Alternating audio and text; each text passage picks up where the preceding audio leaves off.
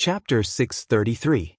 Thales realized that he had underestimated the high wall of power. After he privately hinted to Mallows and Stone to send someone to study the plan to move to Star Lake Castle, in less than a week, the news of the Duke of Star Lake moving out of the capital spread like wildfire and through the streets and alleys of Eternal Star City. It's not good. Even the brothels in Red Street Market are saying that the prince is tired of the ladies in the capital and is going to practice his spear elsewhere. I don't know how they found out, and don't ask me how I found out, Glover, who had returned from his vacation, reported to the prince solemnly. At the same time, he glared at Wuxia, who was hesitating to speak. Star Lake Guard's first-class penal officer, Old Patterson, was fuming with rage. He brought 2 subordinates and the Phantom Wind follower, Ralph. He looks strange and vicious, Your Highness. He's very suitable for this job. Of course, the most important thing is that I can point at him and say to everyone, "Look, this is what happens when you talk too much," Patterson said through gritted teeth, and with a whip in hand he went around Mindy's hall to catch moles, vowing to find out who leaked the secret. "That's definitely not me." Doyle, who had returned from home with much difficulty while dragging his ridiculously large and small luggage, was caught red-handed by the mole-catching team at the main entrance. "The setting sun can prove that I didn't mention our move to anyone." "What? You mean these luggage?"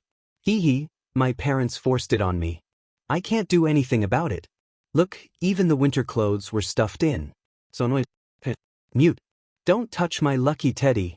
It's a must-have at the head of my bed." Everyone in Mindy's hall was in a state of panic until Mallows appeared and reminded the old penal officer gently and tactfully, "The prince's move is a big deal." The prince's move was such a big thing. Even if it was just a preliminary research, there would definitely be a lot of disturbances.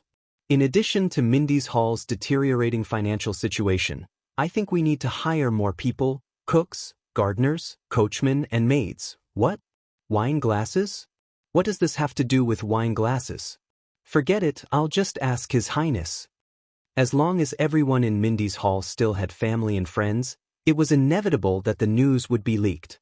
As for why Duke Thales left the capital city, the rumors on the streets spread in an orderly fashion. They ranged from the legend of the past dukes of Mindy's hall being haunted to the legend of the rebellious prince running away from his marriage, and even the legend of Star Lake Castle hiding a mistress. There were many versions of this story. The main dispute was over the identity and number of the female protagonists, and even their gender. This was because Mindy's hall did not have the money to recruit female servants after the prince returned. Interestingly, the people were dismissive of the saying that the prince was bankrupt. Once it was mentioned, the crowd would roar with laughter. "Do you know how much the treasures in Mindy's hall alone are worth? Even the prince's underwear is made of gold. Is there a need for you to worry?" The rumors were so chaotic that Prime Minister Cullen couldn't help but ask about it at the Imperial Conference one day. It was inconvenient for Thales to answer directly, so he cleverly diverted his fire and took the opportunity to probe the possibility of saving Mindy's hall's finances. "Father, what do you think?" At that time, the wise King Kessel was reading Jade City's port tax report and listening to Chief Kirkirk's grievous complaints. "As the dignified chief of finance, I only receive a salary of 5 silver coins per month. Have I ever cared about money? But this group of profiteers and corrupt officials of the South Coast, who have benefited from your Majesty's wise grace to earn so much, are so selfish that they even want to haggle over this small tax?" His brows were tightly furrowed and his mind was preoccupied. Hearing that, he just waved his hand in disdain. "Get lost." He approved. After coming out of Renaissance Palace, faced with Mallow's suspicious gaze and Stone's expectant expression, "His Majesty can't let you starve to death, right?" Duke Thales smiled brightly. Duke Thales smiled brilliantly. He appeared to be confident, steady, and composed. "His Majesty has given high praise to Mindy's hall's long-term and fruitful work. He is full of confidence and expectations, and sincerely encourages us to be unique, to keep pace with the times, to be independent, to create new sources of income, to pursue excellence, and to explore the future." Bang! Mallows slammed the table expressionlessly. "The main point. The duke's smile instantly collapsed. No money. So, after another 2 days, the direction of the rumors on the streets of the capital changed. In order to resist the marriage arranged by his father, there were also bets on who the female lead would be. It is worth mentioning that although the odds were so high that it was impossible, the prince's old friend, the heir of Walla Hill, Cohen Caribbean, did appear at the bottom of the odds list, behind a group of socialites and noblewomen. Duke Thales did not hesitate to disregard his manners to protest. This caused the king to fly into a rage. During the imperial conference, he slapped the heir hard in front of all the ministers and ordered him to get out of the capital immediately. No one has slapped me. On the training field, faced with the worried Wuxia and the plate full of skincare and beauty tonic, Thales was flustered and exasperated. I'm fine, my face is fine too. No, why should I let you see my fart? Other parts of my body are fine too. Oh, sunset goddess, I really didn't rebel when I entered the palace this time. Why won't you believe me? Under the influence of many factors, mainly the increasingly shocking numbers on the account book, Thales gave up on keeping a low profile and stopped hiding. He began to let Mallows openly check the inventory, sent Stone as a logistics officer to liaise with the chief of Renaissance Palace, asked for the account book and map of Star Lake Fort from the Nobility Affairs Council, instructed the Jade Star Private Army to stay behind, communicated with the police station about the time to leave, and had the others, Doyle was indignant about this, purchase sufficient supplies. At the same time, he shut his door and refused to leave. Is this really fine? Won't the rumors get worse? Wuxia frowned. Trust me. On the training field, the prince drew his bow and arrow with gritted teeth, aiming at Mallows but in the distance. The prince's but is very popular. Wuxia was stunned. But fortunately, the rumors only circulated for a few days before they all changed. Rumor had it that Duke Thales overstepped his bounds during an imperial conference. The king was furious and cut off Mindy's Hall's financial resources as punishment. The Duke of Star Lake had to leave the capital to find his own way out. Well, at least part of it was true. The rumor among the vassals and bureaucrats was that the Duke of Star Lake's political stance was too moderate when it came to taxes. He even sympathized with the feudal vassals who were far away. This offended the king's party that had been in power for a long time. The latter repeatedly slandered the king during the imperial conference and finally moved the king, forcing the duke to stay away from the center of politics. This is not entirely wrong. Therefore, on a weekday morning, when the sky was just beginning to light up, the main gate of Mindy's Hall silently opened. The fleet of carriages belonging to the Duke of Star Lake slowly drove out towards Star Lake Castle near the royal family's hunting forest in the suburbs. Are you sure everyone is fine with this? After all, we are leaving the city and going to the countryside. Thales yawned loudly and leaned against the window with a sleepy face. He watched Logistics Officer Praka complete the final handover with the private soldiers and servants who stayed behind. They are the royal guards, not strategists. Mallows rode beside the carriage. The driver was originally Glover, but Thales rejected it verbally. He frowned as he flipped through the account book handed to him by the logistics division. It's not their job to express opinions. Damn it, why did we overspend last month again? What's up with so many skincare products? On the other side of the carriage, Wuxia quietly turned his head and started a lively conversation with Ralph. In the silence of the morning, their carriage caught up with the earliest opening of the city gate. They passed through the Philosopher's Gate on the south side of the capital, passed through a few markets and villages outside the city, crossed Shepherd's Ferry, and drove onto the southern section of Renaissance Avenue, which had been greatly rebuilt during the reign of Thorn Cutter, Tormund III. The south side of the capital was obviously more prosperous than the north side. Along the way, there were peddlers and hired workers who had woken up early to enter the city, farmers and craftsmen who were preparing to go to the market, postal carriages going back and forth, and even foreign travelers. They were either transporting goods in carriages or walking on foot from various towns near Eternal Star City. They were in groups of 3 to 5 and were bustling with activity. From time to time, they would comment on the carriages that passed by them. I recognize this carriage. It should be this season's patrolling court. They are the judges who are patrolling and adjudicating cases on behalf of the king. Forget it. They don't even have a flag. They must be some noble's illegitimate son, the kind who is overflowing with wealth but can't afford to make it public. Look at the imposing manner of this carriage. TSK, so awesome. Men should be like this. Tisk, he's just a bastard with a good life. If I was born there, I could replace him too. It was the end of summer. The vegetation around the avenue was lush and verdant. The Duke's carriage turned off the avenue. There were fewer travelers, and trees grew, shading the sun. Birds and beasts flew away in fright. The surroundings were full of life, and the atmosphere gradually became more wild. They had entered the territory of the royal family's hunting forest. F***, I swear that's a bear. Doyle cried out in surprise. For a moment, the entire team was extremely nervous. Zombie, draw your sword. Don't be so paranoid, the veteran Genid shouted at them to stop. He shook his head. I saw it clearly. It's just a stray cat. According to Mallows, the royal family's hunting forest, which had been delineated since the Black Eye era, had always been a good place for the royal family to go on leisure trips and entertain guests. Before the Bloody Year, the late King Adi had led a group of ministers to hunt there more than once. The two princes, Horace and Herman, especially liked to call their friends and gallop on their horses. During the Bloody Year, Eternal Star City was threatened by both the rebel army and Extet. They had no choice but to close the city. Hence, the entire Central Territory was filled with bandits, and the surrounding villages and towns as well as many nobles' fiefdoms were almost destroyed. The hunting forest also became an ownerless wasteland. It was not until the Fortress Treaty was signed that the kingdom's wrath returned with the Fury Guards. They reorganized the Central Standing Army and wiped out the remnants of the rebel army and bandits around the capital. After the war, firstly, the national treasury was in dire straits, and secondly, the people's lives were in dire straits.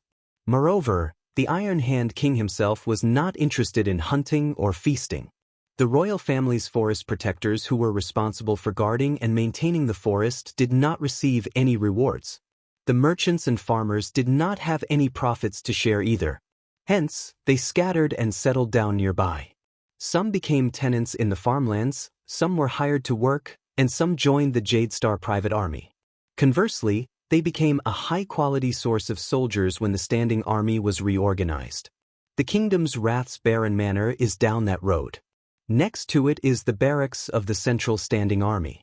For more than 10 years, he has almost turned the hunting forest into their exclusive training ground and exercise ground. Mallows stared at a small path in the forest that was obviously trampled out. His gaze was profound. But the good thing is that with the standing army here, no one dares to invade the nearby royal territory. Jenny, who was raised as a noble's warhorse from a young age, was extremely dissatisfied with such an environment. From time to time, she would break free from the person who was leading her, neighing as she chased after a deer or a badger that flashed past the depths of the forest, causing the team to be in a flurry. But always, after Thales tried his best to call out to her, she would return dejected and depressed, covered in marks from branches and plants. In the stable, she's the queen. No horse dares to fight with her, the veteran Genid said cheerfully. But the birds and beasts here don't have such self-awareness. She's not very satisfied. They soon arrived under an iconic tree. The watchman said that this was the most popular campsite when the hunting forest was still flourishing. The thick and dense tree, which seemed to be very old and covered the sky, was called the Star Tree. There were many legendary stories about the Jade Star royal family. It was said that during the last years of the empire, the king of Renaissance, who was still an illegitimate child, once ignited his fighting spirit under this tree. He was determined to make a name for himself and get rid of the name of a bastard. There were also people who said that 500 years ago, the procrastinator, Prince Brad, suffered a coup and fled Eternal Star City in a panic with the 9-pointed star crown. He climbed this tree to escape from his cousin, the unfortunate one Kira, who was chasing after him. He fled to Brave Soul's fort to recruit soldiers and buy horses, and thus began the bloody confrontation between the two stars. There were also legends about the Great Spirit Archduke, Con Trentida, who invaded Constellation 400 years ago. It was said that he camped under this tree and was prepared to besiege Eternal Star City. However, in the middle of the night, he saw the King of Renaissance charging towards him with a spear in hand. The brutal and terrifying Great Spirit was startled awake from his dream. He was so frightened that he tore camp overnight and retreated. There were also people who said that 300 years ago, the jackal, Sumer III, invited 5 guardian dukes to a hunting feast under this tree. 3 of them never walked out of the hunting forest.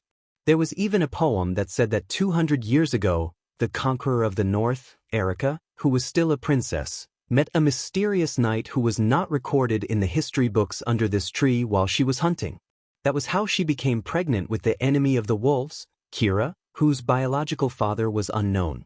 However, even though Didi, who often came here to play when he was young, narrated the above story vividly, and even though he managed to stun the audience like Willow, Ralph, and Wuxia, the Duke of Star Lake only laughed it off. Thales originally thought that they would encounter such a dense forest along the way. However, after walking for a short while, the end of the road suddenly opened up. Amidst the green forest, a blue lake came into view. It was as pure as a mirror, and it reflected the pure white clouds in the blue sky. It was dreamlike, and for a moment, people could not tell the difference between heaven and earth. With the beautiful scenery before them, everyone, including Thales, could not help but stop in their tracks. By the sunset goddess. Doyle looked at the blue lake excitedly. This is much more beautiful than the painting. Wait, the painting? Wuxia reacted, his face full of suspicion. Didn't you say that you often came here to play when you were young? It's not time yet. Let's continue forward. Mallows was in a rare good mood. He ignored the people behind him who were glaring at Dee. It's not too late to be amazed by it then. The Duke's convoy moved along the lake. The grass and trees became shorter, and the scenery before them became wider. Looking into the distance, the other end of the lake was a towering and precipitous mountain wall. Dozens of raging waterfalls hung on it, rushing out from between the rocks and straight into the lake, like a giant silver curtain falling from the sky. My God, I've read about this in a book. It said that practicing swordsmanship down there will yield twice the result with half the effort. The young vanguard in training, Ness, pointed at the wide waterfall excitedly. Does anyone want to surf? Don't believe those knights. If you rush down from there, even if you're alive, you probably won't be able to find that story. Second-class protector officer, Hyman Franzuk, mercilessly dampened his enthusiasm. Thales was similarly captivated by the magnificent scenery, and he could not look away. That's one of the downstream branches of Shepherd's River.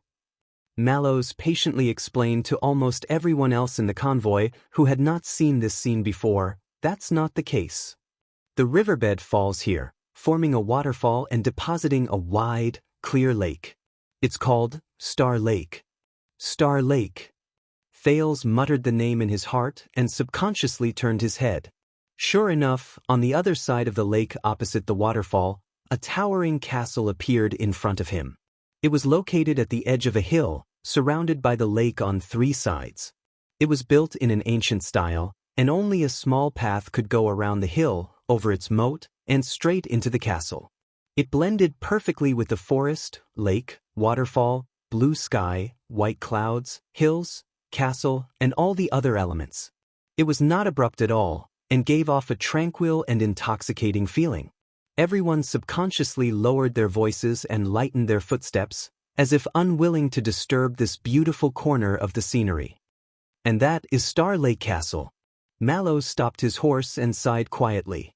Everyone held their breath, including Thales.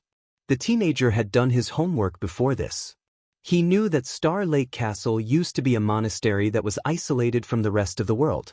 Its earliest history could even be traced back to the Black Eye era, and it was filled with Sunset Sect monks who were knowledgeable but determined to train hard. However, the person who truly brought this monastery into the eyes of the world was an old scholar named Sumer nearly 500 years ago. He was born into a noble family, but he was knowledgeable. During the chaos of the confrontation between the twin stars, he brought his family and lived in seclusion here, concentrating on studying the classics of theology. That was until the bloody and cruel confrontation between the twin stars ended with the deaths of two jade stars, who claimed to be kings of their respective countries, one after another.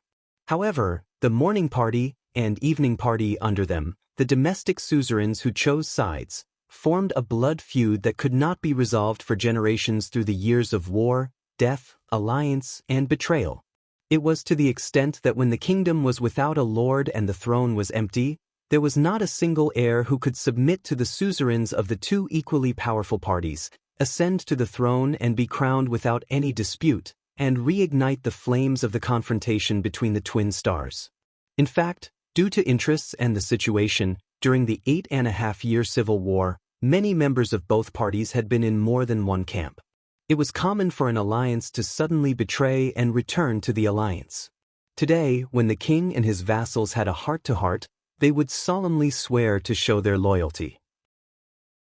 Tomorrow, when they were captured on the battlefield, they would suddenly come to their senses and abandon darkness for light. The leader of the Eastern Seas heroes, the Cullen family of splendid Port City, had repeatedly switched between the two parties. They were a miraculous existence that could remain unscathed despite their defection. That was why the nicknames of the two guardian dukes of the Eastern Sea were Noon and Midnight, respectively. Fortunately, there had been enough bloodshed in the kingdom, so much so that countless Dark Knight priestesses had died of exhaustion. There were also enough men in Constellation, so few that no one wanted to put on their armor and go to war anymore. During the 8 years of confrontation between the twin stars, countless citizens and their families were destroyed. Many great families lost their heirs. The price they paid was high, and the lesson they learned was painful. It was rare even in the history of Constellation, which was filled with frequent civil wars. The Morning and Twilight priestesses, who were at daggers drawn, finally put down their weapons reluctantly under Sunset Priestess' suggestion and coordination. They entered Eternal Star City and began a difficult negotiation in Dark Knight Temple, which was filled with corpses waiting to be buried. This was also how the Morning and Twilight regions were named in Eternal Star City. They were separated by Dark Knight Temple. Hence, as Black-Eye John's great-great-grandson, Scholar Sumer, who was 60 years old, or rather, Pulse Breaker Sumer Jadestar II, was invited out of the Sunset Monastery where he lived in seclusion. He walked out of the high castle by the lake deep in the forest, and walked into Renaissance Palace while surrounded by two groups of vassals who were eyeing him covetously.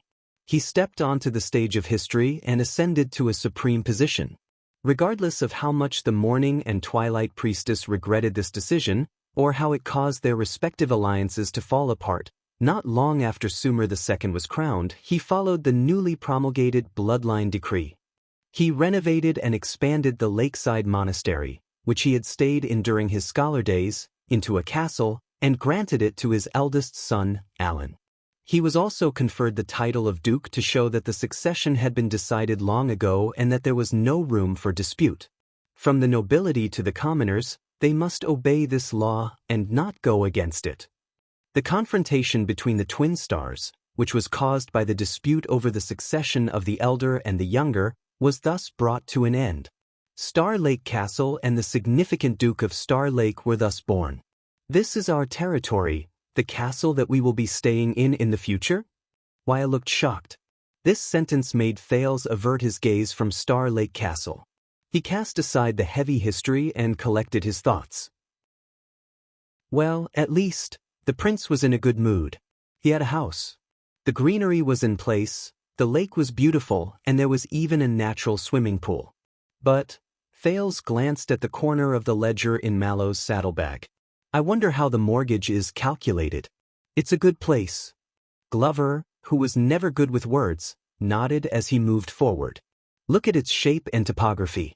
It is surrounded by a lake on 3 sides, has a high vantage point, narrow passageways, wide field of vision, drawbridges, trenches, arrow towers, lookout posts, the height of the city walls, the angle at which they intersect, and the breadth of the defense. The zombie pointed at different spots in Star Lake Castle. With only a dozen people, it will be impenetrable. Even if they are besieged by enemies who outnumber them by several times, if they have enough supplies, they can defend for a few months or even a year, much better than Mindy's Hall, which is almost undefended. Oh my God, you can't use this analogy. Mindy's Hall is a work of art, and here is... Doyle paused for a moment before he forced out his next sentence. Other works of art. On the other side of the team, Paul from the Black Lion family of Brave Souls Castle, who had just joined the team, suddenly sighed and attracted everyone's attention. My father told me that a long time ago, every vassal and every lord took pride in having their own family castle. Even if they had to spend 2 or 3 generations of their family's wealth, they had to build a castle with extraordinary significance. The young heir of the Bosdorf family looked at the castle in the distance with melancholy in his eyes. The sky pillar fortress of High Forest City, the floating sand, flowing sand, and sinking sand palaces of the wasteland ruins, the treading waves palace and the quelling tide pagoda of Splendid Harbor, the emptiness palace of Jadeite City, and the Blood Gate fortress of Blade City. Although their shapes and styles are different, all of them have a long history and are famous fortresses that are difficult to attack, not to mention the magnificent Renaissance Palace.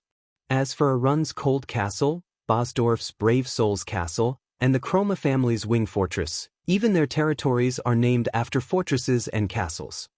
Paul's words were sincere and melancholic. They are our line of defense rooted in the ground, the knight's immortal mounts, and the sturdiest defense on this land. When he said this, Paul let out a long sigh. But now, there are no more castles like this. In fact, there are fewer and fewer of them. His words made many people fall into deep thought. But the person who answered him was out of their expectations. Of course, Doyle said carelessly. My castle was built hundreds of years ago, and it has holes everywhere. In summer, mosquitoes and lice will fly everywhere, and the stench will not go away. In winter, it is not much better. The cold wind will blow people's noses, and the windows will make loud noises. No matter how we repair it, we can't fix it. Besides, just hiring people to clean it and maintain its functions will cost a lot of money. It's not worth it. So, in the end, my stepmother decided to close most of its areas and only use a few complete and newly renovated halls and rooms. And from what I know, more and more nobles and suzerains would rather spend their money elsewhere. I even heard that in some places, there are families who abandoned their ancestral castles and moved into towns and villages. Doyle raised his finger excitedly and gave the next example. Not to mention Renaissance Palace. That building is so old, Glover coughed violently. So old, Doyle suddenly shuddered and came to a realization. So old that it has a lot of history, meaning and culture. You must know that Renaissance Palace is a miracle built with divine power and magic. The people who were originally gloating revealed disappointed expressions when they heard that. Doyle knew that he had made a slip of the tongue. He cleared his throat. In short, no matter what kind of castle it is, no matter how sturdy or how great it is, it will have all sorts of problems after a long time. If that's the case, Paul said coldly, why not just destroy it, tear it down, and rebuild it from the beginning? His words made Thales in the carriage fall silent as well. My stepmother had such a plan, but she gave it up due to financial problems, Doyle recalled the past. And my father said that although we don't live there anymore, at least we used to live there. He sighed and said, if we tear it down, some things can't be rebuilt. These words made many people look at him in a different light. Doyle's eyes turned, and he became mischievous again. Besides, what if war breaks out again? What then? Paul did not speak. Wyatt took over the conversation at this moment. A mediocre king builds his strong walls with soil and stone. It is difficult for foreign enemies to invade, and it is difficult for the castle to fall. A king who is good at fighting uses flesh and blood as his walls. His martial arts are matchless, and there are countless heroic souls. A wise king uses the hearts of the people as his walls. He is always victorious and never defeated, and he will never stop flourishing. The prince's attendant thought of something, and his gaze became profound. Only a truly great king uses peace as his walls. He is ordinary, but no one knows about him. As soon as he said that, everyone in the carriage cast sidelong glances at him. Even Ralph had a strange expression on his face. "Wow, it's really Wuxia. Did you say that yourself?" Doyle said in surprise. Wuxia lowered his head, and his expression was complicated. "I heard it when I was young." Thales was moved when he heard that. He remembered what Gines had told him about what Crown Prince Midir once said. "Even if the palace walls are 1,000 feet long, and the mighty stronghold is 10,000 feet long, where is my life?" Makes sense. Mallows, who was at the front of the group, suddenly spoke. "The city walls are thick and sturdy. While they defend against foreign enemies, they also cover up the sky and are burdensome. There is no lack of such examples in history. Suzerains are satisfied with a sturdy city, and they are content with the status quo behind the city walls. Because of that, they become narrow-minded and short-sighted. They do not think about improving themselves, and in the end, they suffer the consequences of their own actions." The watchman's prestige over the past few months caused everyone to shut up. The carriage fell into silence for a moment. Maybe that's not all. Glover, who had always been obsessed with the shape of the fortress, did not seem to know how to read people's expressions. He did not care whether it was time for the commanding officer to lecture. He continued, "My grandfather said that the methods of war are destined to become more abundant, especially after the appearance of the mystic guns. Regardless of whether it is defending the city or attacking the city by force, it has become the worst strategy. After all, no matter how thick the city walls are, no matter how wide the battlements are, they cannot withstand the continuous high-temperature bombardment from the mystic guns or the falling stones from the catapults." Paul sighed and said, "So, such a castle is destined to decline in the future and become history? Perhaps." Glover fixed his gaze on Star Lake Fortress, as if he was trying to find its weakness. "But perhaps our descendants, the people of the future generations, will come up with a better idea, build stronger fortifications, and build a super city wall that even the mystic guns cannot break? Maybe they will be smarter than us," Wuxia interrupted, feeling dejected. "Think of ways to resist war and foreign enemies without relying on city walls or fortresses and ensure safety? Or maybe they will be even more foolish." Mallows also joined the conversation. He sighed and said, "Maybe they will build more and thicker city walls, and be content with the status quo, complacent, until the self-righteous city walls collapse. Only then will they regret their actions." Thales listened carefully to the conversation and pondered for a long time. "Or they will be unparalleled geniuses." Doyle's excited voice suddenly rang, causing many to frown. "For true peace, our descendants will build flawless, unbreakable city walls and fortresses that can isolate everything, and the people on both sides will not be able to touch each other no matter what." Doyle bowed on his horse and spread his arms proudly at Star Lake Castle. Clatter, clatter. Peace shall come. Listening to this nonsense, everyone in the convoy rolled their eyes and sighed. Until another young voice came from the carriage. "So the city walls are tall, the trenches are deep, and the people on both sides can't see each other, can't hear each other, and can't talk to each other." Everyone turned around in shock, only to see the Duke of Star Lake leaning against the window, gazing at the beautiful Star Lake Castle from afar, but his eyes were dead. Thales said faintly, "Until everyone's fate becomes lonely and helpless, and they struggle in pain but do not know why, and they are inexplicably angry but cannot be dispelled. Until everyone, from birth to death, is destined to be a prisoner behind the wall." The Duke's words silenced the entire convoy. Everyone looked at each other, not knowing how to react. Mallows urged his horse to the window. "Your Highness." Thales snapped out of his daze, waved apologetically, and sat back in his seat. "Don't worry about me, continue." The Duke's convoy continued to move forward. Once they saw Star Lake Castle, the remaining journey was much shorter. They quickly went around the hill and drove into Star Lake Castle through the heavy steps on the trenches. But what they saw was nothing compared to what they felt from the horizon. "My God, I thought that only my castle was in disrepair." Doyle was dumbfounded as he stared at the iron gate of the castle entrance, which collapsed with a gentle push from him. He coughed violently in the dust. How long has it been since anyone lived in this place? The previous Duke of Star Lake? Glover tied a scarf around his face and carefully stepped into the entrance. He gestured for the people behind him to get down from their horses. 18 years. Be careful, Your Highness. Wuxia opened the carriage door for Thales, and his tone was vexed. This place. Thales got down from the carriage, and only then did he realize that the famous Star Lake Castle, from the city tower to the sentry tower, from the courtyard to the castle walls, was in ruins. Weeds grew everywhere, the ironware rusted, and the wooden furniture rotted. Many of the corners in the courtyard had become nests for small animals.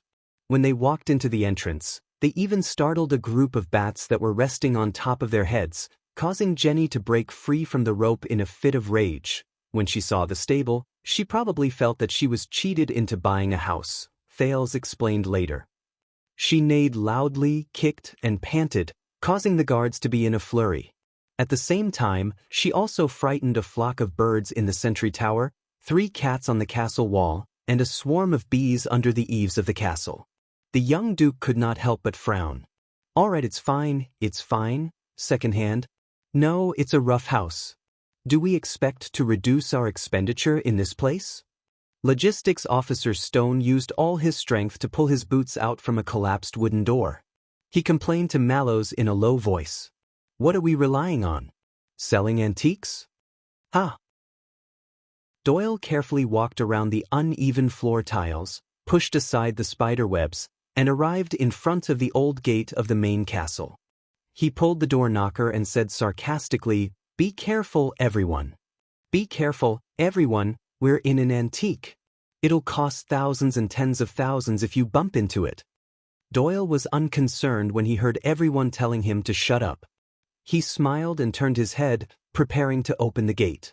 But at that moment, a hatch on the gate suddenly opened, and a hideous and terrifying face appeared in the darkness. Doyle shuddered and fell backwards. Everyone, including a black cat that was practicing its balance on the iron chain, could hear his heart-wrenching wail, "Oh, my sunset goddess! There's a ghost!" Thales was startled. The guards pressed down on their swords until they were stopped by Mallow's shout. "Steady!" The watchman, after kicking away a spider web under his feet, came out from the crowd and pulled Doyle up. "Look carefully."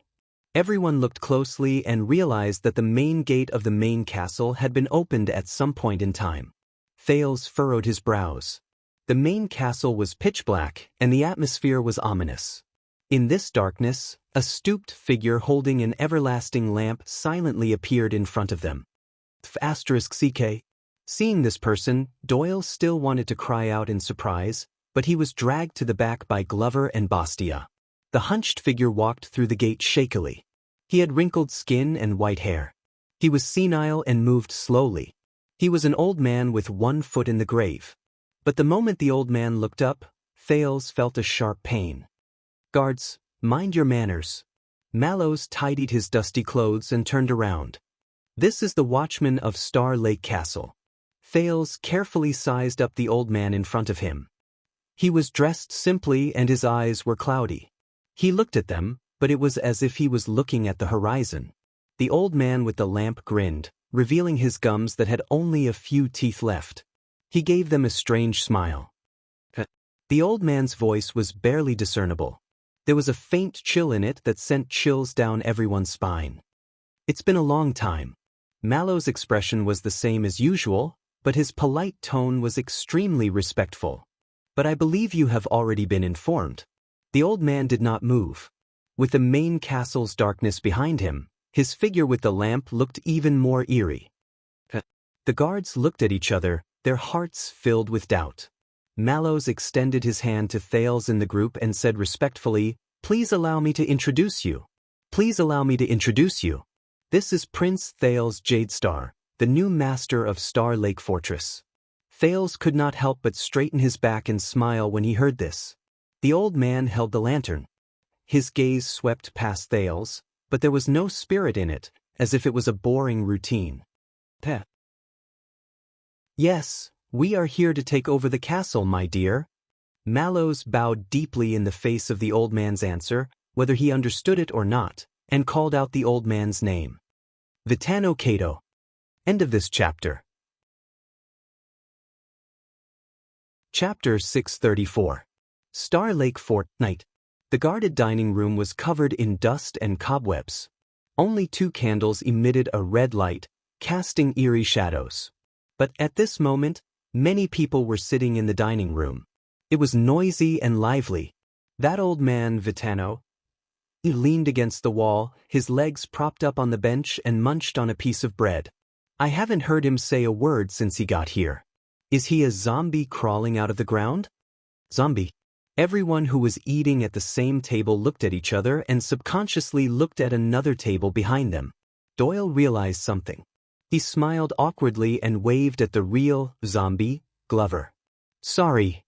Glover was drinking his soup. When he heard Doyle, he threw down his spoon and his gaze turned cold. Why are you sorry?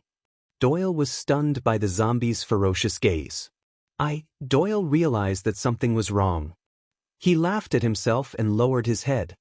But that old man, the watchman, maybe he really is a zombie. At the other end of the long table, Wuxia suddenly spoke and attracted everyone's attention. The dining room fell silent. Glover frowned. Be careful with your words, Mallows herald, Toledo reminded him sternly. Officer Mallows respects that old man very much. Wuxia shook his head and lowered his head to take a sip of the odd-tasting drink that the logistics division got from somewhere. His expression was pained.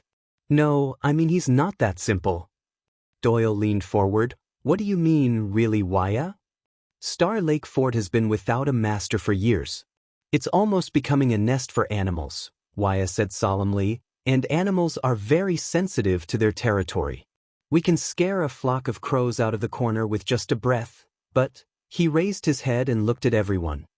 That old watchman lives here, but he didn't scare a single mouse. Everyone who was eating was instantly stunned. In a dark corner, the special class flag bearer, Hugo Fube, who was out of place with the others, picked up a notebook expressionlessly and recorded. Wuxia Caso. Sensitive to observation. Lacking in tact. Has he lived here so long that the animals are not afraid of him? Doyle flicked away a spider that landed on the bread, then tore off the dusty crust of the bread and bit into it. Wuxia shook his head. That's only the best guess.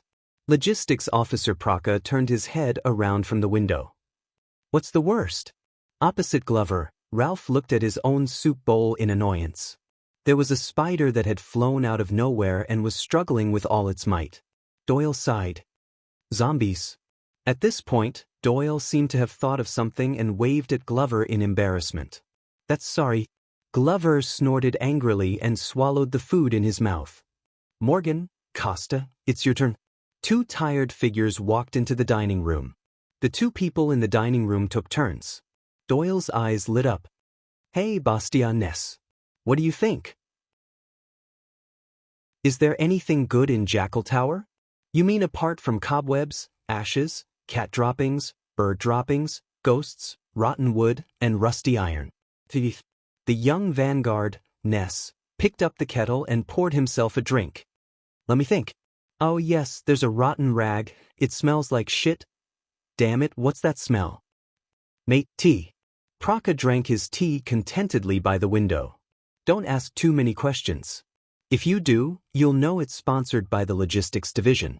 There's a monastery in the southeast corner with a lot of graveyards. Seeing this, Bastia decisively poured away his drink and tore off a cobweb on top of his head. It's surprisingly clean. Obviously, it's cleaned regularly. Maybe it's that old man. Maybe he lives in the graveyard, you know, zombies. Doyle laughed and habitually turned around to wave. Hug, one more word of apology and I'll throw you out of the window. Glover stared at him. As if to cooperate with him, Ralph poured away the spider soup in his hand and snorted coldly, causing a slight chilly wind to blow. The room fell silent. Doyle could only turn around awkwardly. In the corner, a few more lines appeared in Wheelby's notebook. Caleb Glover. The destroyer of the atmosphere. But he had the authority to make the final decision. Don't overthink it, Paul Bosdorf, who joined in midway and had been silent all this while, suddenly said, Lord Mallows has his reasons for trusting that old man. Waya's gaze flickered. You know him? Paul shook his head. No, but I know that family name. Paul's expression was calm as he said plainly, that's the maiden name of the current queen. She's also a wealthy merchant family in the kingdom. Everyone's gaze turned to Bosdorf's heir. Queen Kia? Waya was shocked. His Highness stepmother? Doyle looked puzzled. We have a queen? Willow of the Northern Territory was puzzled. Paul ignored everyone's reaction and continued. The Cato family started by reselling the spoils of war and making a fortune from the war. They keep a low profile, but have a close relationship with Renaissance Palace. They are the best among the merchants licensed by the royal family and have opened up many sources of income for the Jade Stars of the past. Although their title is low, their position is critical and they have great power. Paul looked up. That's why His Majesty Kessel, the youngest son of the late king, married the daughter of the Cato family. Flag-bearer Fubby's expression did not change as he wrote incessantly. Paul Bosdorf, gloomy and reserved. His words hit the nail on the head. Oh, that explains why the old man is here. Doyle came to a sudden realization. Because his mission is to guard the Wang family's property. Waya narrowed his eyes. But those animals, why do I feel like there's more to them? Instead of worrying about that, why don't we think about our next step? Ness scooped up a spoonful of oatmeal that had almost no substance and gritted his teeth. I say, how much longer do we have to eat this? Old Leather, you're the logistics officer. What do you say? Nate Ness. Young and impetuous, not knowing how to restrain himself. Fubby continued to write. Trust me, His Highness and the commanding officer have already started to deal with this matter. Praka sighed and raised his cup. Cheer up. Mate T is also tea. Ness gave him a gesture unique to the Star Lake Guards, a middle finger. A middle finger as a provocative gesture. Flag-bearer Fubby frowned as he recorded. Duke Thales especially liked to use the rare and peculiar Northland customs to cultivate the guard's culture and enhance the cohesiveness and sense of belonging of his subordinates. You know, Bastia suddenly spoke. When I went home a few days ago, everyone was pointing at me and hesitating to speak. Even my 5-year-old nephew was avoiding me, as if I'd suddenly become a leper. As soon as he said that, everyone fell silent. Bastia sighed. Why does His Highness have to go against His Majesty? You even followed him into the palace. In the corner, flag-bearer Fubby pursed his lips. Ade Bastia. As always, conservative, timid, and worried. Harold Toledo put down his bowl coldly. Mallows has already called a meeting to reprimand this issue. Toledo answered flatly, but there was a chill in his tone. We have our own vows. Everyone looked at each other. The atmosphere in the dining room became a little awkward. Waya, Glover, Doyle, and the others were especially silent. Of course I know that, but to be honest, Ness was unhappy. My father is trying to pull some strings to get me transferred back to Renaissance Palace. My uncle has a different opinion. Pezzarosi of the Discipline Division downed the mate tea in one gulp, his face contorted from the smell. He thinks that the king only has one son, and no matter how much he dislikes him, sooner or later he will. Watch your words. Toledo said sternly. Come on, Toledo. Ness spread his hands and complained. We've already been exiled to the deserted wilderness. We even have to scrimp on our food. Watch our words? What? The flag-bearer division can hide in a spider's web to spy on us. What do you think, Uncle Hugo? You've been taking notes for months. Get lost. Hugo Fubby did not even raise his head. His pen did not stop moving. Ness liked to look for trouble. Then why don't you leave? Doyle suddenly spoke, his tone not as relaxed as usual. Why don't you go back? Back to the place you're used to? Ness and Pezzarosi, including Bastia, looked at each other, not knowing what to do. Glover stirred his spoon. Without raising his head, he snorted and took over the conversation. Yeah. Go back and lick Brother Hangman? The nickname stunned everyone for a moment, which then led to a burst of laughter. I know why. Doyle stared at the half-eaten bread in his hand, lost in thought. He flicked away a moth on it again. Because in Renaissance Palace, no one is willing to bind their hands and feet and get into trouble at a royal banquet just to save a sloppy bodyguard. He sighed. No one. The dining room fell silent again. Fubby threw away the dead moth on his notebook, silently observed the atmosphere around him, and wrote a few more words. Danny Doyle. His words may seem carefree and casual, but humor, pain, emotion, and gratitude often fit the atmosphere and hit the emotions of others. Then, thank you for introducing yourself, Protector Doyle. Ness snorted. I know that His Highness is still young and treats people with sincerity. Protector Commodore, who was sitting in the corner, sighed softly. But we have to remind him that sincerity cannot be exchanged for everything. Yes, His Highness has returned from the north and is used to the ways of the Northland barbarians. Praka shook his head. He has yet to suffer in Constellation. I hope he can get through this safely. Gianluca Commodore. Rio Praka. Passive in dealing with matters and playing it safe. Fubby frowned. His pen stopped at the turning word. He did not continue writing. He felt that something was wrong. You guys worry too much. In the end, the one who spoke was Wuxia. I think what we see is different from what His Highness sees, after all. And His Highness told me, the prince's attendant said firmly, that if we see the sun, we can't go back to the grotto. Ness snorted. Thank you, Sir Attendant. Something I don't understand again. But Wuxia shook his head. All of you only really got to know him at that banquet, Wuxia said absent-mindedly. But I have been following His Highness since 6-7 years ago. No one was earlier than me. A deep, throaty voice came from behind him. Humph, sorry. Wuxia rolled his eyes and waved at the masked man behind him. Ralph was earlier, a little earlier than me. Ralph then turned his head. I followed him and saw him charge into the Northlanders' battle formation, saw him walk back to heroic Spirit Palace's trap, saw him destroy the Kinslayer King's plot, and even saw him work hand in hand with Chapman Lampard and dance with the wolves. Everyone in the room listened to Wuxia's words and subconsciously quieted down. Yes, Duke Thales usually looks tolerant and easygoing, even a little weak and easy to bully. The attendant's gaze flickered. But only during critical moments, such as royal banquets, will you understand what kind of person he is. Doyle shrugged. No one spoke. Only Fubby's book kept turning pages. Wuxia Casso, the person who lived the longest, was the closest, and understood Duke Thales the best. In short, I don't really want to go back, but the castle gate has not been repaired. If anyone wants to leave, please go ahead. Glover said coldly, it will be the same after it is repaired. His words made everyone freeze in unison. Yeah.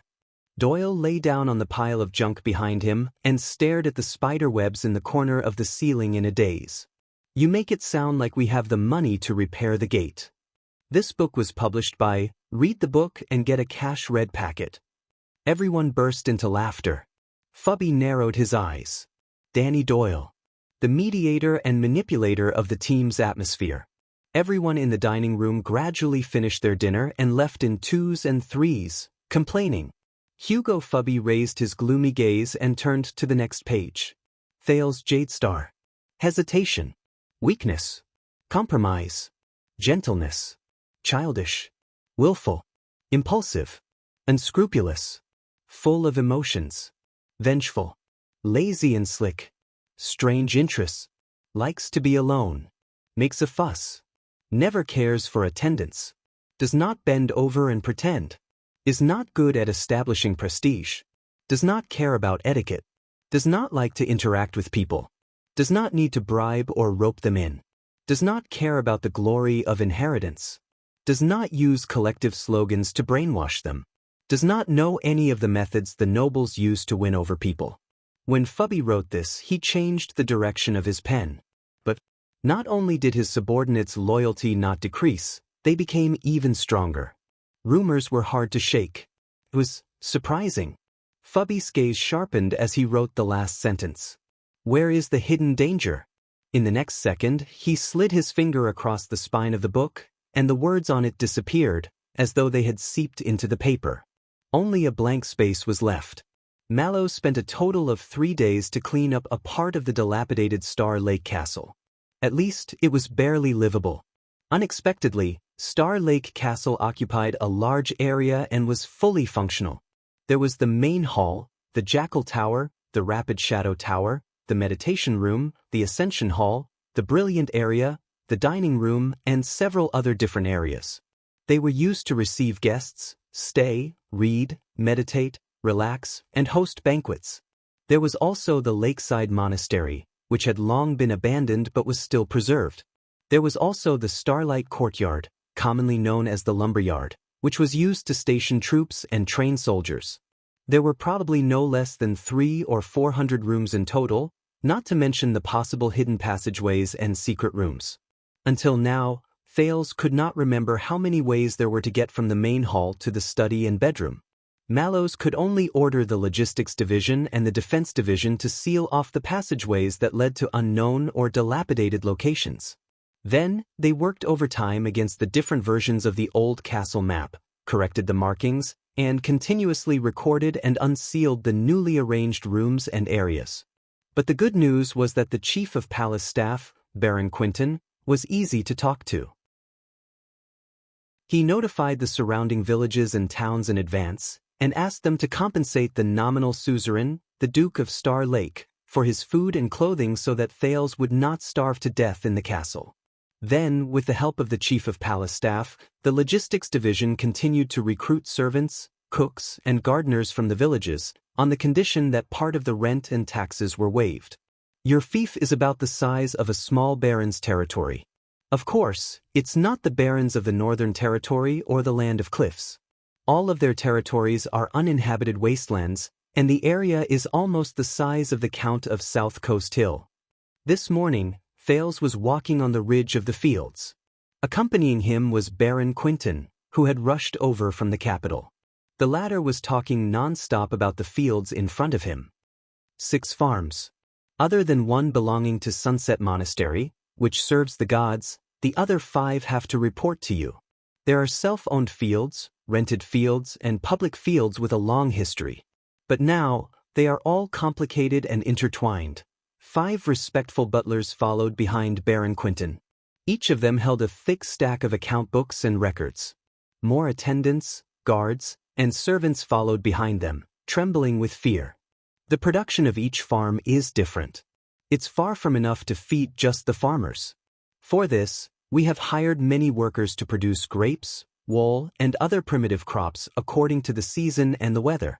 Of course, in another month, the wheat in the fields will be harvested.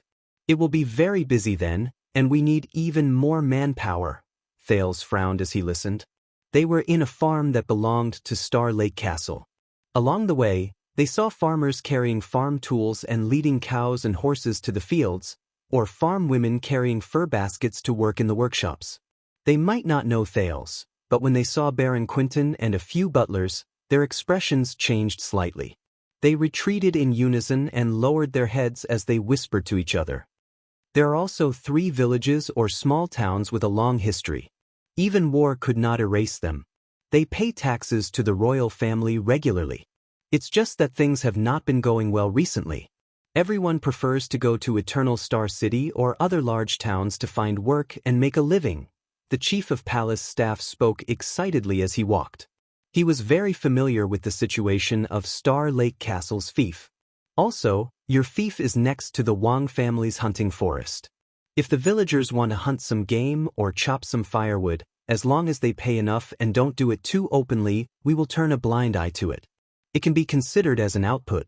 After all, it's not easy for everyone after the bloody year. Remember, every farm and small town has its own craftsmen. Their products, such as fabrics, furniture, honey, candles, soap, and some rare items, are the easiest to miss. Thales' frown deepened. These registers record the general situation of your farm, including every farmer's name, land, farm tools, all kinds of employees and craftsmen, as well as the annual reference output and taxes payable. In the future, you will be in charge of... Wow, Lord Baron.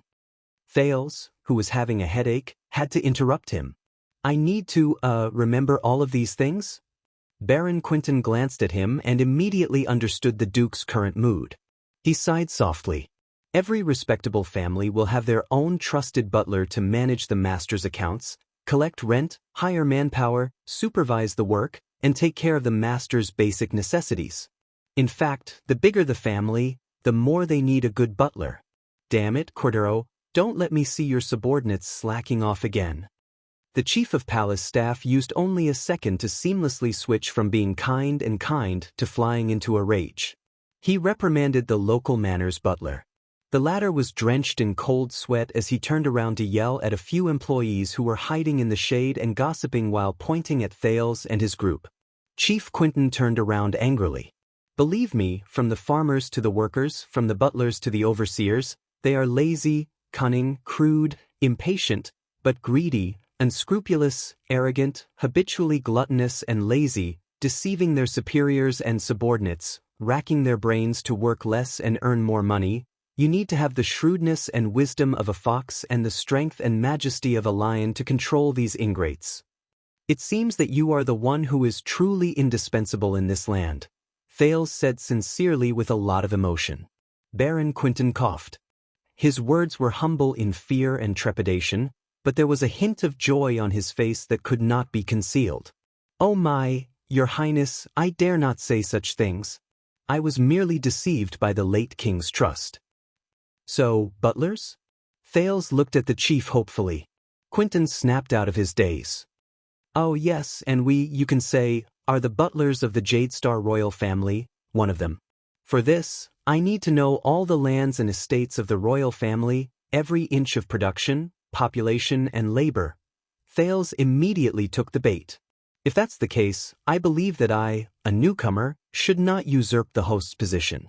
These matters, Baron Quinton reacted quickly. I understand very well. After all, you are a noble and busy man, then everything will continue as usual. I will separate out the rent and taxes that belong to you, and have the butlers of each estate and the mayors of the towns and villages send them to Star Lake Castle regularly, including the monthly rations, firewood, and fabrics. Of course, the variety and sophistication of food and clothing cannot compare to those in Eternal Star City. Thales waved his hand generously, indicating that the Duke of Star Lake should share the joys and sorrows of his people. Seeing the prince's indifferent expression, Quinton could not help but sigh. In the future, there may be a mistress who will take care of these for you. Unfortunately, you are the heir to the throne, and the future mistress is destined to be the queen. She will be busy enough with the families of the nobles in Renaissance Palace, the capital, and even the entire country. She probably won't have time to take care of these minor details. You still have to find a suitable candidate, that was what he said, but in reality, there was not much for Thales to worry about, because Baron Quinton had already arranged everything before he came. The public and private taxes of the territories around Star Lake Castle, land tax, poll tax, hunting tax, including transaction tax, travel tax, and so on, were all collected by the tax collectors of the Department of Finance into the Treasury. This year, they would all be transferred to Star Lake Castle. It was just that the fief was limited, and getting rich overnight was out of the question. I don't have such extravagant hopes, I just want to get enough to eat and wear. Thales closed the thinnest record in the account book with a headache. Just don't cause any major trouble. In the face of such an unambitious heir of the royal family, Chief Quinton could not help but sigh. I think, as long as you don't order the restoration of the right to the first night, it should be fine. Thank you, Chief Quinton. Thales looked at the Chief Quinton who had served his grandfather. I know, it was your intention to help speed up the handover, which allowed me to take over this land so smoothly. Baron Quinton paused for a moment. He closed the account book and passed it to the other stewards, telling them to stay away. Do you really think that I am the indispensable person to these lands, and that I can decide who they belong to? Baron Quinton looked at Thales with a complicated gaze. I think he still cares about you. Thales' smile froze. Perhaps. Thales put his hand into his pocket and touched the Gertaxa. It was cold to the touch and the thorns pricked his hand. Perhaps. He laughed softly and pulled his hand out decisively.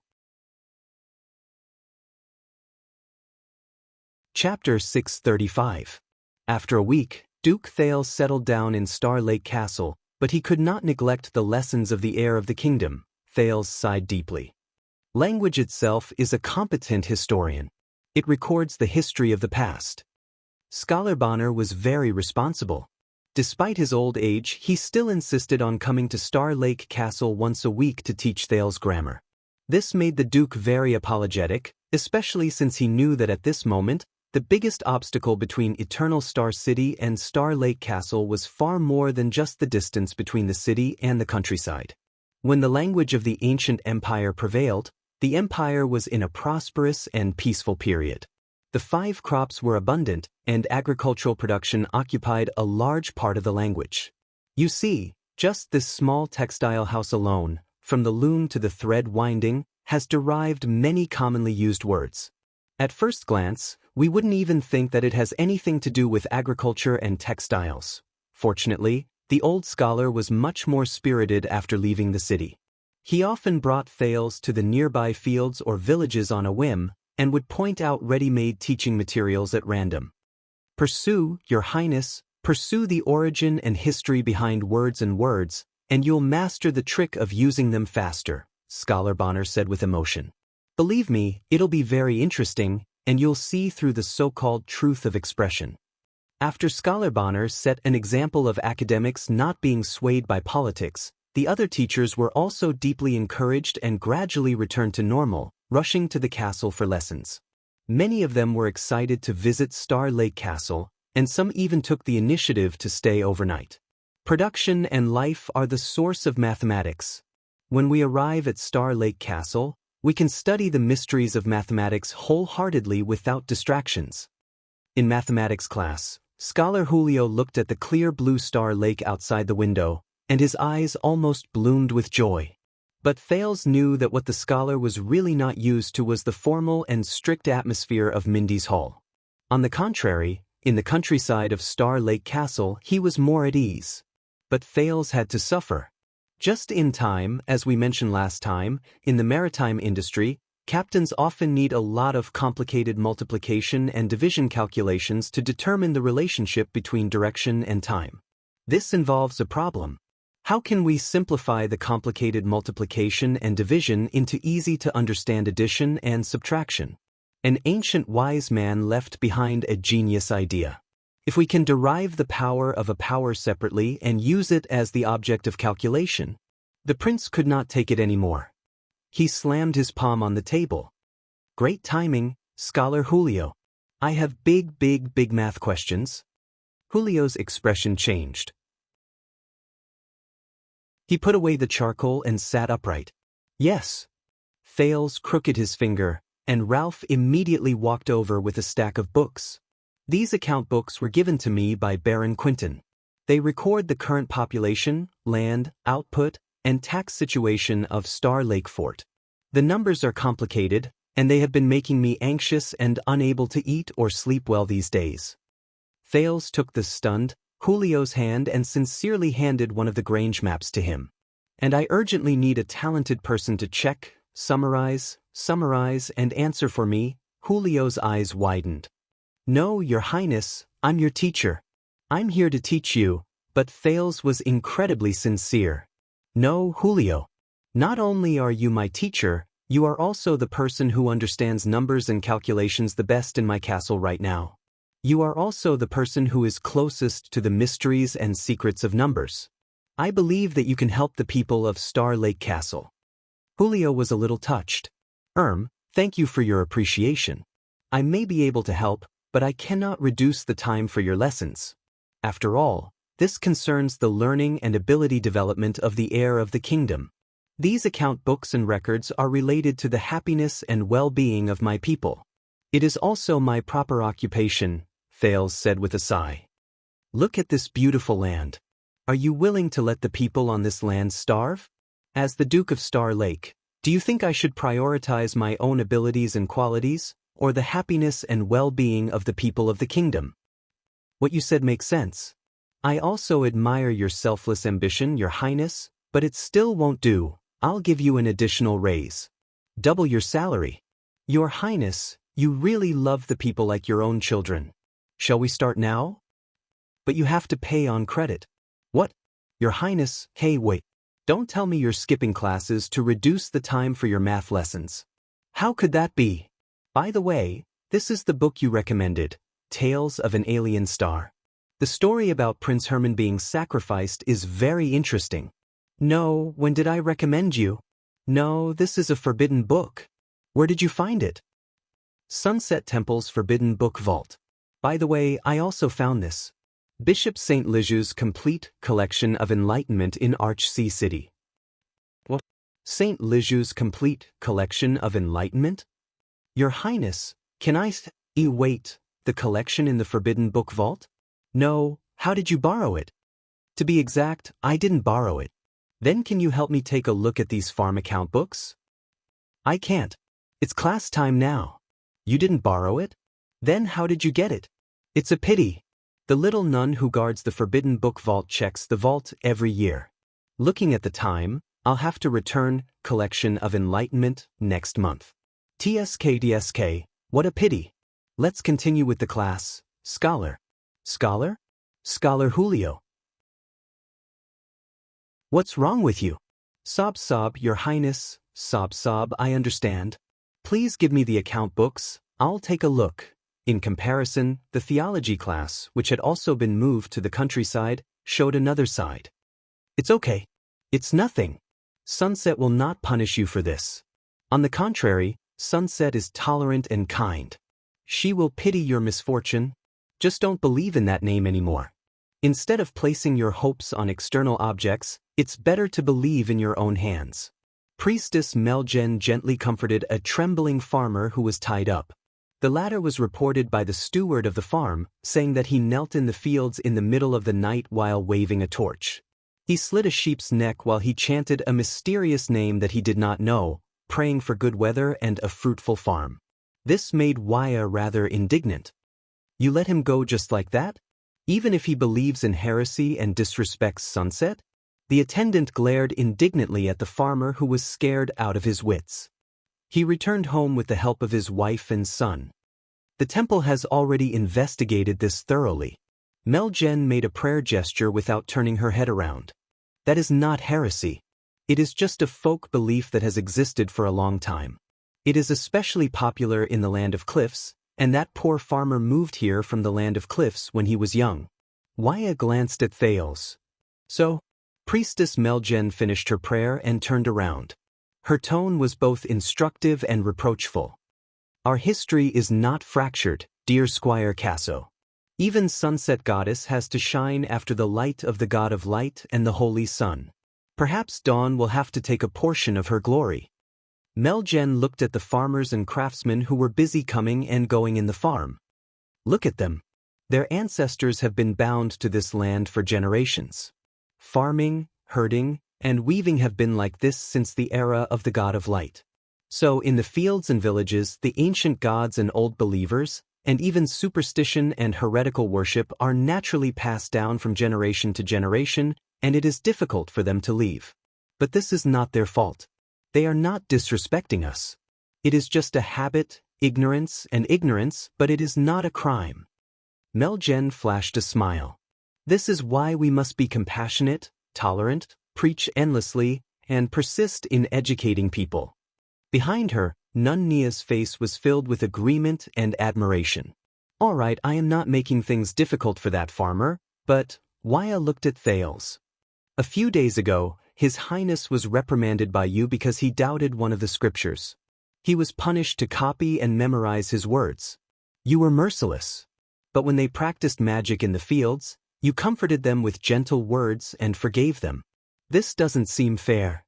Meljen raised her head and looked at the setting sun in the west. What is fairness, Attendant Casso? Is it the prince who breaks the law with you, but I give you the same attitude, punishment, and price? Even if the price you can bear is completely different from his? Wuxia was stunned. The old priestess looked at Thales and Wuxia with a stern expression. Remember, my Wuxia Casso. In the name of God, I will always remember. You should be strict to the strong, and be merciful to the weak. You should be stingy to the rich and generous to the poor.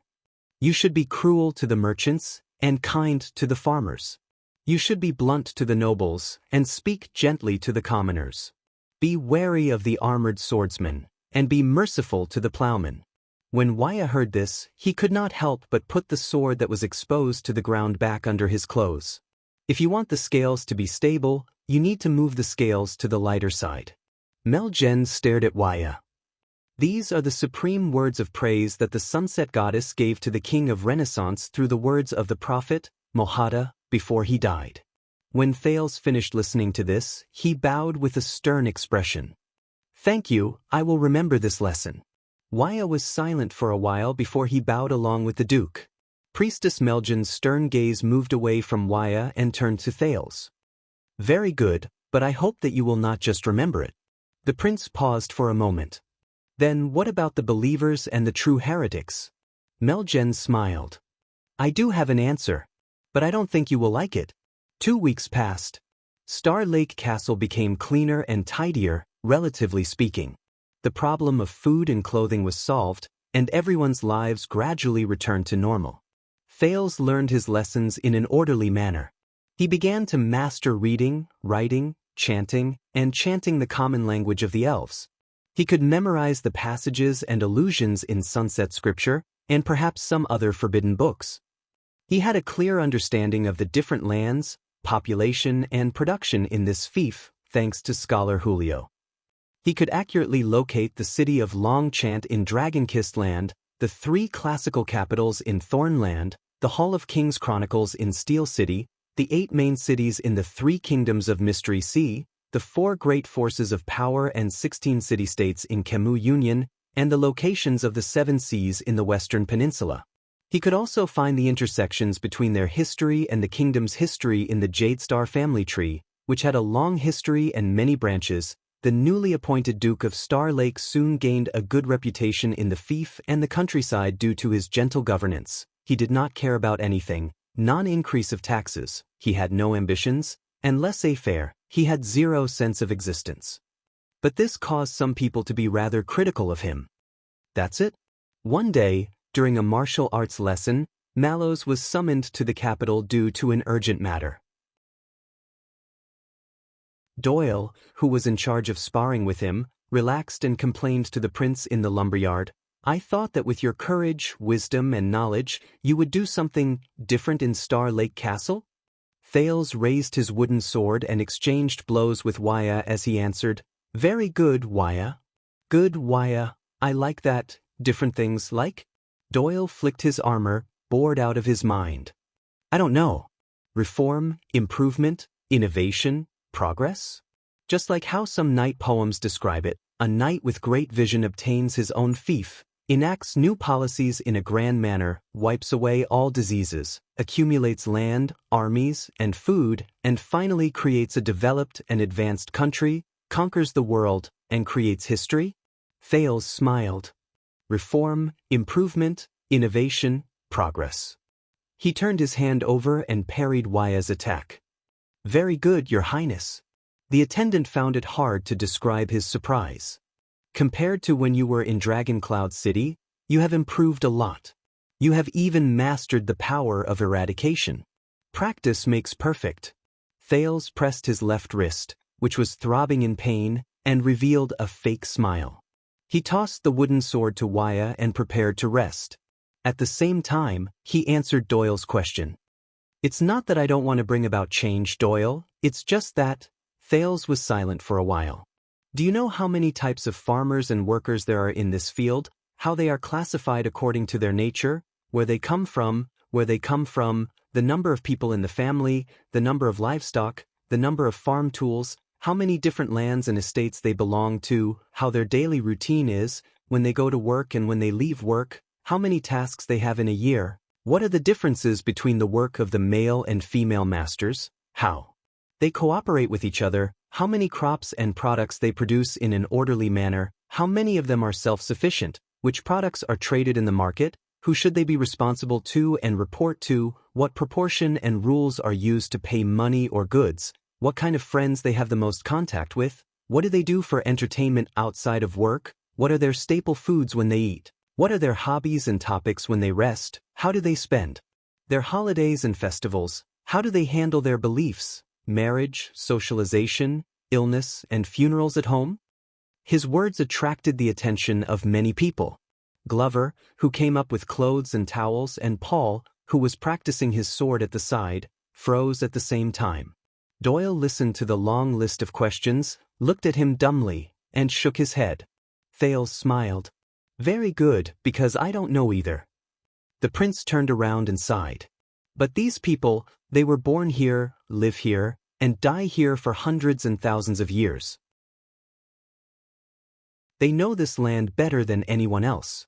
Why should I think that a so-called Duke of Star Lake who just arrived from the sky and has never touched the mud would have wisdom and knowledge that is more profound, more professional, and more suited to the local ecology to guide them on how to live a better life? I am not Brother Mojado, Doyle. I am not a prophet who descended from the sky.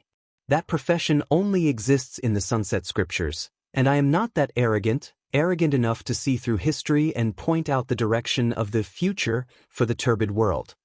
Thales snapped out of his daze and patted Doyle's shoulder. Let's go home. I remember that Custa hunted 2 wild boars in the hunting forest today, and the logistics division hired a new chef. Dinner should not be too boring. Doyle nodded in a daze. But you also said that it has always been like this, and it might not be right. Waya's words made Thales stop in his tracks. Just like what you did in Dragon Cloud City, Waya said in a deep voice. Your shocking feat broke the 1,000-year shackles of Northland and brought new life. Only then did you turn the situation around and witness history. Perhaps the people in this land have developed habits and wisdom due to time and history, but if they remain the same, they will inevitably be stuck in the old ways. The attendant stared at Thales' back. Perhaps sometimes, a wise and courageous ruler like you is needed to bring change and innovation, just like the countless reforms in the history of the kingdom? Thales turned his back to him and did not speak for a long time. Then he exhaled. Yes, thank you for the reminder, Waya. He turned around and faced everyone in the training field. But if I have learned anything in the 6 to 7 years after the Night of Dragon's Blood, perhaps it is humility. Thales smiled. Waya was stunned. Thales took the towel from Glover's hand, wiped his face, and took off his protective gear one by one. The master of the single-winged crow, the suzerain of Wing Fort, Derek Chroma, once told me a short story.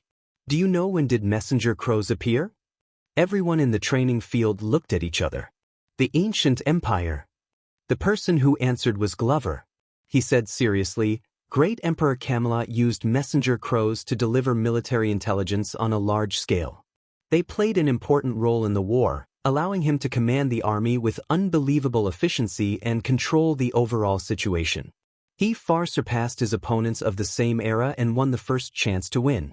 Even after the conquest was completed, messenger crows played a big role, Paul continued.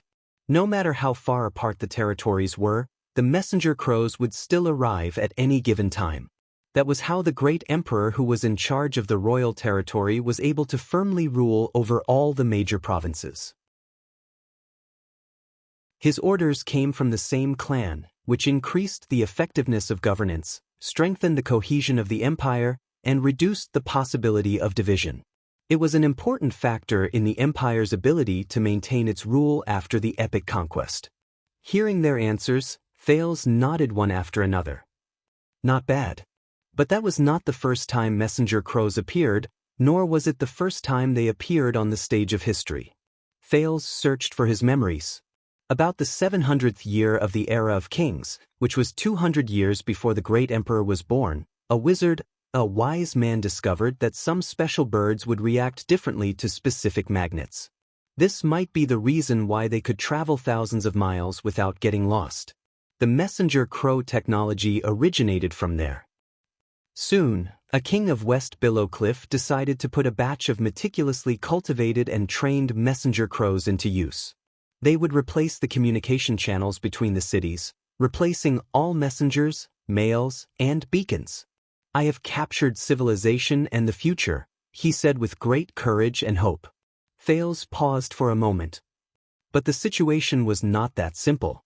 Messenger crows were novel, fast, and convenient, but their technology was far from mature. The cost of cultivating and training them was high.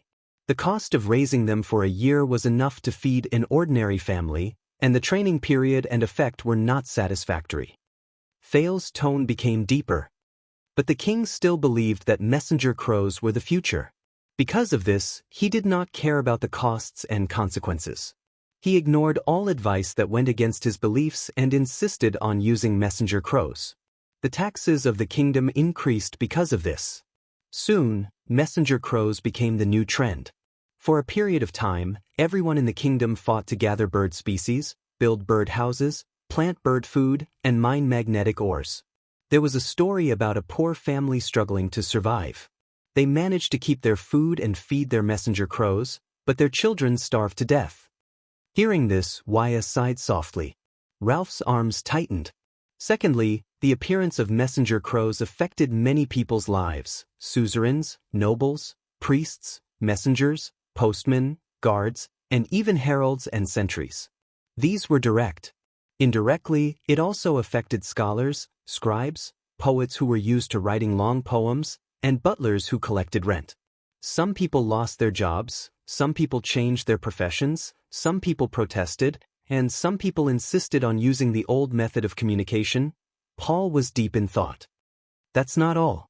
Because of the existence of messenger crows, the suzerains would know a lot of information that was sent out an hour later. So, the time for farmers to pay rent, the deadline for tax calculation, the pace of craftsmen's work, and the fluctuation of market prices were all accelerated. Everyone's lives were turned upside down. They were at a loss and tried their best to catch up with the messenger crows, or rather, the king's pace, but they could not. They were tortured and miserable. Glover frowned. Fales took off the last piece of protective gear and faced the setting sun in the West Mountains in a relaxed manner. But the king was so superstitious about progress and civilization. He believed that the current setbacks were just labor pains, and that temporary sacrifices would be compensated. The messenger crow technology would eventually speed up his production, make communication more efficient, and finally make the kingdom strong and prosperous, thus solving all problems. Fales was gradually lost in thought. But he was right. Glover could not help but say, in the conquest and rule of the great emperor, messenger crows are indispensable. Fales only smiled. Doyle looked from one end to the other, full of doubts. In the end, due to many factors, the messenger crows were hunted and killed, the crow houses were destroyed, the crow tamer was hanged, and the king who captured the future was chased off the throne by endless riots and uprisings. Fales looked up. Before he died, he asked the bright God in heaven with tears, "Why? What I promised this world was a technology that would change everything, an achievement that was destined to be passed down for generations to come, and the most beautiful civilization and future." Fales ended the story in a low tone. The first use of messenger crows in this world failed. When the great emperor raised his army, the empire conquered, and the messenger crows were known and accepted by more people, it was already 200 years later. When he finished speaking, the soft chirping of birds returning to their nests came from the forest in the distance. Paul closed his eyes. What a pity! The people on the training ground were silent for a while until Wuxia asked tentatively, "Are you trying to say that the king was too arrogant and not humble enough?" Fales nodded, then shook his head. According to historical records, the king of West Billow, known as the Crow Master, had great ambitions, was obsessed with lofty goals, abused the people with his pet birds, and lost sight of what was right in front of him. Indeed. Paul sighed. If this king had taken things step by step, first using it on a small scale, instead of being eager for quick results, if he cared about the people, knew their feelings, understood political affairs, and took things slowly, if he had waited for the technology to mature. If Fales interrupted Paul. He stared at the horizon in a daze. Yes, we can always be so confident in finding reasons for history, and simply find an explanation for the past. Paul was puzzled. Fales continued to speak in a daze, But from the Crow Master to the great Emperor, the messenger crows have been neglected for 200 years. Is this the world's attitude and reaction towards messenger crows? Is it the inevitable result of history's gradual progress? Or is it the result of humans' eagerness for quick results? The Star Lake guards exchanged glances, expressing their confusion towards the topic and the Duke. But Thales was still in a daze as he muttered to himself, "The tragedy of the Crow Master is lamentable, but is it inevitable and unavoidable? Is it something that we can't solve no matter how much we say, 'If only this would have been the case,' in the future? Were those 200 years a necessary sacrifice and price, or an unnecessary waste and blindness? As for us, how should we maintain our humility without losing our passion?" These words caused many people to have different reactions. Some lowered their heads in deep thought, while others were confused. "Your Highness?" Wuxia leaned over worriedly. "I don't know, Wuxia." Thales shook his head. "I really don't know. These people in our land, the suzerains, farmers, merchants, craftsmen, they are in the same era, the same history, the same world as us. What right do I have to think that I have the right to be arrogant? What right do I have to think that I can bring them anything? What right do I have to think that there is no wisdom and desire passed down from generation to generation in their history and land? There are no seeds of change and improvement, and there are no sprouts buried with a future and hope that are only waiting for the day to break through the soil and sprout?" A few seconds later, Thales snapped out of his daze and smiled apologetically at everyone, signaling that the martial arts lesson was over. He then asked everyone, who had mixed feelings, to pack up and prepare to return to the castle. Only Wuxia remained silent for a long time. He took a deep breath, mustered up his courage, and moved forward. "Your Highness," Wuxia lowered his voice, "what is bothering you is not Star Lake Castle, nor is it the messenger crow, but something else, right?" Thales paused and looked at Wuxia. "Viscount Nemain said," the attendant said worriedly, "that when you are upset, you like to talk. A lot of things, often full of emotion and sighs." Put Ray Nemain. The image of that old smoker flashed across Thales' mind, and he could not help but curl up the corners of his lips. "You know, you do not have to shoulder everything alone. You can trust me, or anyone else you think is worthy of trust," Wuxia said sincerely. Thales stared at Wuxia for a long time. He could not help but recall the first time he met Wuxia. This old-fashioned and stiff young man had sworn loyalty to Thales in a very serious manner. The prince put his hand into his pocket and tightened his grip on the covenant again. "It's time to eat. Let's go back." A few seconds later, Thales put his hand out of his pocket and flashed a warm smile at Wuxia. "Whether you are hungry or not, you still have to eat." Wuxia's expression became gloomy. Thales patted his shoulder and walked towards the castle on his own. "But the Crow Lord is also respectable, isn't he?" Wuxia's voice rang behind him. Thales' footsteps slowed down. Regarding the messenger crow, he failed, but the world succeeded in the end. After 200 years of pain, it succeeded in the emperor. Wuxia's voice was rather anxious. Whether it was inevitable or unnecessary, no matter what the outside world said, the Crow Lord made the choice he believed in. For him, this might be enough. Thales was silent for a long time. After that, he strode forward and walked into the castle. That night, after Thales finished his meal, he went to Jacalta's study room as usual. But this time, after he greeted Glover and Ralph, who were standing guard outside the door, and asked them to close the door, Thales' expression changed.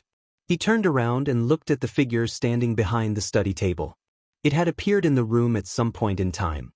"From the last letter until now, you've made me wait for too long," the prince said coldly. "Too long? Believe me, Thales. For existences like us, who live forever and sleep in the blink of an eye."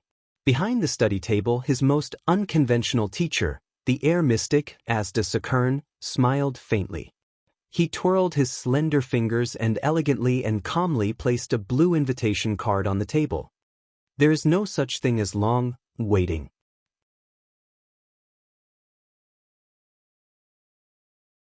Chapter 636. This is the best place you can find? Asda turned around slowly and paced back and forth as he sized up the entire study. Of course, welcome to Star Lake Castle. Thales walked to the window and looked at the lake of stars under the moonlight. He spread his arms in a bold and imposing manner, looking like an overlord. A fortress that belongs solely to me.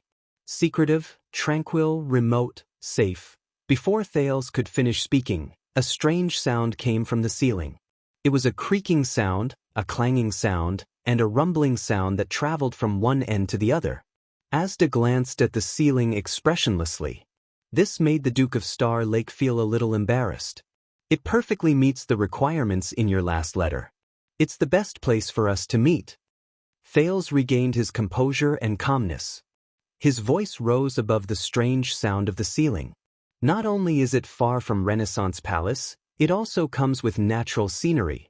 Before he could finish his words, he heard a loud crash above his head. Shah!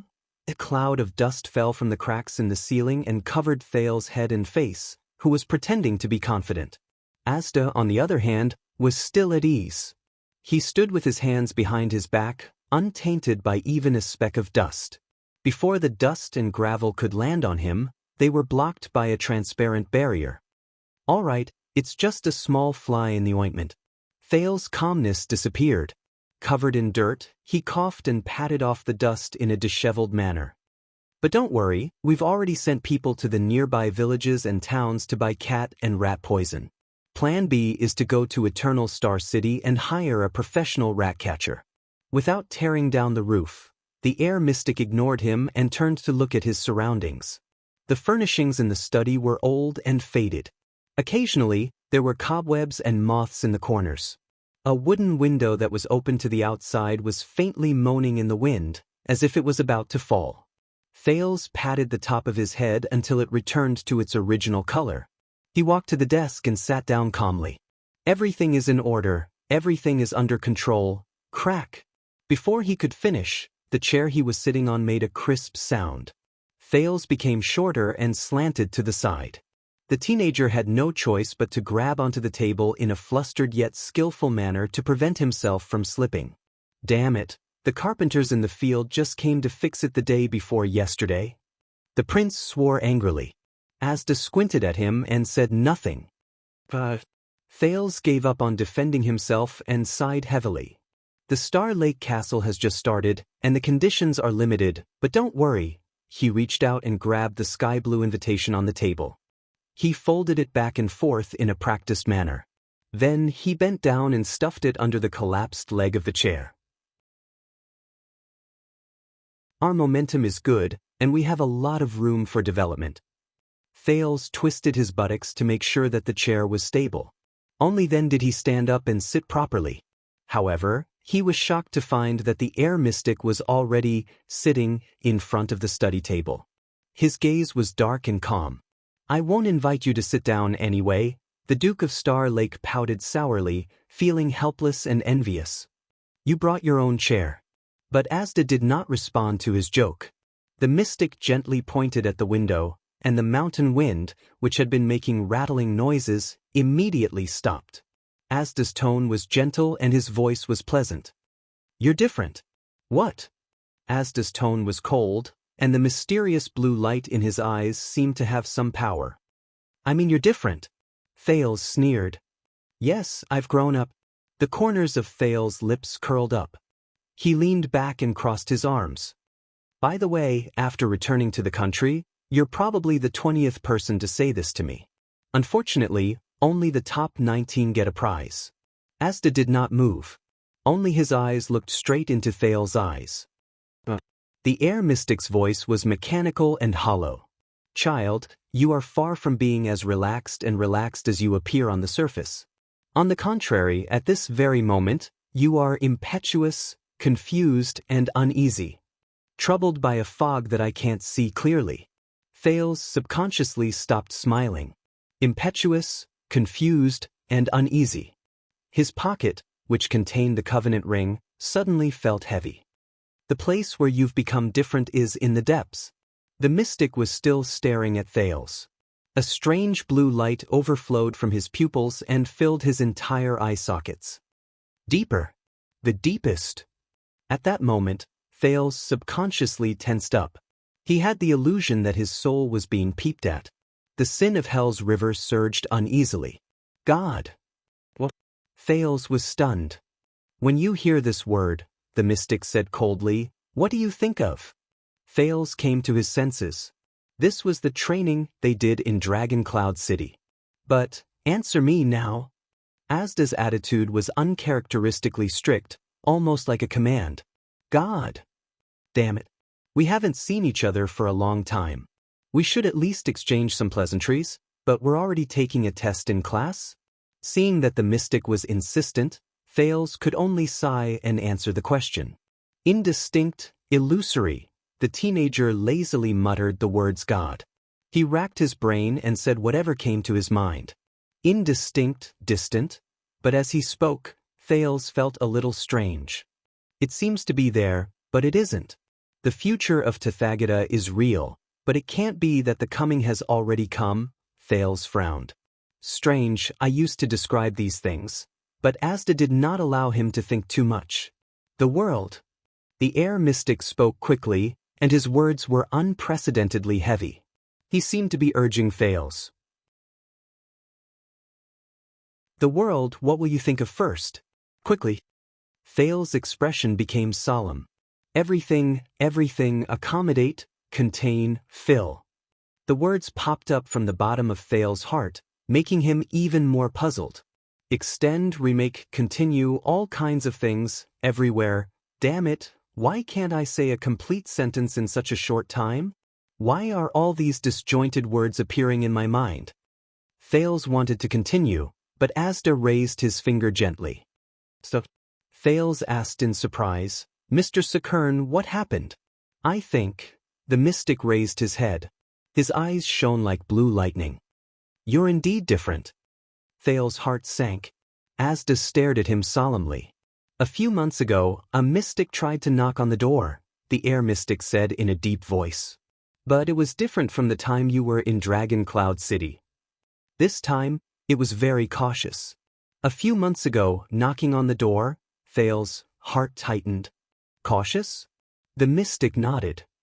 It was like standing in front of the door, touching the door with a finger, and withdrawing it before knocking even once. It was more like a test. The scene in the prison of bones appeared before his eyes. Thales gulped. Asda stared outside the window. His gaze was unfocused. It even made me think that it was an illusion for a while.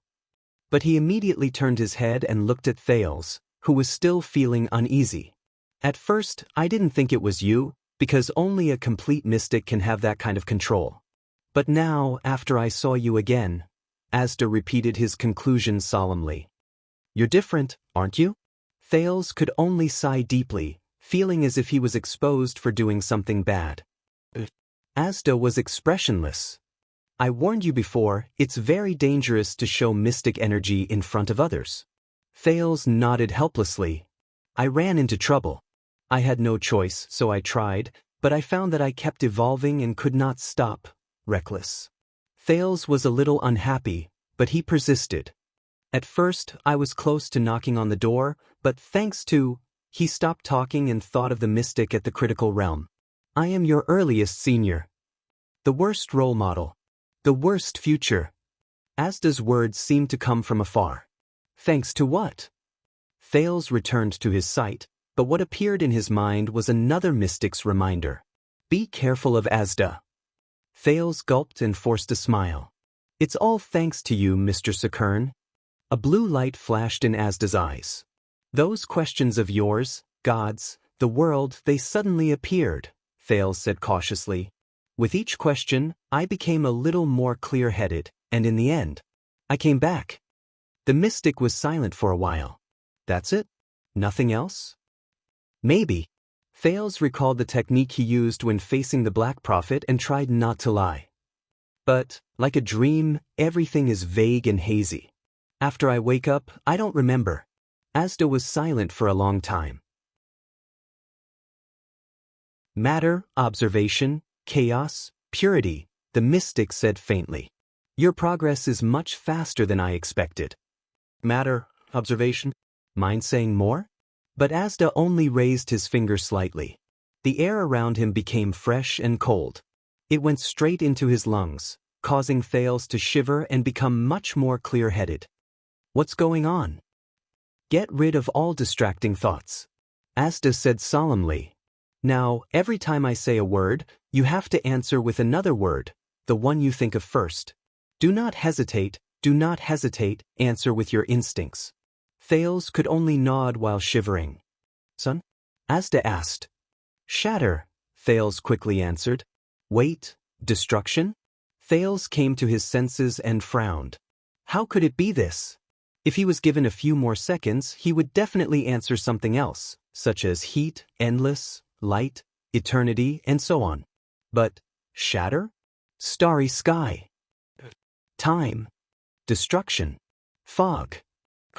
And death. Oblivion. Sky. Imprisonment.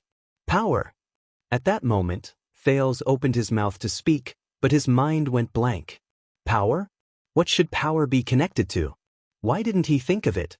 He gritted his teeth and dug out a relevant term from his memory, power of eradication. Asda lowered his finger. The air around them became warm again. The last one doesn't count, the air mystic said faintly. You hesitated. Thales was silent. He did not need to ask to know that these answers were not quite right. What is this? Primordial question. This is the name Taurus gave it later. It was also the test he first designed. Asda did not hide anything and answered straightforwardly. People first discovered the abnormalities of mystics not through their abilities, but through their thoughts and knowledge. Hearing the familiar name, Thales rolled his eyes. Who is Taurus? A senior. Asda did not want to say more. Because of the mystic ability first covenant, I cannot delve into your mystic ability.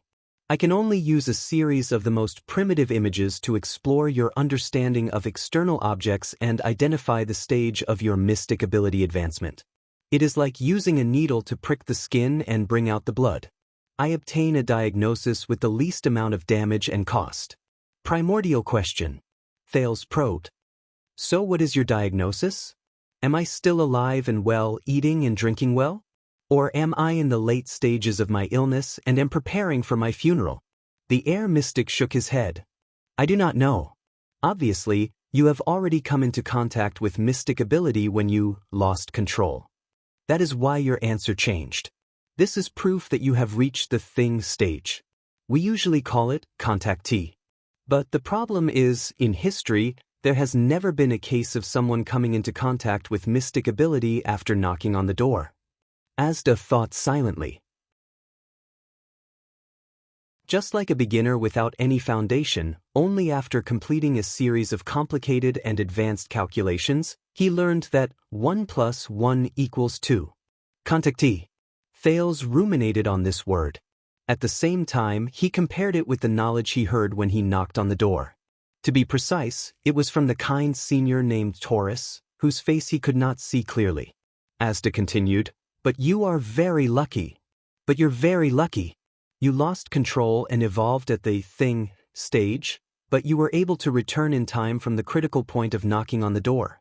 In history, half of those who came into contact with the door intentionally or unintentionally became idiots, lunatics, or even monsters. Thales frowned. Idiots, lunatics, monsters? What about the other half? Asda shook his head. I do not know. They disappeared. Disappeared. Thales felt a chill in his heart. Then, under what circumstances do I need to worry? When one day, I answer every primitive question with F*CKU? Asda turned around and glanced at Thales. His glance was very strange, even unfamiliar. When I am completely unable to understand or even hear your answer, the mystic said faintly. Unable to understand or hear. Thales was puzzled. I don't understand? Asda nodded. That's it. Thales became even more puzzled. What? But in the next second, the mystic changed the topic. His tone was cold. And that's right. If someone really dares to answer me with vulgarities, you should really be worried. Worried about my temper. Thales shrank his head. Then I am already a so-called contactee. What should I do next? I do not know. Oh, you do not know what? Thales widened his eyes. Asda shook his head. Based on the examples I know, from this step onwards, the contactee of mystic energy must learn to observe step by step while he meticulously prepares to lose control of mystic energy.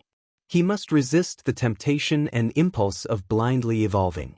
Only then can he reach the level of observation and become an epiphany. Wait. There are too many unfamiliar terms.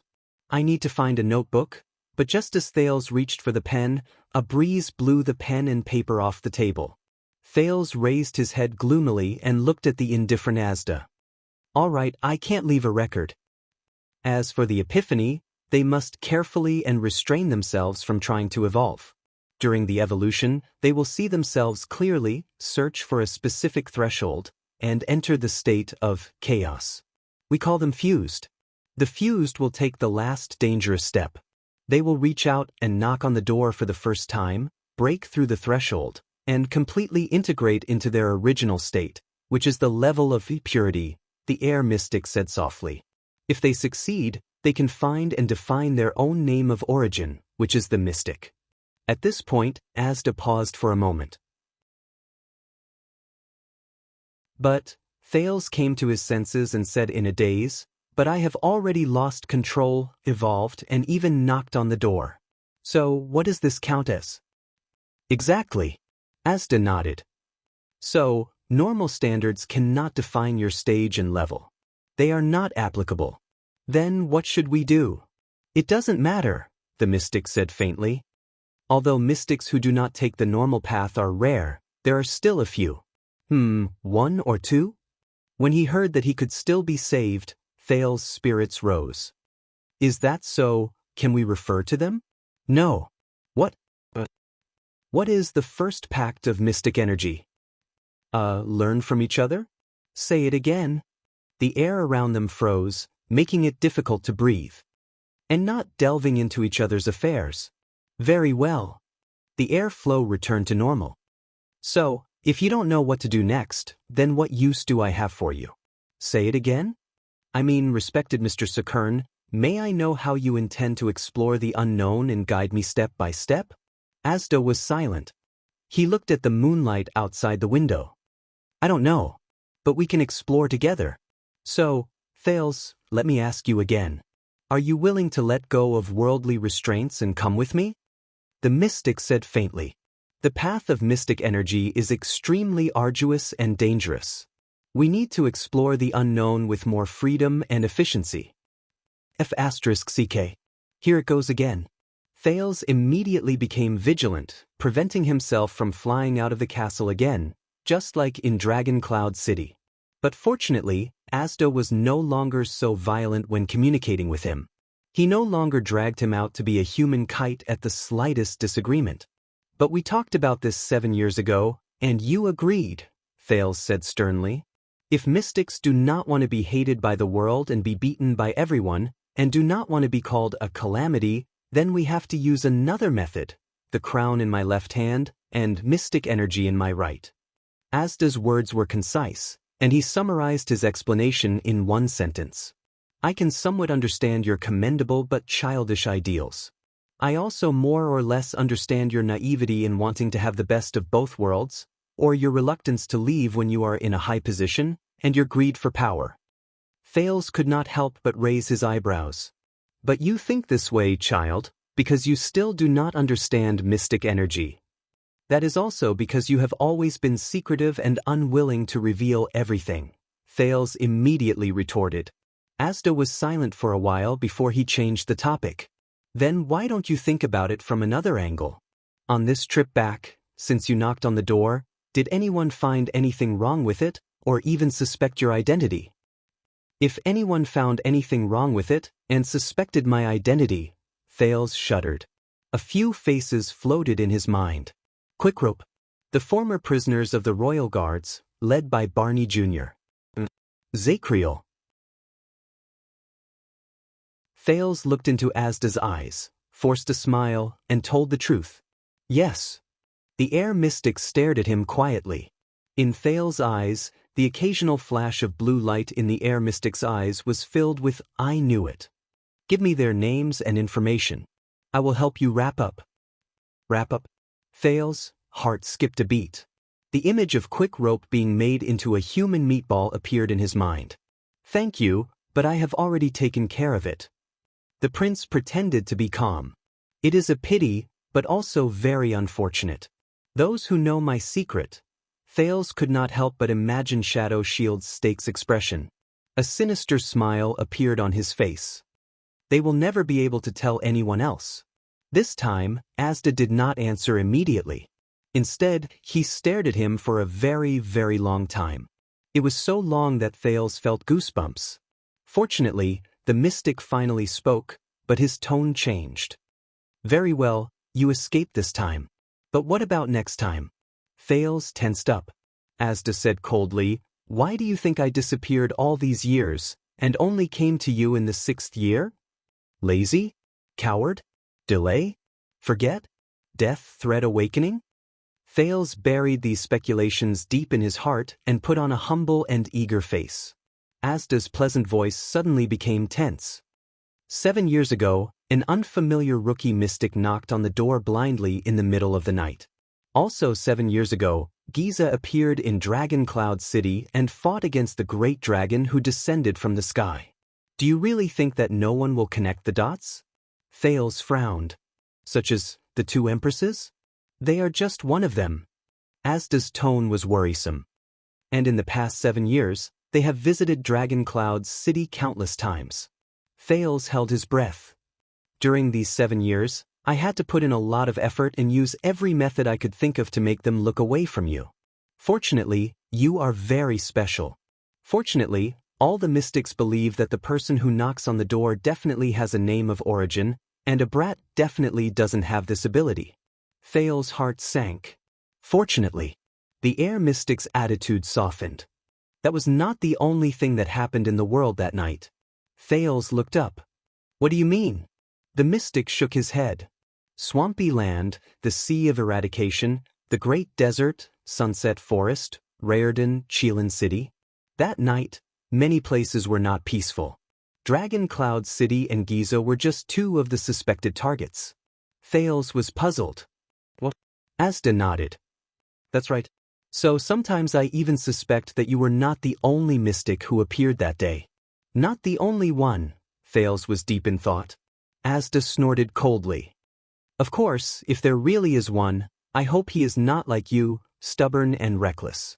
Thales could only show a polite smile. But you are now back in Eternal Star City. Asda spoke faster and faster, making people's hearts race. This is the center of politics that attracts the attention of the world, and you are the heir to the kingdom. Every move you make will attract attention.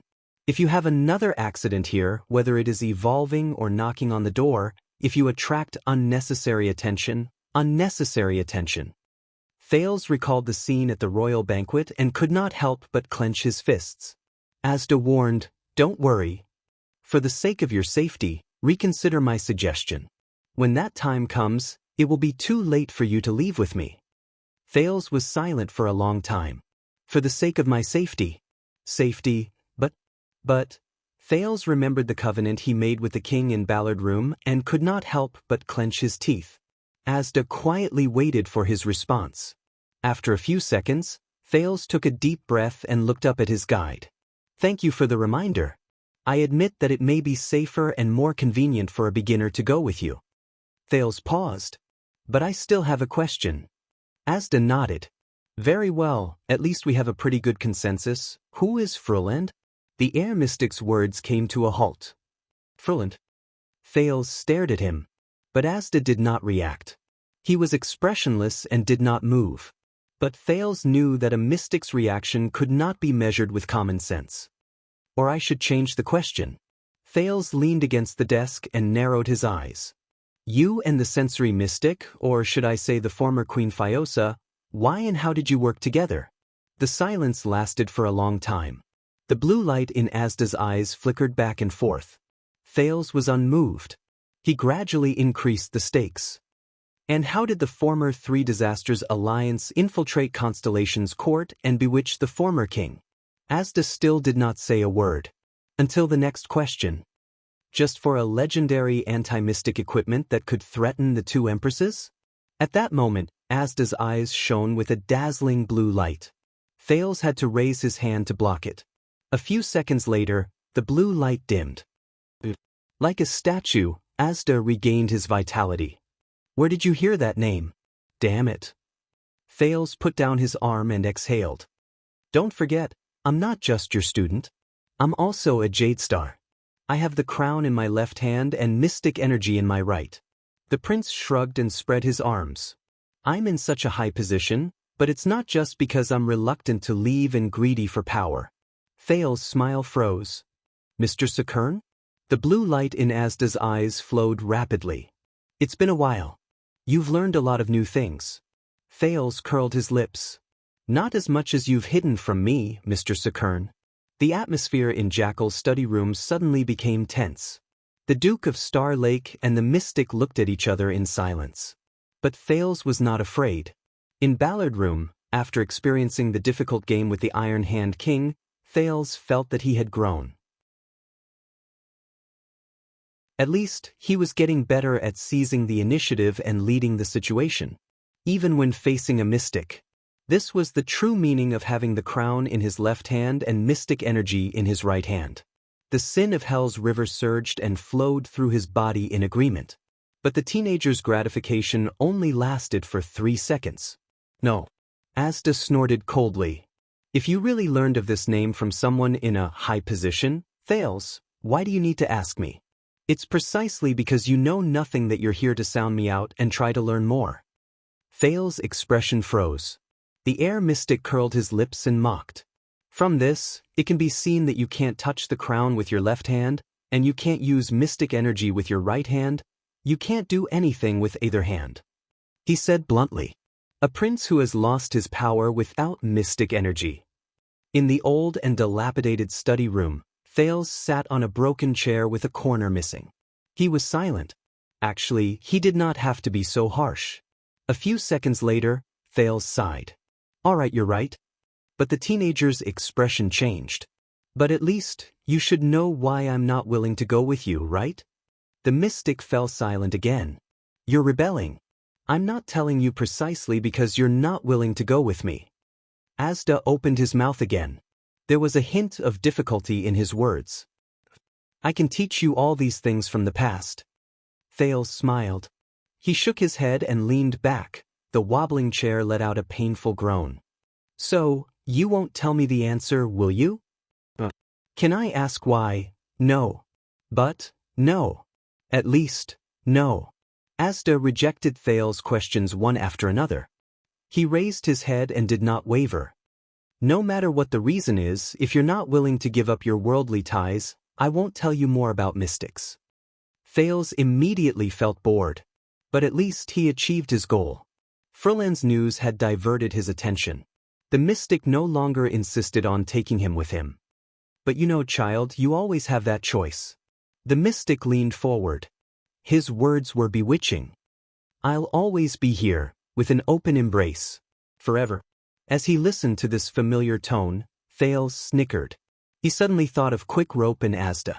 Could they be a pair of golden salesmen?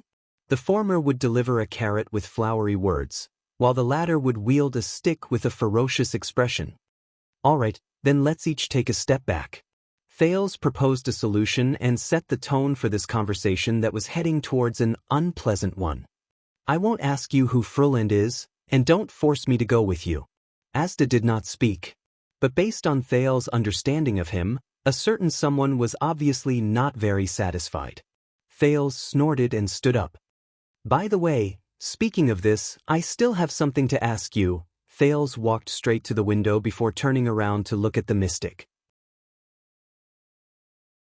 Asda snorted softly. Under the moonlight, the prince smiled faintly and raised his hand gently. Asterisk thud. Asterisk the chair behind the desk suddenly trembled, and a corner bent. But Asda did not pay attention to the chair. At some point in time, he had already stood up. The mystic's glowing blue eyes were fixed on Thale's hand. Between the teenager's fingers was a folded sky-blue cardboard ball. Thales smiled and waved his hand at the mystic. In the next second, the blue light in Asda's eyes suddenly intensified. Thales only felt a light breeze. He could not hold the paper ball anymore, and it flew out of his hand. The sky-blue piece of paper flew over as if it had a life of its own and stopped in front of Asda. It unfolded in the air, flattened out, and resumed the appearance of an invitation card, revealing the beautiful writing on it. "Turn around, this is..." Asda's eyes were obscured by the blue light. It was as if he could see through the invitation card in front of him and look at the air. No change, no trajectory, no momentum, not even. His words were emotionless, but they were filled with a strange echo. Thales revealed a mysterious smile.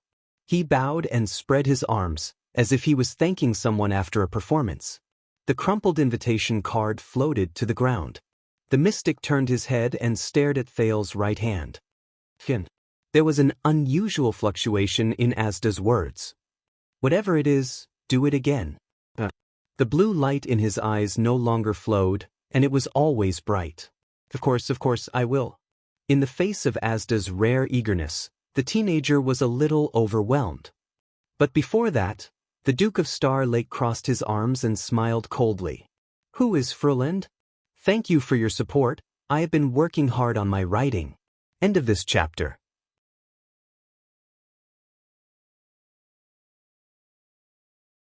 Chapter 637. The candlelight was bright. The silence in the study lasted for a few seconds. Asda stared at Thales expressionlessly. "Is this question so important that you are so eager to know?" Thales smiled. "Not necessarily. It depends on how much you want to see my trick."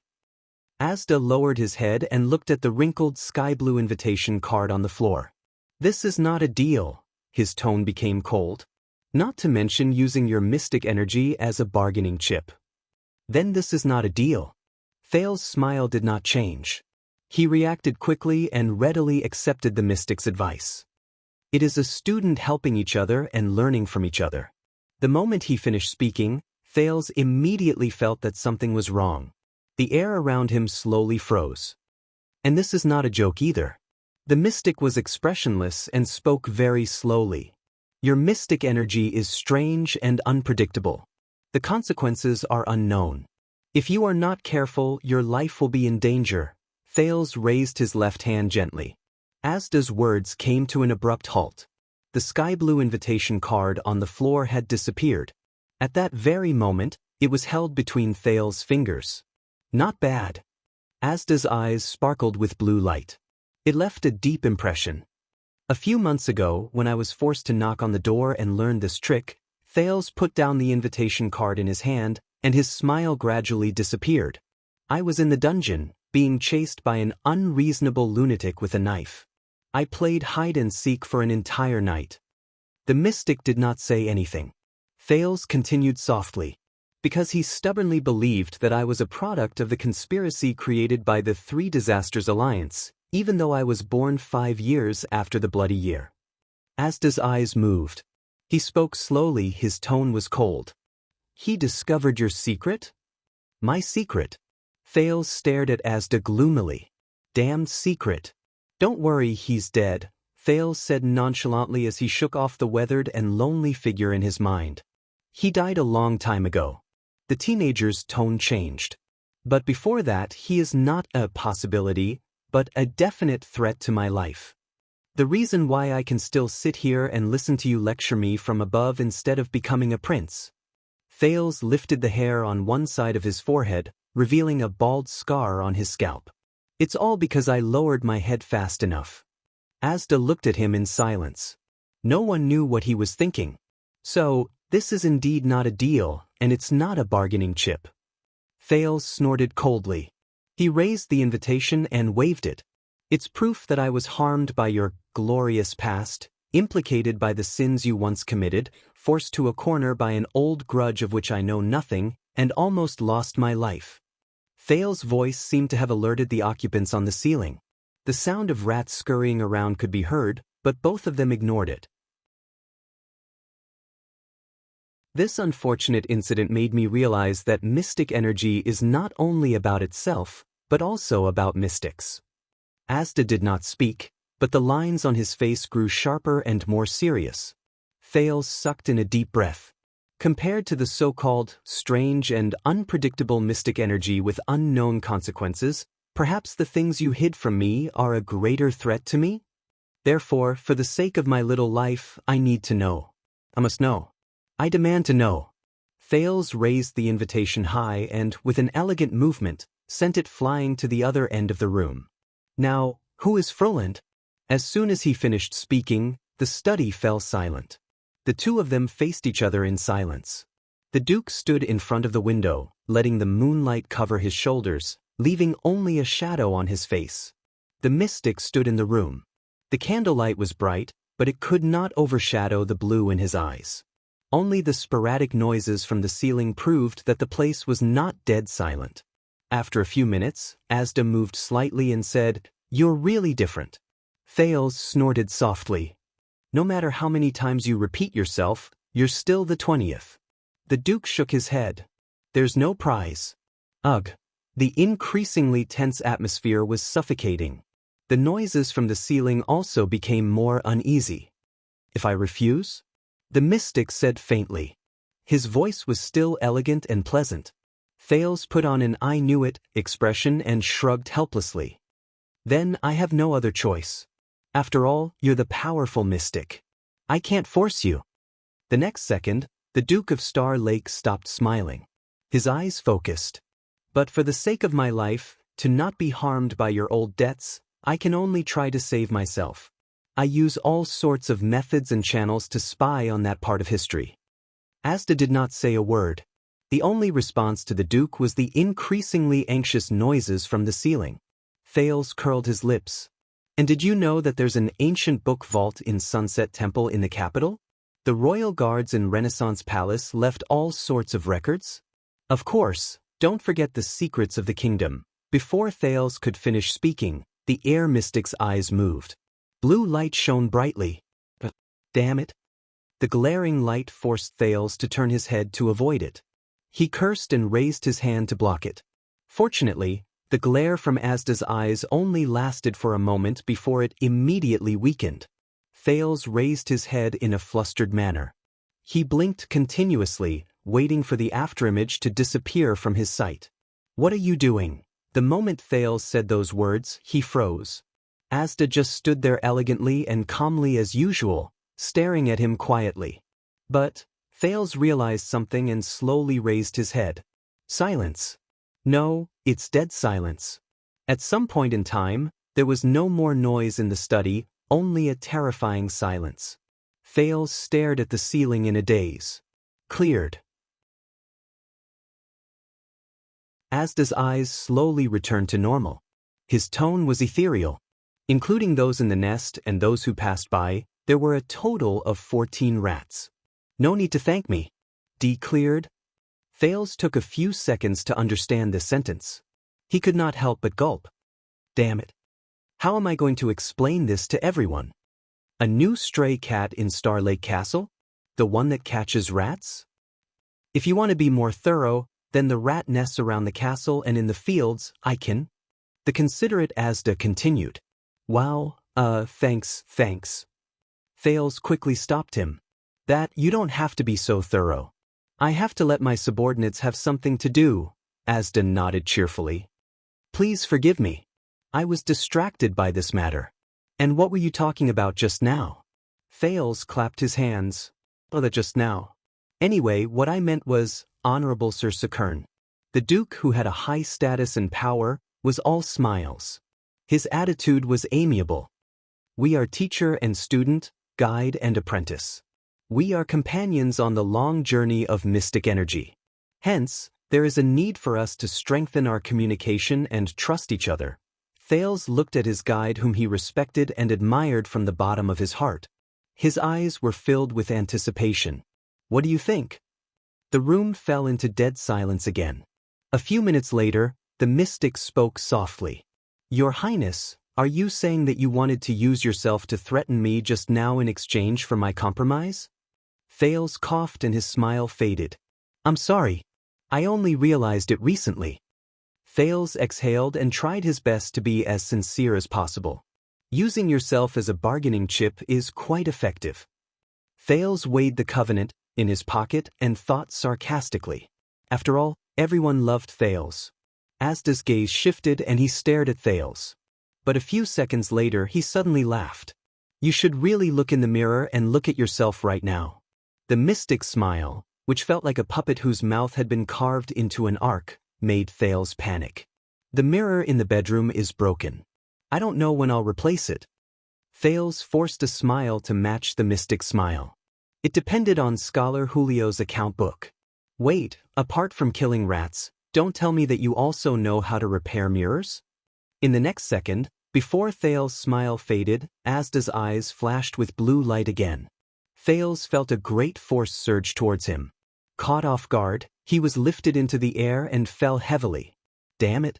Looking at the rapidly approaching ground, Thales raised his hands to protect his head and face in exasperation.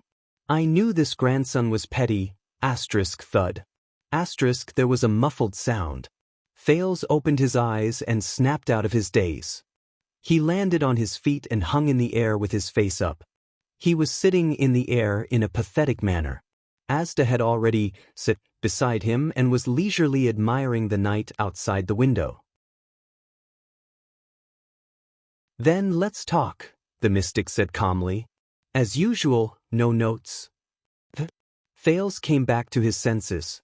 He frowned and touched their chair under his butt. He calmed his pounding heart and stared in disbelief at Asda, who had suddenly become easy to talk to. All right, looks like he's not that petty? Very well. Thinking of this, the teenager's lips twitched. But before you invite me to sit, perhaps you should first ask, thud. Thales fell heavily on the ground. He touched his buttocks and grimaced in pain. Pain, if ck. Then may I ask, Your Highness, would you like to sit?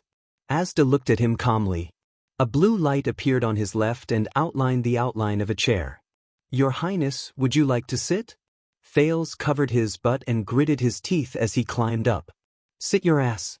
But just as the word reached his lips, he caught a glimpse of the mottled and faded old, crooked chair that belonged to the Duke behind the study table from the corner of his eye. The noble and dignified Duke of Star Lake could only smack his lips in annoyance. Sulking, he sat on the chair that Asda had prepared for him. Damn it. Petty. Xianxia. In the room, Asda stared at the small patch of night sky that was locked by the window. His gaze was unfocused. This is her name, at least the part that I know. Xianxia. Thales muttered the name in his heart. She was born very early. It is said that she witnessed the empire during its heyday. I guess even among fellow mystics, there are very few who can surpass her in terms of experience. Asda's tone became tense. Before becoming a mystic, she was a magic apprentice at the Alchemy Tower. After becoming a mystic, her line of origin was named Senses. Alchemy Tower, I know. Thales raised his hand excitedly. Towards omniscience, right? But Asda did not give him a positive answer. What did you say? Alchemy Tower, their motto, Thales recalled and repeated, towards omniscience. It's under the symbol of the strange eye. Asda narrowed his eyes and looked at him strangely.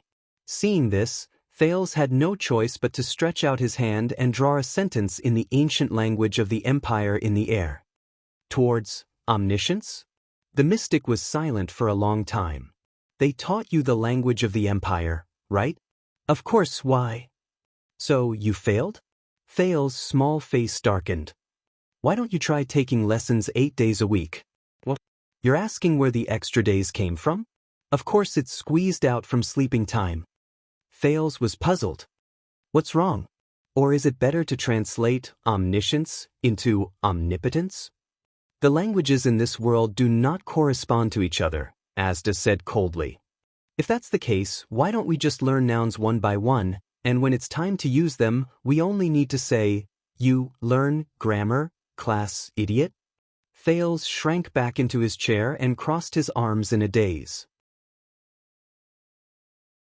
You actually really don't have to be so mean. And if you can be a little more generous and magnanimous, noble, studious, knowledgeable, and progressive, Your Highness. Asda said faintly, release a little of your touching feelings of being diligent in government affairs, worrying about the country, and caring about the welfare of the people. Squeeze out a little of the time you stand in front of the window and sigh at the majesty of the kingdom's vast rivers and mountains, or a little of your heroic courage to bargain with me in the face of death, and then generously and mercifully give them to some boring grammar lessons that you think are insignificant. Then you may be lucky, coincidentally, unexpectedly, touching, and miraculously notice an insignificant point in an inconspicuous corner. In the language of the ancient empire, your so-called path is a concise combination of a noun and a verb. Thales felt dizzy as he listened. It took him a lot of effort to digest this long paragraph. Only then did the corners of his mouth twitch. You only need to say the last sentence. That's enough. Asda ignored him. So, the Alchemy Tower's motto in the language of the ancient empire was not literally path to omniscience. For the sake of his academic dignity, Thales had to pull himself together and began to draw in the air again. Then, path is a noun, so it is not path, but path, or even simpler, road. And the verb, road, leads to omniscience? Thales looked at his guide expectantly. Asda did not even look at him. He said indifferently, look at the verb for omniscience. Thales scratched his head and continued to draw. All right, let me see. Thales came to a realization. So, path to omniscience is a modification of road. Path to omniscience? Asda snorted coldly. Look at the verb for road. Thales frowned. Look again? But there are only a few of them. The teenager's expression changed again. I get it, road is a passive object. It has a corresponding subject-predicate. But Thales was immediately confused. But this sentence does not have a subject-predicate, Asda snorted again. This time, Thales did not need to be reminded. He had an idea. I remember now. In the poems and proverbs of the ancient empire, according to the context and logic, certain elements would be omitted, such as I and I am. Thales slapped his thigh and said excitedly, so, the Alchemy Tower said, I am on the road, and the road leads to omniscience? Asda was expressionless. Do you usually speak like this? Thales coughed and adjusted his words. I am on the road to omniscience, not simply heading to omniscience, right? This time, Asda did not say anything. Towards omniscience. I am on the road to omniscience. Thales silently recited these two sentences. He remembered the symbol of the strange eye on the Alchemy Tower and felt something in his heart. They are different. A very big difference, Asda suddenly said. Thales thought for a moment and nodded. I get it. Towards omniscience, it is like the door plate on a door. You just have to open it. Behind the door is omniscience. Asda did not comment. But, I am on the road to omniscience. This is more like a signpost on a long road. Thales' eyes brightened. You walk past it, you know you are not there yet, but you know the direction is right, and then you continue forward. The former was a complacent master who guarded the door. The latter was a traveler who carried a heavy burden and had a long journey. They are different. Thales was a little lost in thought. Musclemen may be rigid and stubborn. Asda looked at the moonlight outside the window and said faintly, but they are also wizards. Thales came back to his senses. Musclemen? The mystic tilted his head. Soul Tower uses a derogatory term to mock them. I understand. What do they call you? Thinkers. Thinkers? Thales raised his eyebrows. Why not bookworms? Because it is ironic. Thales narrowed his eyes. Asda snorted coldly. We use the most direct and simplest derogatory term that they will not misunderstand no matter what. And what they use to insult us is an ironic term that can only be understood by connecting the context, history, and reality. Thales was in high spirits. Interesting. Even though they use derogatory terms against each other, The logic used by Soul Tower and Alchemy Tower is completely different. Am I right, thinkers? Once he finished speaking, Asda looked at him expressionlessly. The air around him became heavy. Thales reacted and had to cough vigorously. Ahem, back to the topic at hand. The Duke's expression became stern. So, Mr. Sakern, Fruland, she is an extremely experienced mystic, sensory mystic? Don't what? The mystic's tone instantly became cold. Don't call her that. You can either call her by her mortal name, or use her full name, sensory mystic. You can even inadvertently mention sensory mystic in a sentence. The blue light in Asda's eyes was extremely sharp. But the only thing you should not do is call a mystic by her name of origin in such a pure, simple, and crude way when you know who you are calling. Don't call her by her name of origin? Thales was puzzled. Why? The air mystic was silent for a while, as if he was thinking about something. But he still spoke in the end. Because we do not know Fruland's current situation. Whether she is sealed, whether she is complete, how she is, whether she still walks freely, and whether she exists in the world, we do not know. If you call a mystic's name of origin wholeheartedly when you know who you are referring to, and if the other party is normal, you will sense it. Thales' expression froze.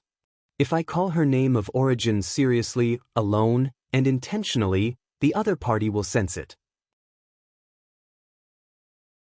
That means, once or twice might not be a big deal, but if it happens too many times, trust me, no matter how soft it is, no one wants to be knocked on the window for no reason. Asda ended his sentence with a warning tone. Thales had a brainwave. It's that amazing? Then let me try yours, air. At that moment, the air around him was compressed with the force of an avalanche. No. Thales had difficulty breathing. His face flushed and he waved his hands randomly. In the next second, Asda put down his finger. Thales only then regained his breathing and panted in pain. F***CK. He's definitely doing it on purpose. First of all, this is not a friendly move. Asda snorted coldly. Secondly, remember, the magic empresses stand at the pinnacle of the path of mystic energy. I strongly suspect that they can use some unimaginable method to sense and monitor known names of origin. Once a mystic reacts due to being called too much, the B***cheese will notice that something is wrong. Magic Empress. Monitoring names of origin? Thales tugged at his collar and said unhappily, so strange? The mystic did not answer. He only stared at him coldly. Thales could only continue asking. So, a name of origin is like a website, an address? Once you call it, it's like throwing a stone at someone's window? And the two empresses live in the tallest villa. They're hunters with sniper rifles and crossbows who stand at the highest point. If someone's window rings, they pull the trigger and kill them in one shot? Hearing this, Asda heaved a long, deep sigh. He seemed dissatisfied. Metaphors, analogies, and analogies are always like this. But he only paused for a few seconds before his eyes glowed with blue light. No. In a sense, a name of origin is more like a gate with a sign hanging on it. It's used to distinguish our territory and boundaries, and to warn others. The air mystic's eyes were bright and piercing. He stared at an unknown place. To prevent us from clashing, fighting, and killing each other. Distinguishing territory and boundaries. Gate. Thales furrowed his brows and asked further. But, if the other party can sense it by directly calling a name of origin, then it's like a gate deliberately erected to attract people to knock on it? Asda turned his head. Isn't this the reason why a gate is stronger than a wall? The mystic's voice sounded as if it was thousands of miles away, indistinct and indistinct. It also leaves space for others to visit. Thales blinked in pain. It's a little complicated? You'll understand. The blue light in Asda's eyes slowly disappeared. When you understand. Thales nodded and forced a fake smile. Thank you for your nonsense. However, he suddenly realized that after he displayed his mystic ability and resolutely expressed his opinion that, I don't want to be implicated by your old debts, this time, Asda seemed to be willing to teach him more, deeper, and more difficult to understand. In the study room illuminated by candlelight, two people, one big and one small, were suspended side by side in the air. One was quietly contemplating, and the other was gritting his teeth with his arms crossed. It was an extremely strange sight. Thales thought of something and immediately asked, "Then, is the World Cleansing Project 700 years ago, which aimed to destroy the records and history of magic related to this?" The mystic turned his head. "When there are fewer and fewer people who remember you, there are fewer and fewer people who call out to you." The teenagers slowly sorted out the logic and gradually felt that it made sense. "Then, when your names of origin are heard, it will be extremely conspicuous. It will make it easier for the two empresses to hunt you down?" Asda was silent for a while. "Perhaps," the mystic said faintly. "But it's not just that." Thales was about to ask, but Asda had already spoken. "Whether it's when demons bewitch people, asking the victims to call out their taboo names loudly, or when religions spread their beliefs, asking the believers to repeat the admonition of the gods, or when the emperor rules over the world, asking millions of people to shout, 'Long live the empire,' over and over again." The mystic seemed to be immersed in his own world again. Summoning symbols is always the most direct way to strengthen connections, establish habits, and build authority. Mystic abilities are the same, and even more so. Thales was puzzled by what he heard.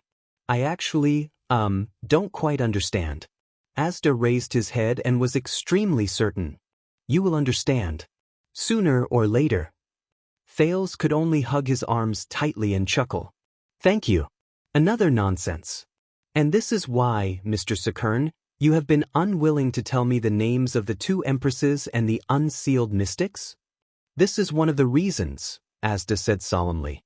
"And you have to be careful, especially since you have already started to come into contact with mystic abilities and even knocked on the door. A mortal calling out their names of origin and a mystic calling out their names of origin are on a completely different level." Thales snorted softly, turned around on the air chair, and turned to his guide. "You know, you could have told me earlier. You could have just told me what I could do and what I couldn't, and that would have been it." The prince pursed his lips. "This has nothing to do with mystic abilities." The mystic was silent for a while. "Trust me, Thales." Asda spoke faintly, but it made Thales a little nervous. "Everything that happens in this world, everything, is all related to mystic abilities." "Strange, he's been talking so much today." Thales frowned, but still decided to turn around again and look at the ceiling. No, when he thought of the 14 rat corpses on the ceiling, Thales had to flip to the other side and face the door. "So, even mystics themselves usually don't call each other by their names of origin?" "One." Thales frowned. "What?" The mystic's ethereal voice rang again. This time, his tone was mechanical and indifferent. "As far as I know, since the birth of mystic abilities, there has only been one and only mystic. From the beginning to the end, he did not have any scruples. He was used to calling his peers by their names of origin, and he even believed in it. As if that was our only name. As if that was his creed in this world." For some reason, when he heard this sentence, Thales shuddered. He subconsciously turned around and looked at Asda. "And every time he called out my name of origin, the air mystic was lying in the air." His blue eyes flickered as he stared at the ceiling. But it did not seem like he was staring at the ceiling. Instead, it was something above and beyond it. Thales had rarely seen Asda like this. "Who is he?" the teenager could not help but ask. Asda did not move. But in the next moment, there was a flash of blue light. The air mystic's gaze, which was filled with blue light, locked onto Thales. This gave Thales a shock. It was like a comic strip flipping on a book. In the blink of an eye, it changed to the next page. Fortunately, he and his brother have been confirmed to be sealed. The blue light in the mystic's eyes flowed out of his eye sockets and climbed up his face like cracks. Before they destroyed the world. The two rays of blue light made Thales extremely uncomfortable. He subconsciously turned his head to avoid them. In the next moment, the air mystic instantly turned towards the sky and called out a word coldly and numbly. "Exist. Exist. Exist." Exist, exist, exist. This word seemed to have some kind of power. Under Asda's call, it seemed to echo faintly. In the next moment, Thales felt as if he was hallucinating. All the sounds and colors in the world disappeared at the same time. Even his thoughts had come to a halt. Everything was over. After an unknown amount of time, he felt a movement somewhere. Soon the ceiling, the ground, the walls, the door. Everything in front of him and beside his ears gradually returned to him. In the next second, the teenager took a deep breath and sat up. Thales came back to his senses and realized that he was drenched in cold sweat. Asda sat beside him. Just like before, he looked at him calmly, elegantly, and indifferently. Thales panted rapidly and blinked his eyes frantically. Everything is normal. Normal? The only extra thing, or rather what was left behind. It's an omnipresent feeling from the inside out. Deep palpitation.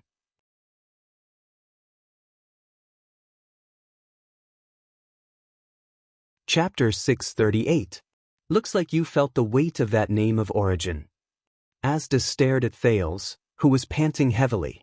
He seemed to be deep in thought, especially when the person who summoned it is a mystic and he's close at hand. Thales wiped away the sweat on his forehead and gritted his teeth. What was that feeling just now? Asda snorted softly and regained his usual elegance. Don't worry, he's sealed and can't respond with dignity. Otherwise, they wouldn't be sitting here safely. Thales exhaled and stared outside the window. The moonlight was blocked by dark clouds. It was dark outside the castle.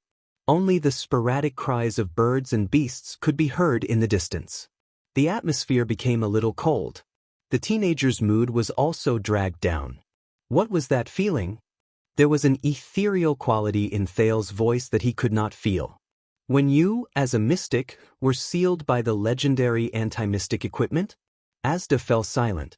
But there was a faint blue light in his eyes, like the stars in the night sky. It's best that I don't tell you. Thales furrowed his brows. Why? Asda paused for a few seconds before he spoke. 7 years ago, when I was sealed by that short sword, what did you see? Thales was stunned. He could not help but recall his unpleasant first meeting with the air mystic. When he was sealed by Yodel. What did I see? Thales tried hard to recall. His tone was uncertain. You turned into many rays of light of indistinguishable color and scattered. Energy, loud noise, impact, explosion. Then I don't remember. What about Giza? Giza? Thales tensed up. He remembered the blood mystic's last moments. Be careful of Asda. She withered, hardened, turned black, became brittle, then cracked, shattered, and turned into ashes that filled the sky. Thales recounted the past. He remembered the moment he used the blade of purification to seal Giza. For some reason, there was an indescribable sorrow in his heart. Like the embers of a burning fire, they scattered with the wind. The mystic nodded. He looked at the darkness outside the window. This is what you saw, but it already explains a lot. Asda's tone suddenly became tense. 700 years ago, as the first target of the mystics, Ban was sealed in a very straightforward and swift manner. He disappeared without a trace, and even if we knocked on the door, entered our original forms, and used the crudest method to call out his name of origin, we did not get any response or feedback. It was as if he had fallen asleep and would never wake up again. There were many witnesses when Eric was besieged. His indignant roar in his original form startled almost all the mystics, so much so that we always had the illusion that he still existed, but there was only dead silence left. He was ignorant, unconscious, thoughtless, and emotionless. As time passed, we gradually realized that he was not coming back. We don't know how many times Solovsky was hunted, but after he knocked on the door abruptly and awkwardly, his state was permanently abnormal. His response to us was incoherent, confusing, and contradictory. The only thing he conveyed was coldness, desperation, and stillness. In the end, it became countless meaningless fragments. Ben, Eric, Solovsky. When these familiar names appeared from Asda's mouth, Thales' expression changed slightly. Lebla was hunted by 3 legendary anti-mystic equipment. Each time, he was restricted and weakened a little. In the end, he fell to the fourth one. But after he was sealed, he did not disappear immediately.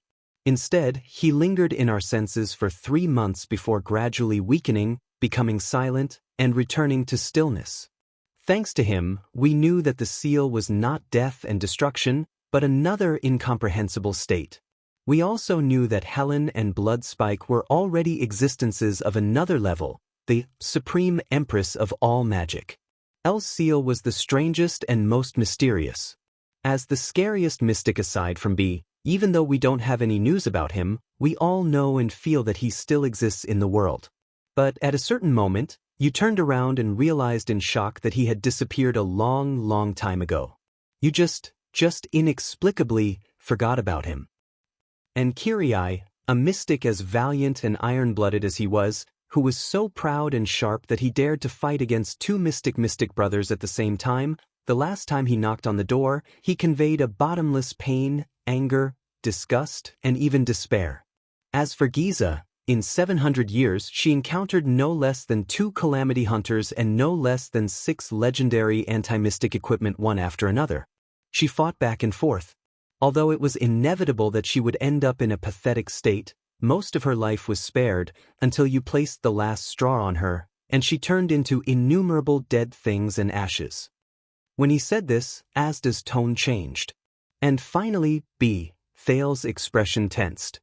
When he was sealed, even though he was thousands of miles away, Asda's voice was ethereal. The shock and waves that tore everything apart and destroyed everything made me think that the world was about to end. Hence, every mystic's performance and effects are different when they are sealed, and we suspect that this is because every mystic energy? Thales took over the conversation. The teenager's expression was solemn. So you can't tell me because of the mystic energy first covenant? Asta pondered for a while and nodded. Every mystic's mystic energy is unique. This might decide how they are sealed, as well as the state and feeling of being sealed. Thales was silent for a long time. His expression was solemn. Then, as someone with experience, do you have any suggestions? The teenager looked at the guide. When we face legendary anti-mystic equipment. The air mystic was also silent for a long time. Every legendary anti-mystic equipment can weaken mystic energy or even render it completely ineffective. We can't even get close to it, let alone touch it. Even if the same equipment is in different times, in different hands, and when faced with different enemies, it might have completely different effects and functions. You might not even be able to prepare for it in advance. This answer caused the atmosphere to become heavy. Thales furrowed his brows. Then why do I still want to become a mystic? At the very least, I can still touch them now, but after I take that step, I will have a fatal weakness, and any legendary anti-mystic equipment can kill me?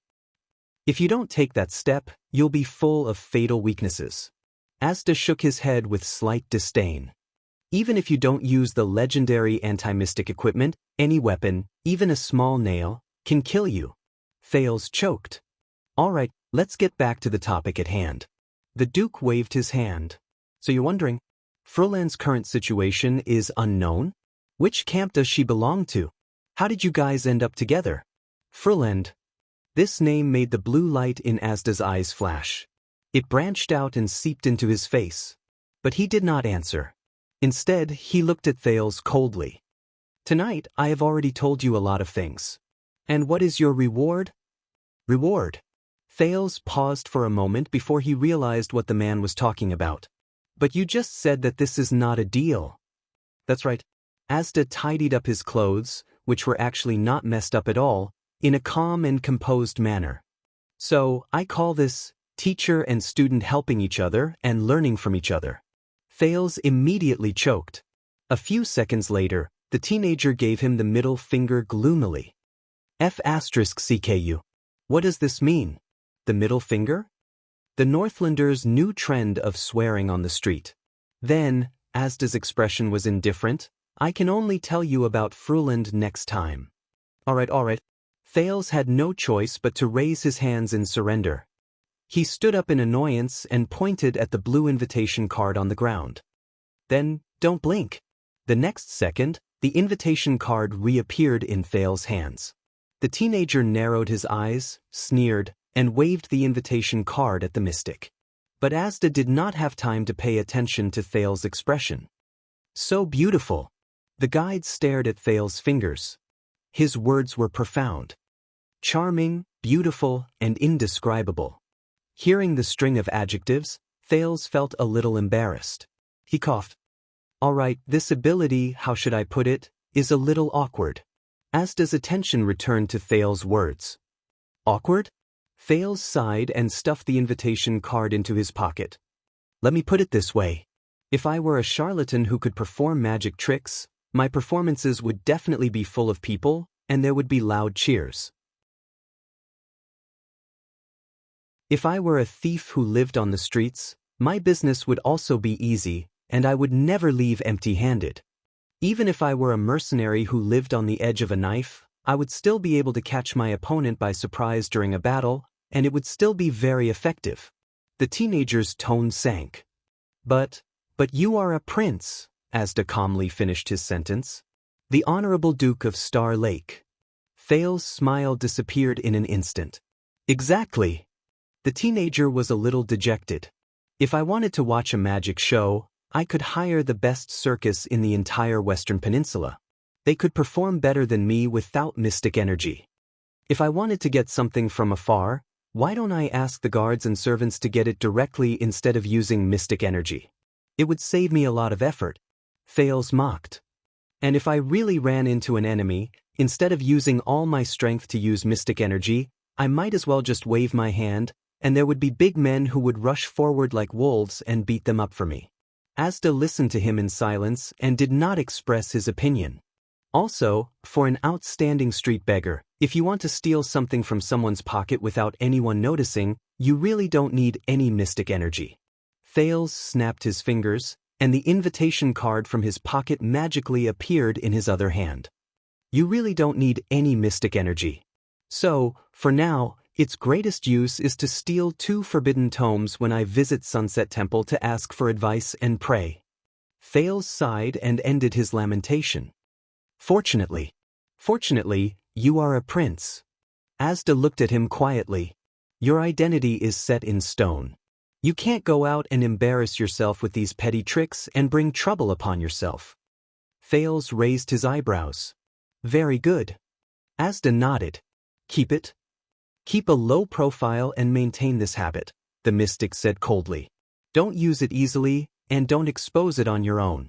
Sometimes, you'd rather go through more trouble and take a few extra steps to get a cup than let others find out about it.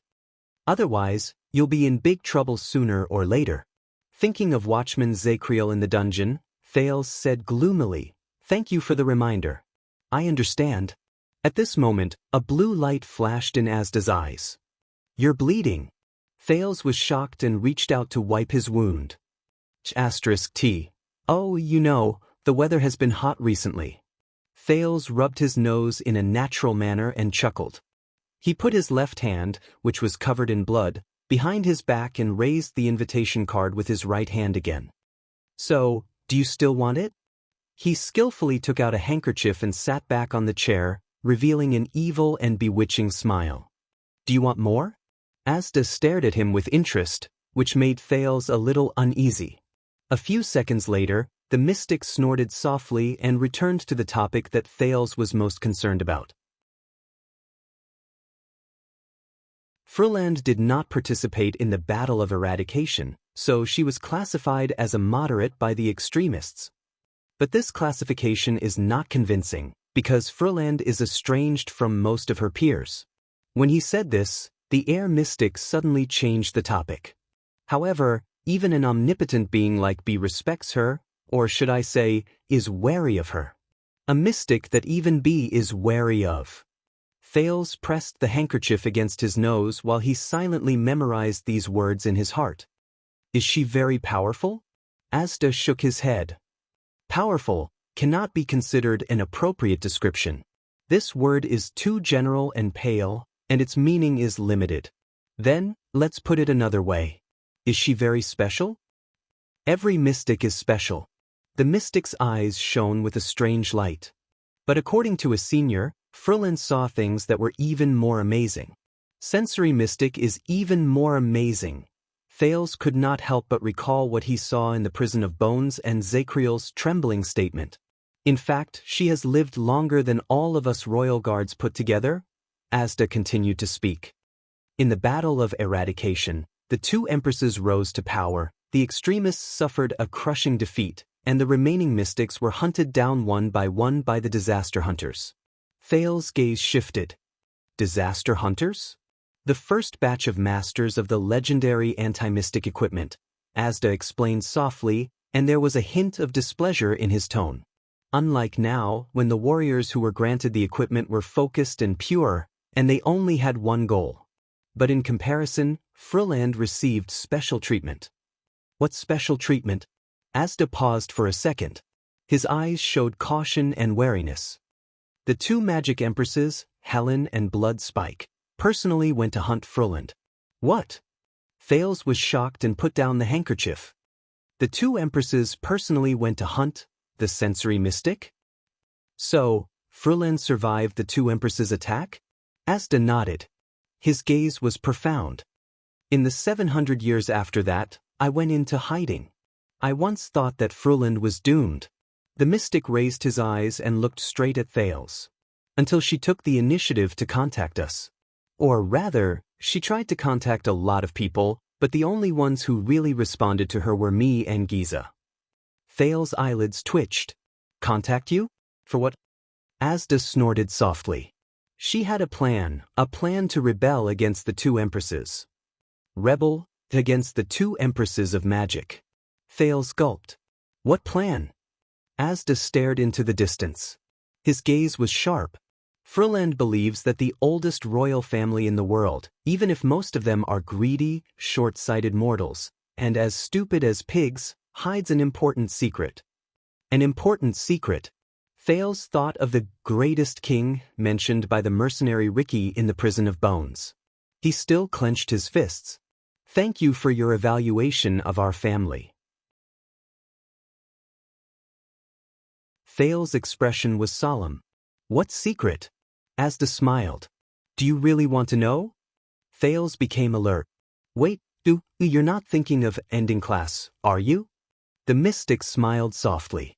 Frulland did not say. I don't know either. Thales was stunned for a moment before he reacted. What? Aren't you working together? Asda shook his head. That's just Frulland's plan. Giza and I have our own plans. The three of us are working together, but we each get what we need. Thales was silent for a while. He felt a little helpless. So, the three of you in your small group do not communicate with each other, and each have ulterior motives? What a model of teamwork. But Asda was not bothered. This is the norm for mystics to get along, and you should be glad about it. But because the last time, there were more than two mystics working together. Asda glanced at him. There was a hint of warning in his teasing tone. It was the battle of eradication. Thales pursed his lips and raised his hand. Pretend I didn't say anything. But Frulland said that once she unravels that secret, the magic empresses will not be a threat anymore. Asda's eyes shone with blue light. Unravel that secret. The two empresses will not be a threat anymore.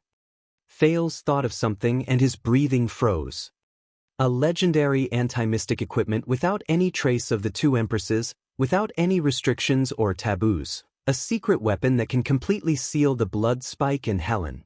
Thales tried hard to shake off Ricky's words and the appearance of the small red sword. He asked tentatively, So, for Frulland's secret, you attacked my grandfather and in the end, brought about the bloody year? Asda snorted coldly. First of all, we did not bring about that disaster. Secondly, I said that we each get what we need. And Frulland is fully responsible for all the matters of the palace, including the king. Giza and I have no right and no intention to interfere. Thales narrowed his eyes. No intention to interfere. This doesn't sound like your style, does it? The mystic shook his head. Eternal Star City is not a fun place. As the political center of the Western Peninsula, More than one legendary anti-mystic equipment is stored here. Not only can mystic energy not work around it. When he said this, Asda paused for a moment. You've also seen what happened the last time I entered Eternal Star City. Thales pursed his lips. Don't worry, Yodel is not here. Asda glanced at him. I know. I probed, or else I would not have shown up. Thales glanced at him with complicated feelings. Then, since Renaissance Palace is so dangerous, and there is a legendary anti-mystic equipment, how did Fruland succeed? The air mystic was silent for a while, as if he was reminiscing about the past. A mortal's method. Asda said faintly, she lurked in the secular world. For several generations, she carefully and persistently observed, waited, and probed to find a way to infiltrate Constellation's court. And it was not easy. Thales nodded and was immediately shocked. Several generations. Wait, how long ago was this? Asda was silent for a while before he slowly said, when Fruland came to us, John the Red King had just ousted his own sister from the throne. John the Red King. John II and his sister, Queen Erica the Conqueror of the North. Thales' expression changed. That was 200 years ago? The mystic snorted coldly. As I've said, to us, there's no such thing as a long wait. 200 years of planning. After the shock, Thales sighed. So, she succeeded in the end, patient Fruland, or should I say Queen Fiosa. When he said this, Thales could not help but remember the watchman's words. His Majesty has been bewitched, coerced, and controlled by the most evil existence in the world. She could not defeat the legendary anti-mystic equipment, Thales said absent-mindedly. But she defeated those who had the right to control them. The study room was quiet for a while. Fruland's name of origin is Census. Asda seemed to be sentimental. When it comes to bewitching people and deceiving them, no one in the same profession can surpass her. Thales did not speak. Zakriel's words were still lingering in his mind. As early as 1,000 years ago, before the empire collapsed, she was already famous for manipulating people's minds and creating illusions. Fruland infiltrated the court. What about you? Thales snapped out of his memories and asked, what did you and Giza do? Asda's misty gaze moved, and the blue light gathered again. He was silent for a few seconds before he said, Fruland knew that she was not here to lurk, but to take action. Whether it was the legendary anti-mystic equipment in the court, the calamity stories passed down from generation to generation in the great families, the kingdom's secret intelligence department, or the Jadestar royal family's top secret methods, as the plan progressed and the goal became clearer, the closer she got to the secret of mystic energy, the more flaws she revealed, and the more suspicion she aroused. This was inevitable. Yes, Thales agreed wholeheartedly. For example, a certain former watchman in the Prison of Bones who liked to hack the prince with a knife. To make matters worse, after the Battle of Eradication, the history of mystics disappeared from the world because of Project World Cleansing. This left us with nowhere to hide. In the secular world, which was like a pool of stagnant water, any unusual movement would be extremely conspicuous. Based on experience, once a rumor such as the appearance of a suspected mystic spreads in a certain place, Helen and Bloodspike's minions, or even themselves, will follow the rumor and come over to kill it. Asda's gaze became fierce. For this, she needs cover and divert attention. And we cannot only rely on the channels in the palace. Thales pondered for a moment before he said, Blood Bottle Gang? The mystic nodded. It was originally a smuggling gang formed by a few desperate winemakers at the border of the kingdom. But as the Blood Bottle Gang expanded, the rumor that there were two mystics behind it began to spread on the streets. In addition, Giza showed up a few times to cause trouble. This was enough to arouse the vigilance of the higher-ups of the kingdom and the church. It even attracted the attention of the Magic Empress who was lurking behind the scenes, Asda said flatly. Thales thought for a moment and came to a realization. You used yourselves as bait to divert attention? He said in surprise, this is a very big risk. Asda glanced at him. If the Blood Bottle Gang wanted to plot a rebellion or a coup, or even reveal the truth about the calamity and start the second battle of eradication. Yes. The mystic changed the topic. But what if the biggest goal of this so-called mystic gang is just to control the smuggled alcohol in the underground black market? Those with ulterior motives would suspect, probe, and investigate, but they would only find that this gang, which originated from the streets and was formed by peddlers and servants, had the biggest goal of dominating the market, seizing territory, smuggling contraband goods, and fighting for fame and profit. And the story of the so-called mystics behind the scenes, which they used to threaten and bewitch the outside world, was even more absurd. It was full of mistakes and had nothing to do with the calamity of the world's destruction. Perhaps it was learned from an ancient book by a fellow who smuggled alcohol? Asda said coldly, hence, for more than 100 years, through generations of agents, we continued to repeat the boring, small-scale fights between gangs, which were akin to playing house. At the same time, we spread the false and inaccurate rumors of mystics to the lower classes until it became a legend in the streets and alleys. Hearing this, Thales understood a little. He sighed. Then you succeeded. When I was young, I heard from Rick, a child beggar leader, that when he was rich, he would hire 2 mystics to guard his door and be his bodyguards. There was a rare teasing tone in Asda's words. Then he had to be very rich. In the next second, the mystic's tone became cold. Just like that, although we could not reveal the truth about the calamity, we foiled the world-cleansing plan and awakened the people's fear and opposition towards the 2 empresses. But starting from the borders of the kingdom, in the quagmire of the lower classes far away from the nobles, we spread a layer of fog throughout the entire Western Peninsula. When mystics were mentioned time and time again in a teasing or exaggerated tone, they became commonplace, and it was difficult to distinguish the truth from the lies. Then, we hid in the sea of countless people at the bottom of the hierarchy and successfully relaxed their vigilance and attention. This way, when Fruland truly infiltrated the upper class of the palace and even took control of the kingdom, questions like mystics plotting to steal the country would be drowned in the rumors of mystics ambitious to unify Red Street Market, blood calamity dominating Black Gold Casino, and apocalyptic calamity dominating the 3 major commercial streets. Thales understood the process and frowned. Alright, I have to say, this idea is quite interesting. And he could even imagine the following scene. A spy came to report to the Magic Empress. According to reliable information, the terrible calamity who once tore the continent apart has returned and secretly formed an underground force, a private gang. The 2 empresses were murderous as they drew their weapons and prepared for battle. What are they doing?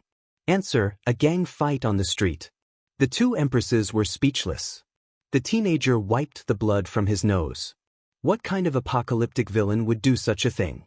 Mystics walk the streets. Calamities are lesser than dogs. No one would believe it even if it was written in a novel. The power system would collapse. So, you used more than 100 years just to cover up? Asda snorted coldly. You should say, we only used more than 100 years to cover up. Thales sighed. So? Did Fruland and all of you get what they wanted? Asda shook his head. What happened? The mystic was silent for a while. His gaze was profound. I don't know.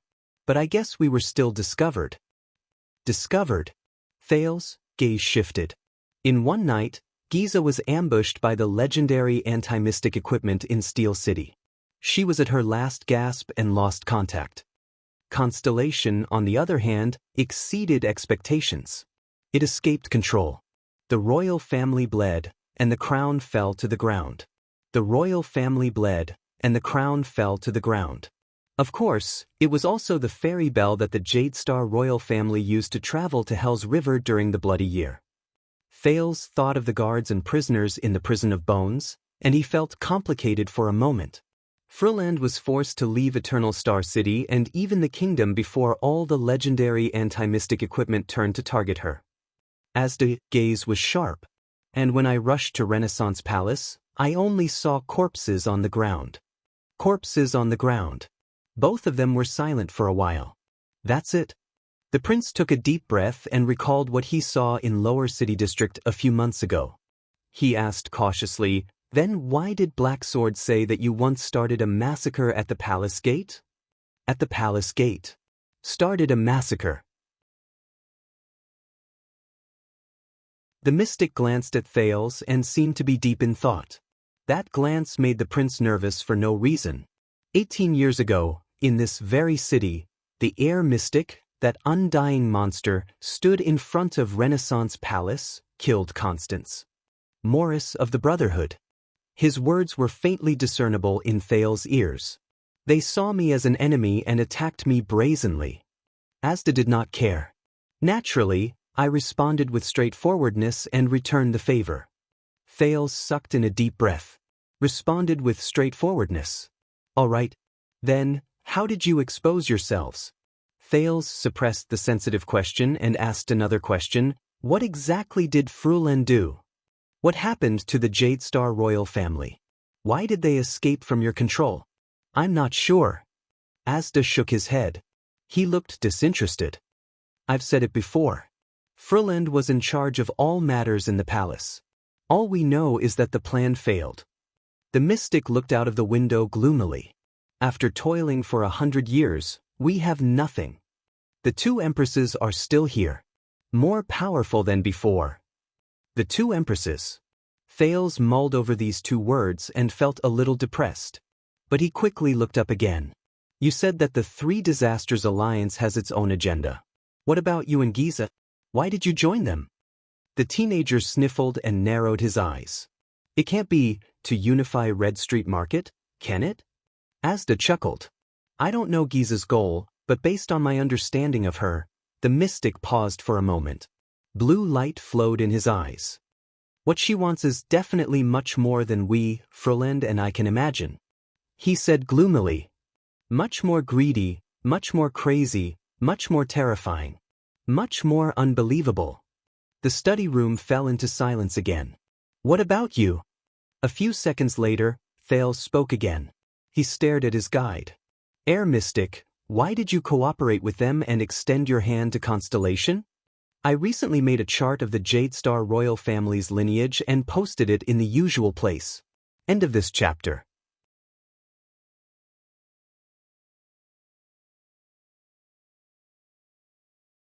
Chapter 639. Thales stood in the middle of the study and pointed at the invitation on the floor with a lifeless expression. Are you ready? Asda stopped him. The mystic looked at him quietly and slowly raised a finger. This time try this. Thales was stunned. Try which? Before he could finish speaking, the sound of wind suddenly rose. The broken chair with a corner missing flew up from behind the study table and flew towards Thales. Thales immediately turned pale with fright. He subconsciously raised his hand. C, what are you doing? Thud. The chair landed with a loud bang. In the next second, there was an urgent knocking on the door. Your Highness, Your Grace. What happened? Please answer me. We have to go in, move aside. No, let's go together. On the count of 3, 1, 2, 3, bang. There was another loud noise. The two people on duty, second-class Vanguard official Leo Morgan and second-class Protector Jose Custa, pushed open the door and rushed into the room. Then, they stopped at the same time and widened their eyes. Your Highness? Thales was seen with his back facing the two guards. He was sprawled on the chair in a strange posture. Leo, Jose, wow, it's you guys tonight. Thales turned his head with difficulty and forced a smile. It's okay. It's just that when I was training, there was a stinky rat messing around. Morgan and Custa turned around to check. The entire study was empty. Other than 2 candlesticks being extinguished, everything was normal. But, Your Highness, your nose. Protector Custa spoke with a thick accent from the land of thorns. He looked at Thales, who was sprawled on the chair with his butt up. Thales calmly took out a handkerchief and wiped the blood under his nose. It's okay. You know, puberty. He waved his hand. Go out. Morgan nodded. He walked to the candlestick and lit the candle again. But, Custa still wanted to say something. Go out. The Duke of Star Lake gritted his teeth. Morgan pulled Custa and bowed to Thales. If you need help, Your Highness, we are at the door. Thales watched them leave before he closed the door. The young man heaved a sigh of relief. He looked at Asda, who had appeared out of nowhere, and said in exasperation, "I thought you blocked the sound." "I did indeed seal it." The mystic seemed to be deep in thought. But the interference and repulsion between the mystic abilities of different thresholds and mystics cannot be ignored. It is second only to the effect of legendary anti-mystic equipment on mystic energy. Thales felt a little dizzy from this string of terms. Coupled with the disheveled state he was in, he patted the chair under him and said unhappily, "All right, then I'll leave it to you. Next time you want to do something like this, can you send me an invitation in advance?" Asda stared at the chair and said nothing. This chair could have been used for another week, but now, Thales released his grip angrily. The poor chair split neatly into two halves, and fell to either side. "Thank you so much." "All right, how am I supposed to tell everyone?" His Excellency the Duke fell down from the broken chair and had a nosebleed. In a fit of anger, he mercilessly slashed the chair, leaving the poor chair without a complete corpse. But the air mystic only paced slowly to Thales' side and gestured for him to be quiet. "Now, I want to ask you some questions. You have to focus and speak carefully," Asda said softly, but he was extremely serious. "Speak slowly word by word. If I ask you to stop, you have to shut up immediately. Not a single word is allowed." But Thales' anger had not subsided. "What if I talk too much? What then?" Asda glanced at him. His gaze was cold and murderous. Thales choked. He sniffed and smelled the scent of blood. He was unhappy. "All right." Asda observed the symmetrically separated chair. "This ability, what is it?" "Who knows? I don't know what it is, and I don't know how I learned it. It looks like Ralph's psionic ability, or some street magician's trick," Thales said angrily. "But psionic abilities and tricks won't make me run for my life every day." "No." Asda stared at the chair in fascination, but shook his head to deny it. "Psionic abilities are the natural evolution of life, and tricks are deceptions with superficial appearances. But this..." The chair floated in front of the mystic, accompanied by his ethereal and pleasant voice. "This is beyond our understanding. It's completely different." Thales wiped his nosebleed. He was uninterested. "Whatever. What can you affect?" "Small objects." Thales was listless. "The smaller the target, the better. The lighter the better. The closer the better. The simpler the better. For example, paper, leaves, hair. And if the target is too big, heavy, far away, or even too complicated, I will have a nosebleed and become dizzy. If I use it frequently..." Asda narrowed his eyes. "Will it hurt?" Thales recalled the dangerous escape he had in the prison of bones. "No, it's a little better than that." Thales twitched the corner of his mouth. He was expressionless. "It will die." Asda thought for a while and nodded slowly. "Interesting. Most of the time, it's like stretching out my hand to reach something that's far away." Thales picked up the half of the chair on the ground helplessly. He then walked up to the mystic without giving him any face. He grabbed the half that was floating in the air and pushed it to the corner. "But there were a few times when I stretched out my hand, and it felt like I wasn't just reaching out. It was more like... At this point, Asda suddenly turned his head. "Stop!" Thales was startled by the abrupt interruption. Asda closed his eyes. A few seconds later, he spoke. "How long has it been? This thing?" Thales cursed the little dummy in his heart as he adjusted himself. "I've been practicing for about half a year. Every time, I'm tormented until my back hurts and I can't get out of bed. Now I've finally found a way." Asda suddenly opened his eyes. "Stuff." Thales choked again.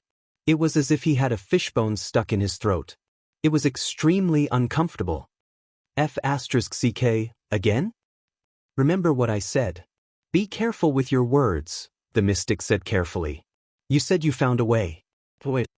Thales gulped. "Let me put it this way.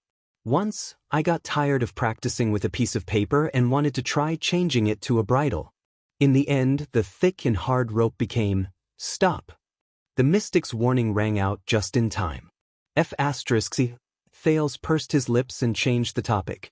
"Anyway, I could only throw it into the sewers.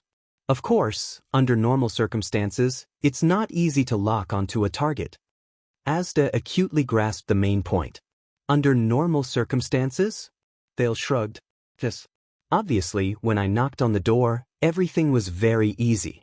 It was as natural as breathing and drinking water. Asda raised his hand again. "Stop." Thales sighed helplessly. "Can't we talk properly?" Asda fell silent and pondered on his own. "I know. This feels weird, right?" The prince, who was displeased because he was interrupted many times, sneered. "You're very curious and want to understand and explore, but because of the mystic ability First Covenant, you have to desperately restrain your impulses and resist the temptation. You keep telling yourself that you can't go deeper, that you can't continue, that you have to stop." He looked at Asda, whose eyes were glowing blue, and revealed a sinister and cunning smile. "Then, do you want to know more? Do you want more?" I can give you everything." A blue light flashed in Asda's eyes. "I was wrong, teacher." The blue light flashed again. The Duke of Star Lake, who was second only to him and above tens of thousands of people, regained the right to breathe freely. He lay on the desk and panted pitifully. "So, the First Covenant of mystic ability," Thales turned around with his last breath. "What is the original purpose of its existence?" Asda did not speak. He stared at the chair in the corner and said faintly, "For ourselves." "Nonsense again." Thales sighed. Having lost the chair, he could only turn around and sit on the desk. "All right, I've given you what you wanted and answered your question. Can we get back to the main topic? Before I die from excessive blood loss?" The teenager knocked on the desk and said impatiently, "Now, among the three mystics, what do you want?" The blue light in the mystic's eyes gradually extinguished. He turned around with his hands behind his back.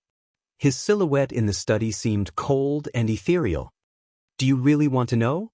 "I told you, the more you hide from me," Thales shook the blood-stained handkerchief out of boredom, "the more likely I will fall for something I don't know. Moreover, aren't we students and guides? We are so close and trust each other. We can be called model teachers and students." Asda suddenly spoke. "Answer me. Who won the battle of eradication?"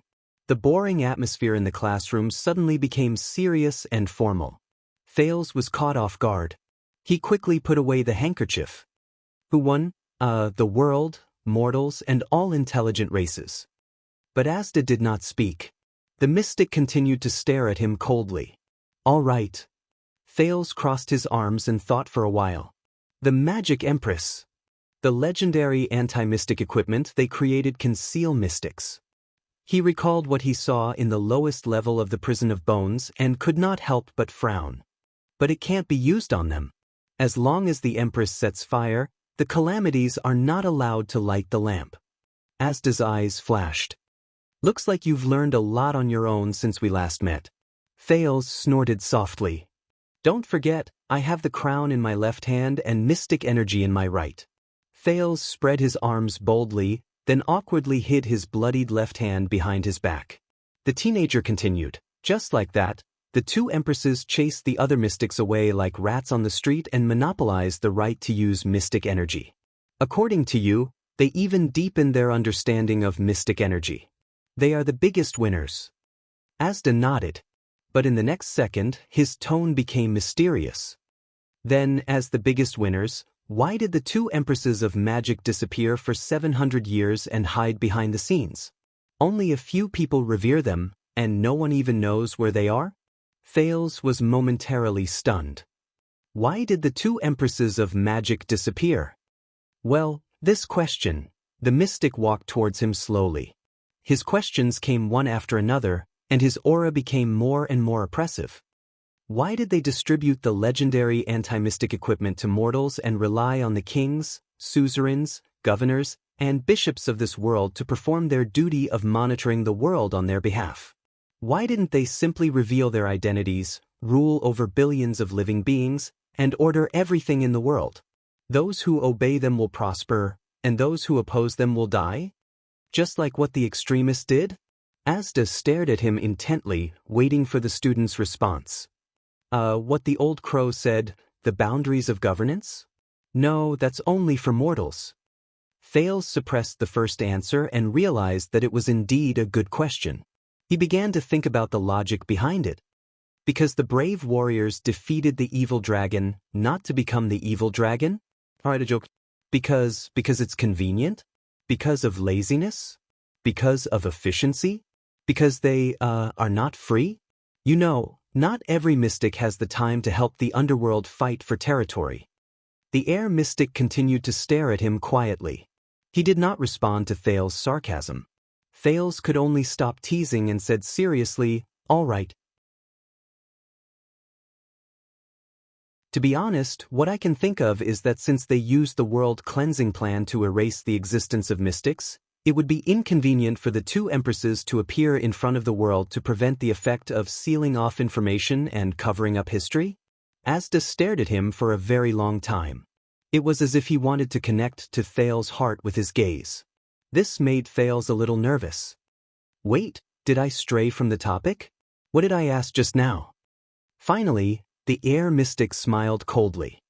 I have been curious about this question for a long time, and in order to solve it, Asda's gaze burned, I need more information. And Frulin was right about one thing. The guide said slowly, since the Battle of Eradication, the Jade Star royal family has been passed down for a long time and participated in many things. There must be many secrets that mystics do not know about. Thales slapped his forehead. Right. This is the reason why Asda joined the Three Disasters Alliance. So, you took the risk of having your address searched and registered as a member of the Fruland Mutual Assistance Group, with your real name to see references that are not available elsewhere and to research why the two empresses are so homebodies? Thales probed. Asda stared at him silently and did not move. Alright, looks like he did not get the joke. Thales could only sigh.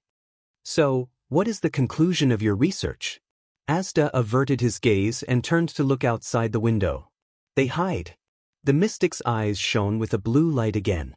His tone was empty, but it made people's hearts beat faster. It's because they are afraid, wary, and vigilant. The two empresses are afraid, wary, and vigilant? Thales was stunned and asked in confusion. Afraid of what? They are already the most powerful mystics. No one can control them. No one can control them. Thales paused and came to a realization. Oh, you mean Taurus?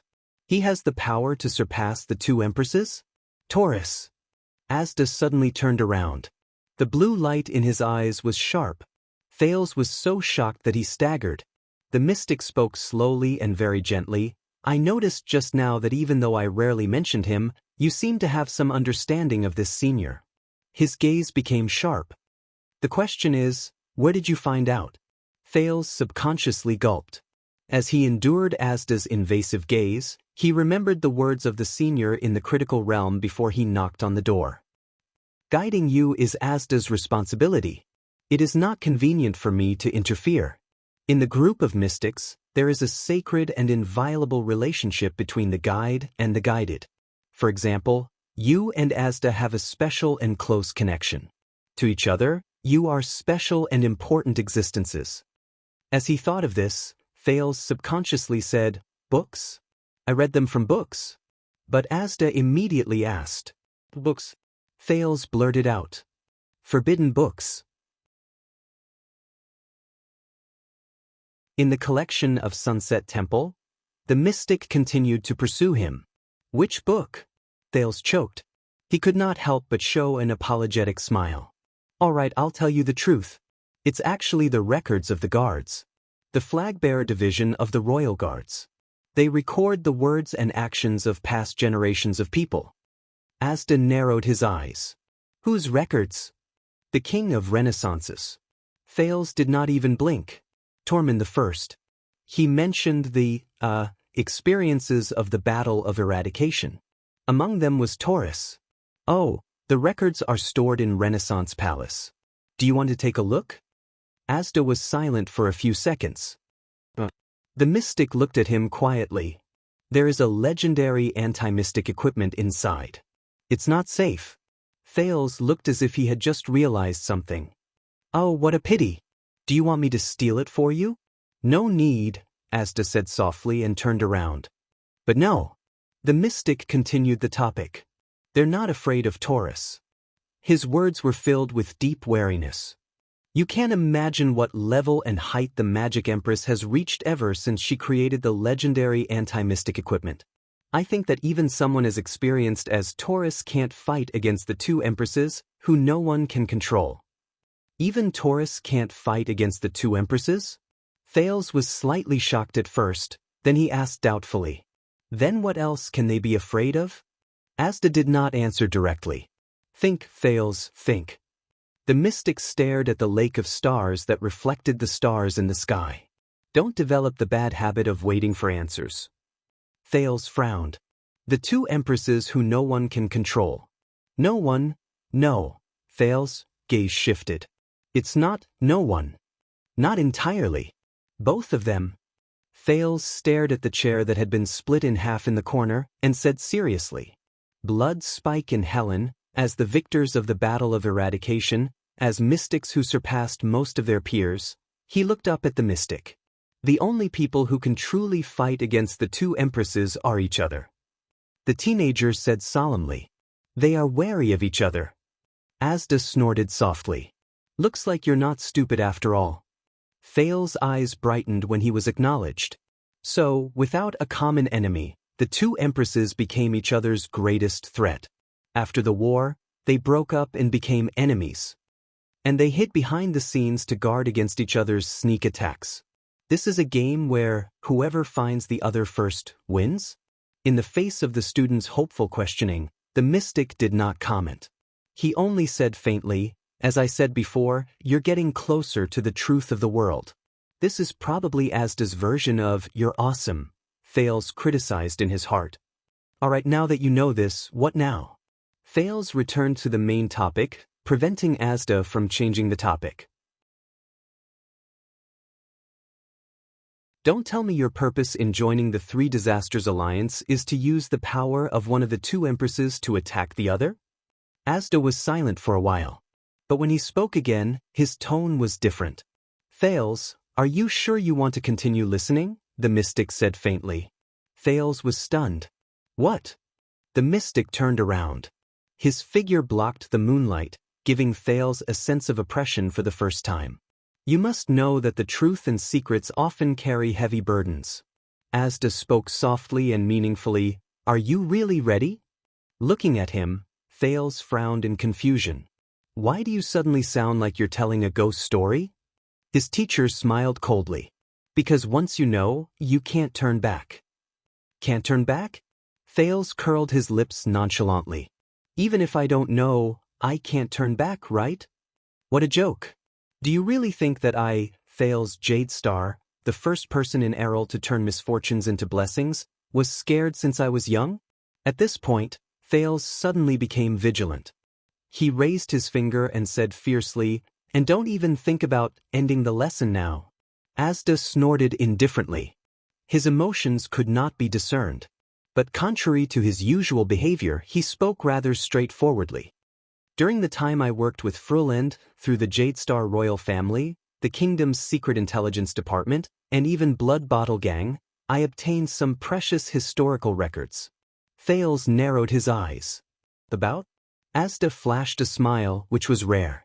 The meaning behind it was strange and difficult to understand. You already know that all legendary anti-mystic equipment was created by the two empresses, and none of them are effective against the two empresses, right?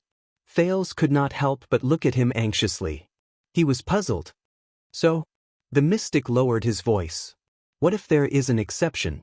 What if there is an equipment in this world that was not created by the two empresses? Thales was stunned at first, then he understood.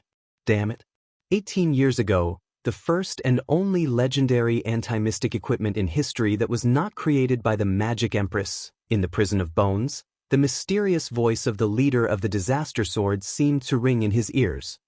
In Constellation, on the base of this dragon breaker, it was just barely forged. So what he said was right. Thales took a deep breath. So, you're going to tell me that you discovered a legendary anti-mystic equipment that is effective against the Magic Empress and is not recorded in the records? This time, Asda stared at him for a long time before he spoke seriously. In case you regret it after listening to me, I will ask you again. Are you sure you want to listen? Thales rolled his eyes in his heart. Cut the crap. The Duke was resolute and left no room for doubt. Speak. Why are you trying to be mysterious? Do you really think I don't know? The Dragon Breaker, the Blade of Purification, the greatest king's achievement, and also the only weapon that can possibly seal the two empresses, has been in his hands for a long time, and he has even used it before. Do you really think you can scare me by putting on this act and stirring up the atmosphere? Asda revealed a mysterious smile. Wait, when he thought of this, Thales felt a headache coming on. Aside from the indifference of having experienced hundreds of battles, how am I supposed to control the right amount of shock to show that I have seen the world, and not arouse his suspicion? In the Battle of Eradication, every legendary anti-mystic equipment was created by the two empresses and then distributed to the chosen disaster hunters so that they could use their power to hunt down mystics. While Thales was thinking, the air mystic had already spoken. However, what Asda said was not what Thales thought.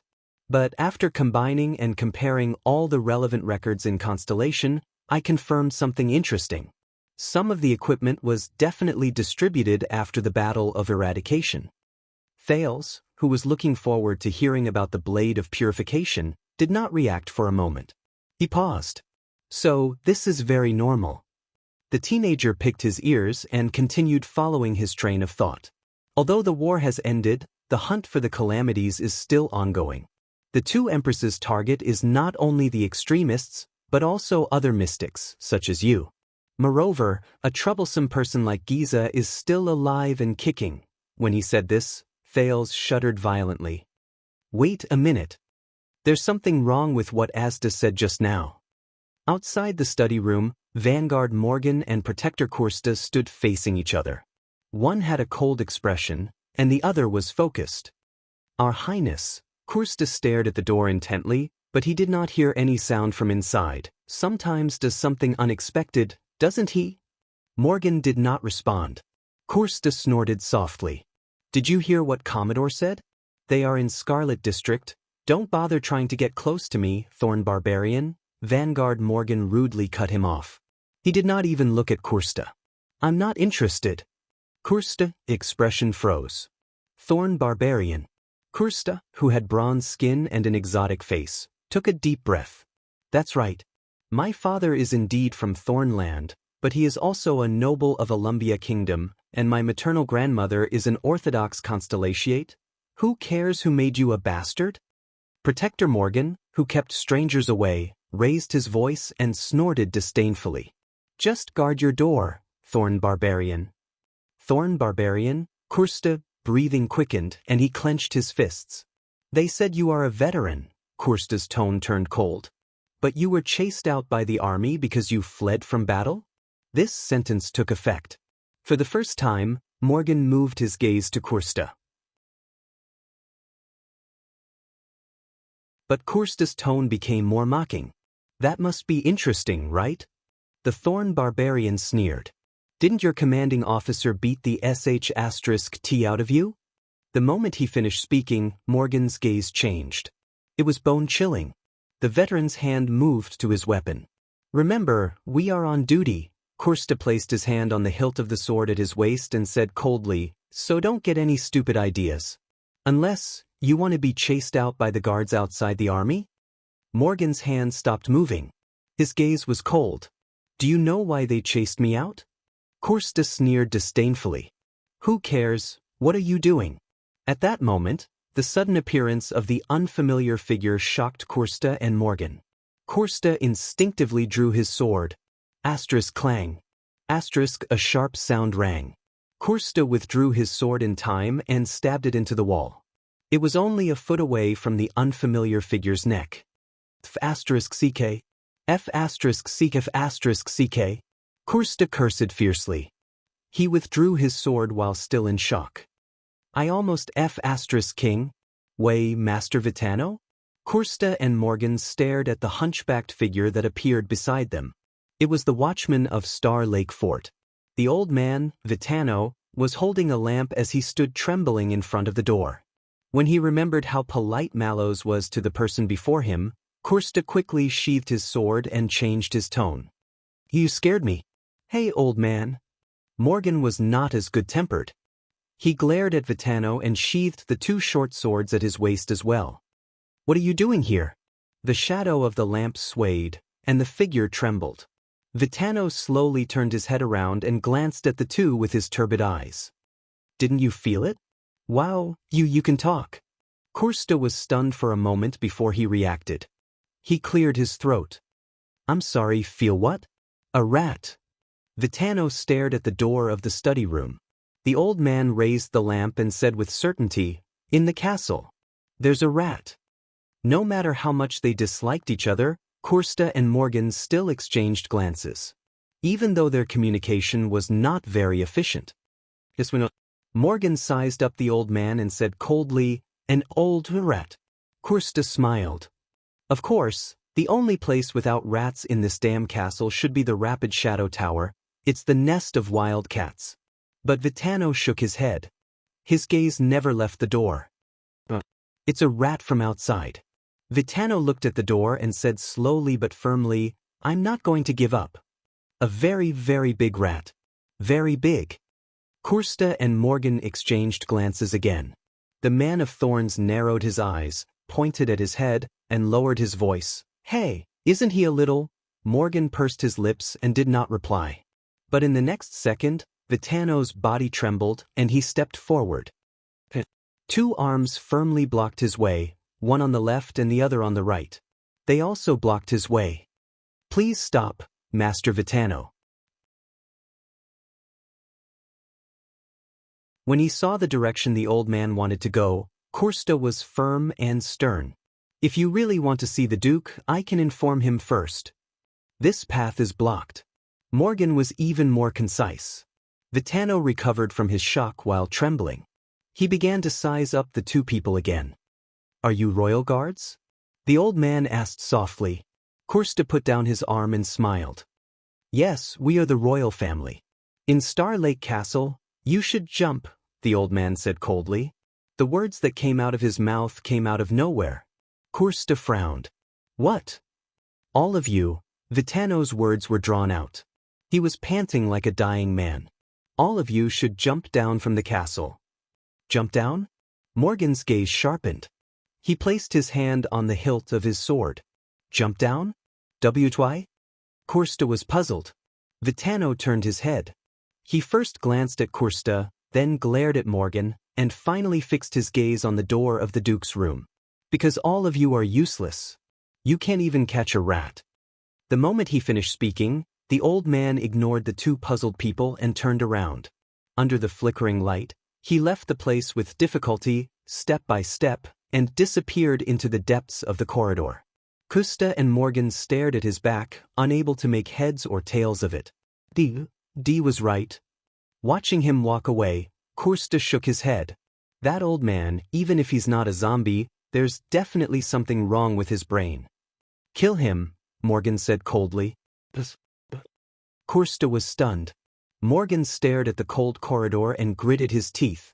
His tone was chilling. The next time he appears like this, we will kill him together. Kursta blinked. Are you crazy? Morgan bared his teeth. His killing intent was overflowing. No, I'm serious. Kursta took a deep breath and looked around. No. O Lady of Harvest and Sunset Goddess above, why? Morgan snorted coldly. The veteran's gaze was sharp. Because, from the distance when we discovered him, he would have been able to kill us. Kill us? For Thornland's sake, I really can't King believe it. Kursta was puzzled and did not know whether to laugh or cry. All right, let's kill that old man, and then how do we explain it? Because he said that we, can't catch a rat? Morgan nodded. He still stared at the corridor as if there was some threat there. Yes. And he is the rat, the damned rat. Kursta looked confused. Crazy, crazy. The Thorn Man tried again and again, but in the end, he gave up and sighed. You and him, both of you are crazy. Oh Lady of Harvest above, if there's a next time, I'd rather be on duty with that crippled mute. The damn rat.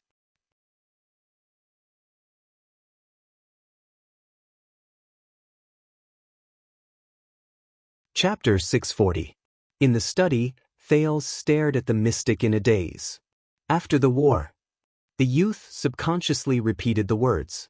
Asda looked back at him with the ghost of a smile, as if he had seen his prey. After the war. After the war? Thales widened his eyes. It was as if a cord had been unraveled in his brain. Mr. Sakern, when did the relationship between the two empresses break and become hostile to each other? The mystic remained calm and answered in a tone that was neither too light nor too heavy. You've already told me. The next moment, the blue light in Asda's eyes lit up again. After the war. After the war. Thales held his breath. That means... The teenager slowly sorted out his thoughts, and his expression became more and more shocked. The two magic empresses fell out after the war and went their separate ways. The reason why they hid behind the scenes. The reason why they sealed mystic energy. The reason why they were enemies. The reason why they had such a tacit understanding. Thales' breathing quickened when he understood the crux of the matter. No, it's not the blade of purification. What the air mystic discovered was not the result of his grandfather's greatest king, nor was it the so-called perfect anti-mystic equipment. Sauron and the Supreme Ring, Thales muttered. He was drenched in cold sweat without realizing it. Asda was puzzled. What? Thales snapped out of his daze and shook his head. It's not important. It's just a Northland folktale. But then he widened his eyes. But the important thing is, if this inference is correct, these 2 points of time coincide. This means that these legendary anti-mystic equipment were only distributed to the disaster hunters after the Battle of Eradication. These legendary anti-mystic equipment, Thales said in a daze. It's very likely that they were made after the relationship between the two empresses broke down and they went their separate ways. He looked at his guide in disbelief. Under Thales' incredulous expression, Asda smiled and nodded slowly. He continued the rest of the sentence. One of the empresses, without the other party or even behind the other party's back. Made in secret and forged alone. The study became quiet. Only the candlelight chased away the darkness. Made in secret and forged alone. These words echoed in Thales' mind, causing him to be stunned on the spot. Because of this, the light in the mystic's eyes was faintly discernible. These armaments were forged in secret by only one party, and their secrets are not known by the other party.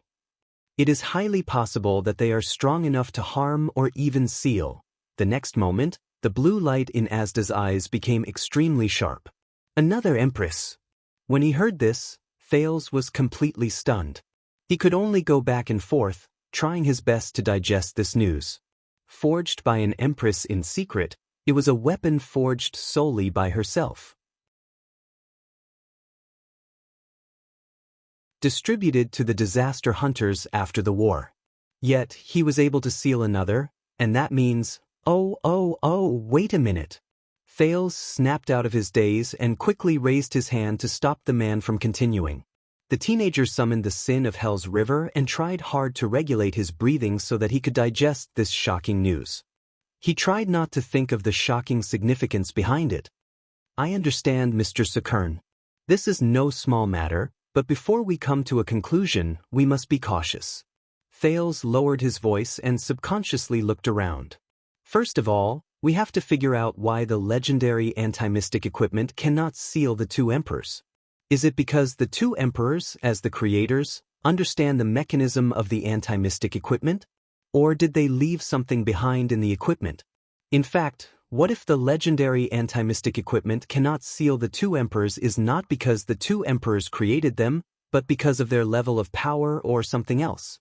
What if the two emperors' level or characteristics determine that they cannot be sealed?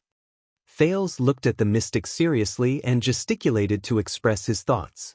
Asda also stared at him quietly, his face expressionless. At this moment, they were like a pair of teacher and student, having the purest discussion about a certain problem. Your rebuttal is not without reason. Not long after, the guide spoke again. His voice was rational and clear. But this at least means that one of the two emperors has the ability to forge a legendary anti-mystic equipment alone. Thales clenched his fists. No, that is not necessarily the case. The teenager shook his head and questioned, why must the equipment issued after the war be forged by a certain empress alone, and not by the two emperors before they turned against each other? This does not prove that the two emperors can be. It does not prove your conclusion. Hearing this, Asda chuckled. He did not directly answer Thales' question, but changed to another topic. Do you know, with Constellation as an example, the origin and manufacturing information of the legendary anti-mystic equipment in each country can only be traced back to year 14 of the calendar of eradication? Year 14 of the calendar of eradication? Thales narrowed his eyes. That is the 4th year after Constellation was founded. That is also the year when the World Cleansing Project began, the mystic said casually. The World Cleansing Project. The term returned to Thales' mind and awakened many of his memories. The mystic leaned forward slightly, his tone full of suspicion and vigilance. The question is, why? Why does the World Cleansing Project hide this information?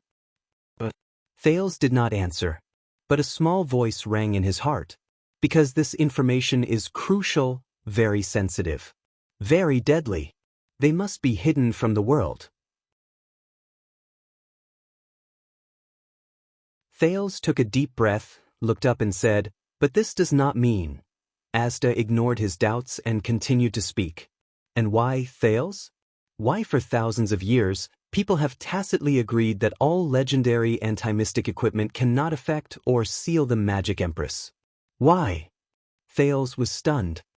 Did the two empresses tell them themselves?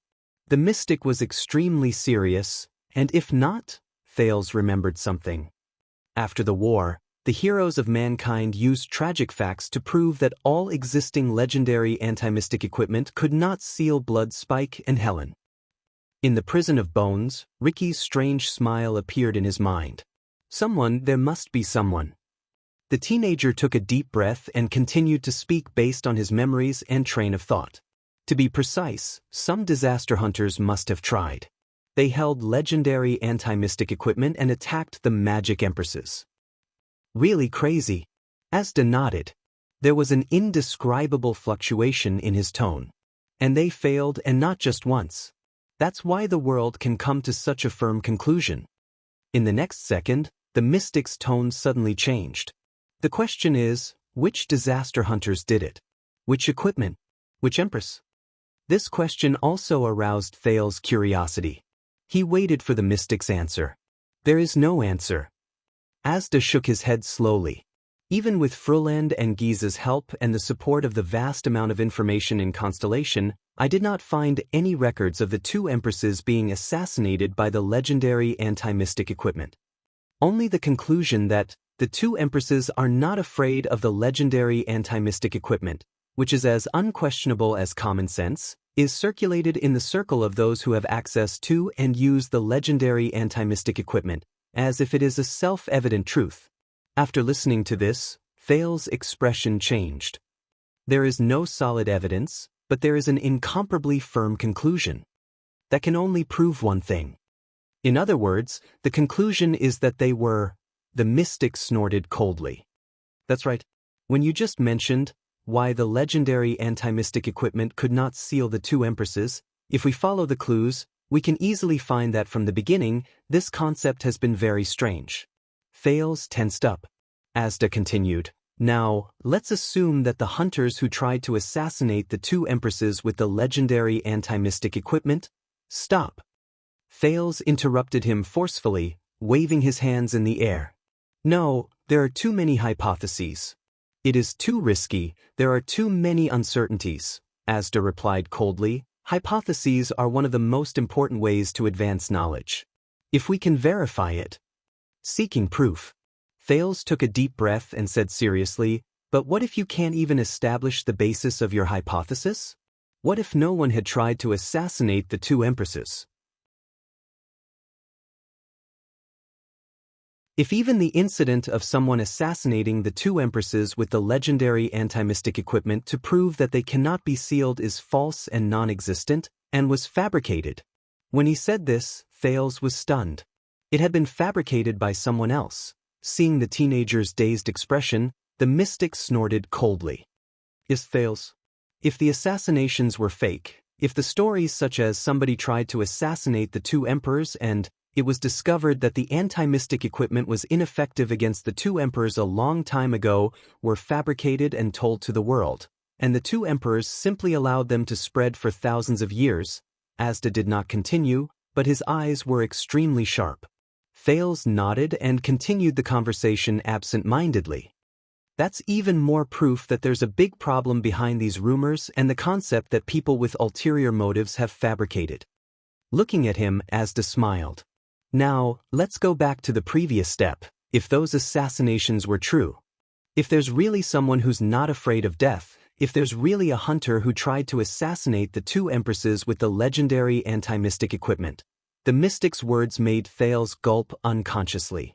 He felt as if he had returned to 700 years ago and saw those crazy warriors. Then they can only happen when the two empresses have yet to live in seclusion. At least then, the hunters can still find them and carry out more than one assassination. Asda's tone became very soft and gentle, but to Thales, it sounded as heavy as a mountain. And here comes the problem. First, the humans assassinate them, then the two empresses live in seclusion. Is there any logical connection between this? The mystic said softly, Why? Why is it so coincidental? If those assassinations completely failed, and the legendary anti-mystic equipment was also proven to be ineffective against the creator, then why would the two empresses live in seclusion? Is it really as you said because they're very homebodies? At the end, Asda made a rare joke that was neither too big nor too small. But Thales was not in the mood to listen to his jokes. The teenager shook his head and sorted out his thoughts. No, it's a little messy, a little messy. Why did the two empresses live in seclusion after they encountered the ineffective assassinations in the eyes of the world? No. Thales rubbed his forehead desperately. No, you can't infer cause from effect. This is too hasty. Have you ever played Sudoku? Thales was stunned and looked up. What? Asda looked at the air and moved his fingers gently. Sometimes, when there is insufficient evidence, we need to fill in a certain number in the blank and then go through step by step to verify, test, and compare to verify whether the number is in line with the rules of the game. The mystic turned his head back. Verify whether it is the only answer. Now, break your preconceptions, let go of your shackles, and wander in your imagination, Thales. Think about it. If our guess is true, there was a hint of bewitchment in his tone. If the legendary anti-mystic equipment forged by an empress alone can really seal another empress, if after the war, they are strangely sent to the secular world and equipped to the calamity hunters in the mortal world. As he listened to the mystic, Thales' eyebrows furrowed. F***ck, all right, let's not talk about anything else first. Let's assume that this is true. Follow this logic and fill in the number. The teenager gulped. All right, if this is the truth behind the assassination of the two empresses, then... Thales took a deep breath and forced himself to enter the mystic's line of thought. A long time ago, the magic empress was not assassinated by a crazy mortal. Instead, she was assassinated by another empress, her former collaborator, current competitor, and future nemesis, by the legendary anti-mystic equipment forged by the other party alone. Asda looked at him silently. The corners of his mouth curled up slightly, and the blue light in his eyes flowed at a constant speed. Who was it? Thales raised his head, his gaze sharp. Forging the equipment behind the other party's back and using a mortal to plot an assassination. Was this done by Helen or Bloodthorn? My guess. The mystic said faintly, both. He snorted in disdain. The two bitches did the same thing. Thales frowned. Asda continued to speak. Both of them betrayed each other and secretly created secret weapons that could seal each other. At the same time, they planned to use the hands of mortals to give each other a fatal blow. After the Battle of Eradication, they would enjoy the supreme throne of mystic energy alone. But Asta stared at the starry sky outside the window and did not continue. But they survived, Thales muttered.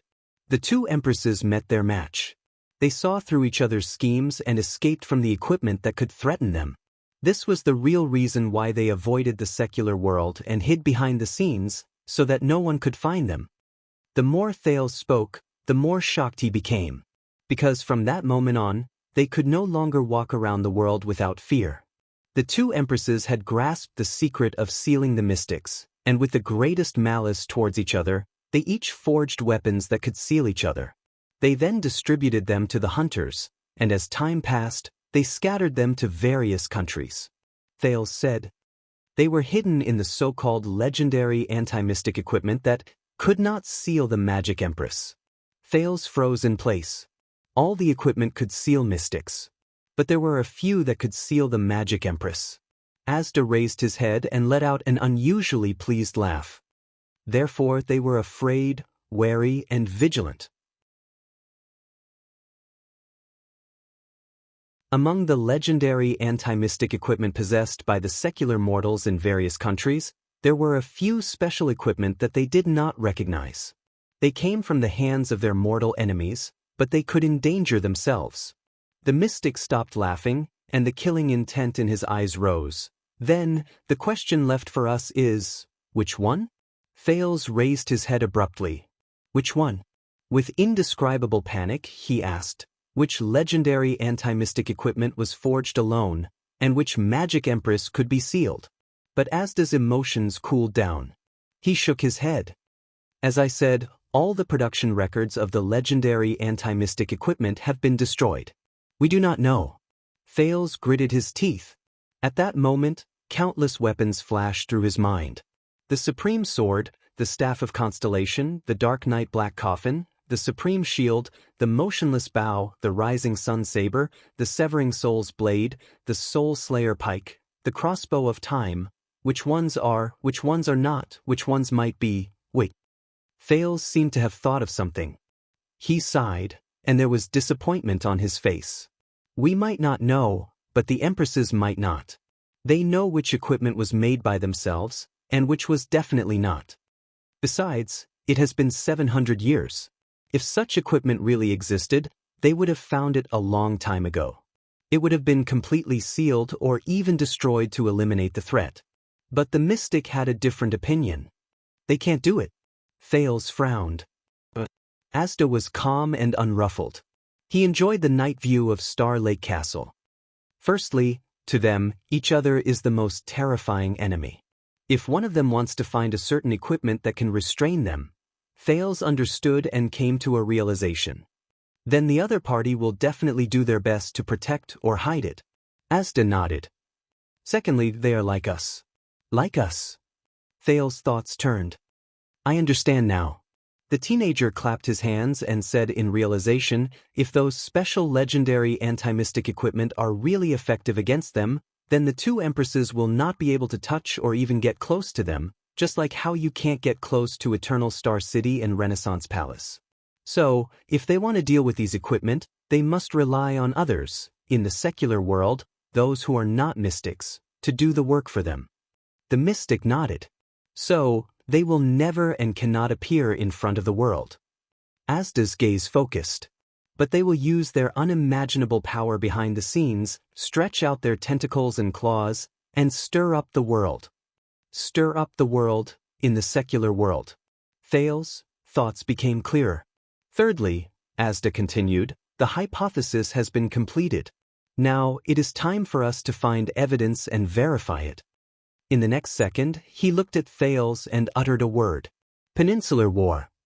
Thales' gaze shifted. What?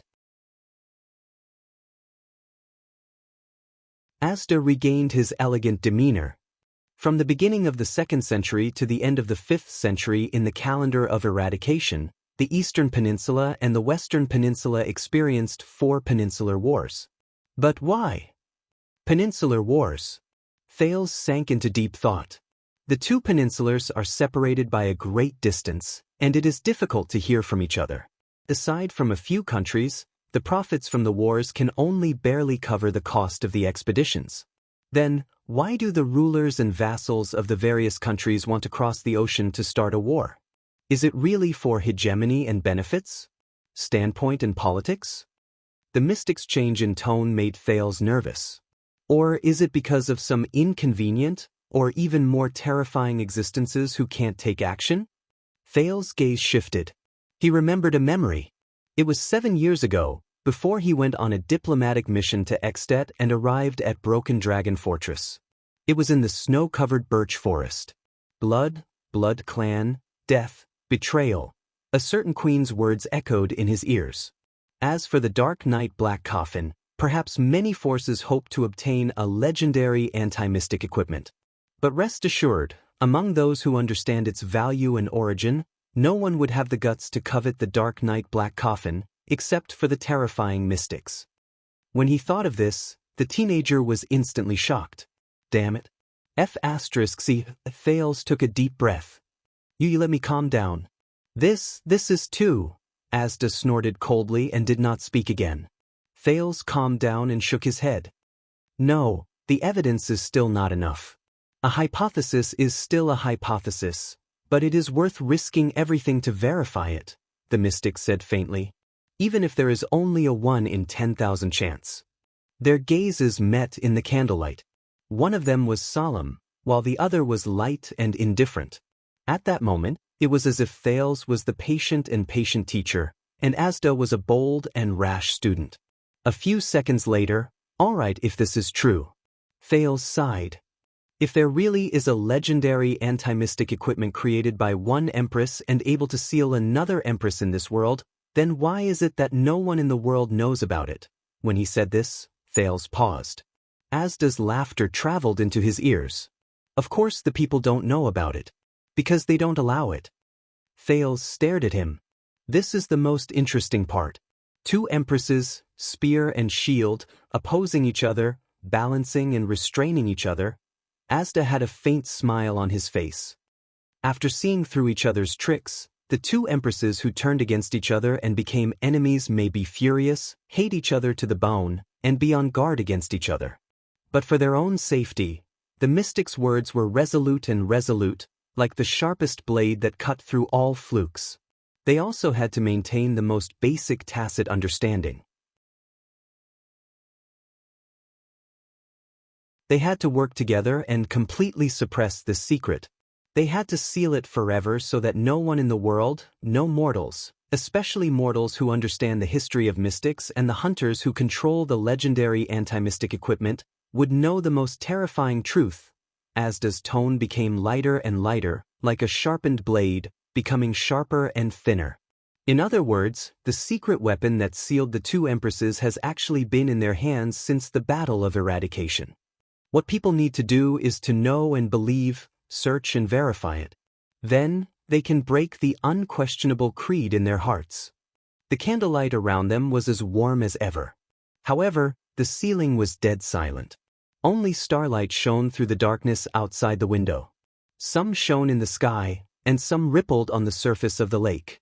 A few seconds later, Asda said softly, Thales, you asked me before, are we the ones who brought about the bloody year?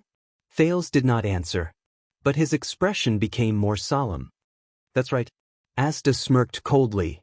Can you imagine how shocking, crazy, and terrifying this secret is to the two empresses? And how excited they are? I don't know who brought about the bloody year. The mystic stared at Thales. But I am certain that once there are any rumors or signs in this world, even if they only hint at this terrifying secret, that a few legendary anti-mystic equipment are the nemesis of the two empresses, Thales subconsciously clenched his fists. Out of consideration for their safety and their fear of each other, the two empresses who stand at the top may not directly appear and attack. The mystic's words became even more terrifying. But they will temporarily put down their unforgettable hatred, give up everything, use all their madness, mobilize all their power in the secular world, track down the source at all costs, seal the news, cut off the spread, and ensure that anyone who already knows the secret. Asda's gaze became fierce. Does not exist anymore. Thales trembled slightly. Even if there are piles of bones and rivers of blood, lives will be plunged into misery and suffering. Thales breathed in a daze. It was also the Jadestar royal family that went to Hell's River together during the Bloody Year. In the prison of bones, Ricky's voice rose again. The ferryman's bell. Can you imagine? The blue light in the mystic's eyes became clearer, but his tone became more fanatical.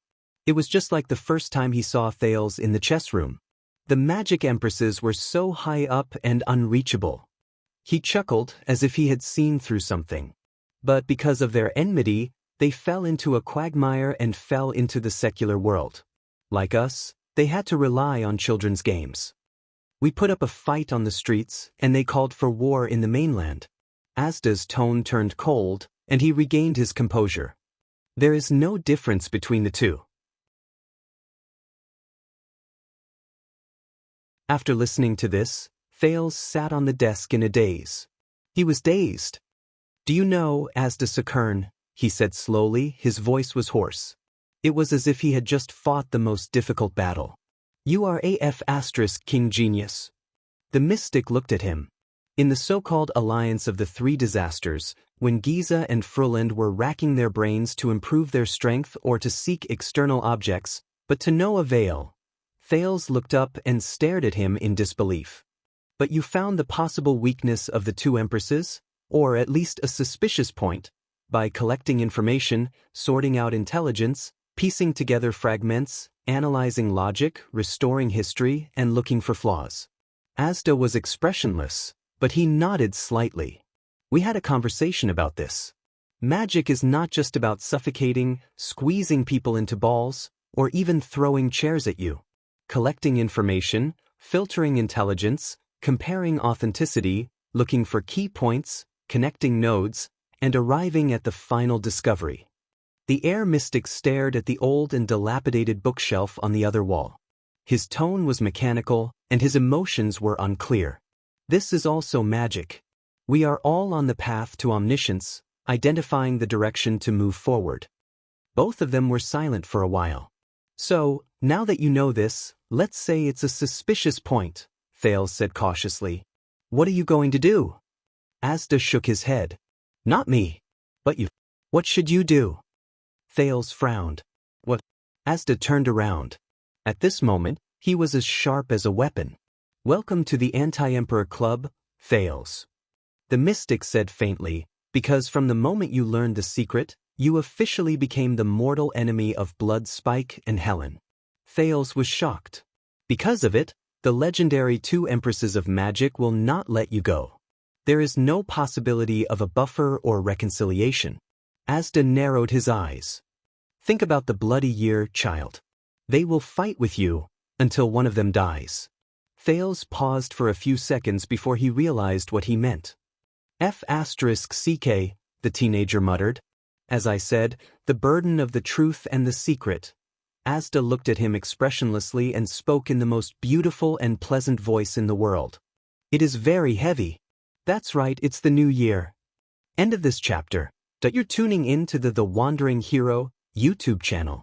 Don't forget to subscribe and join us on this journey to catch the most captivating stories.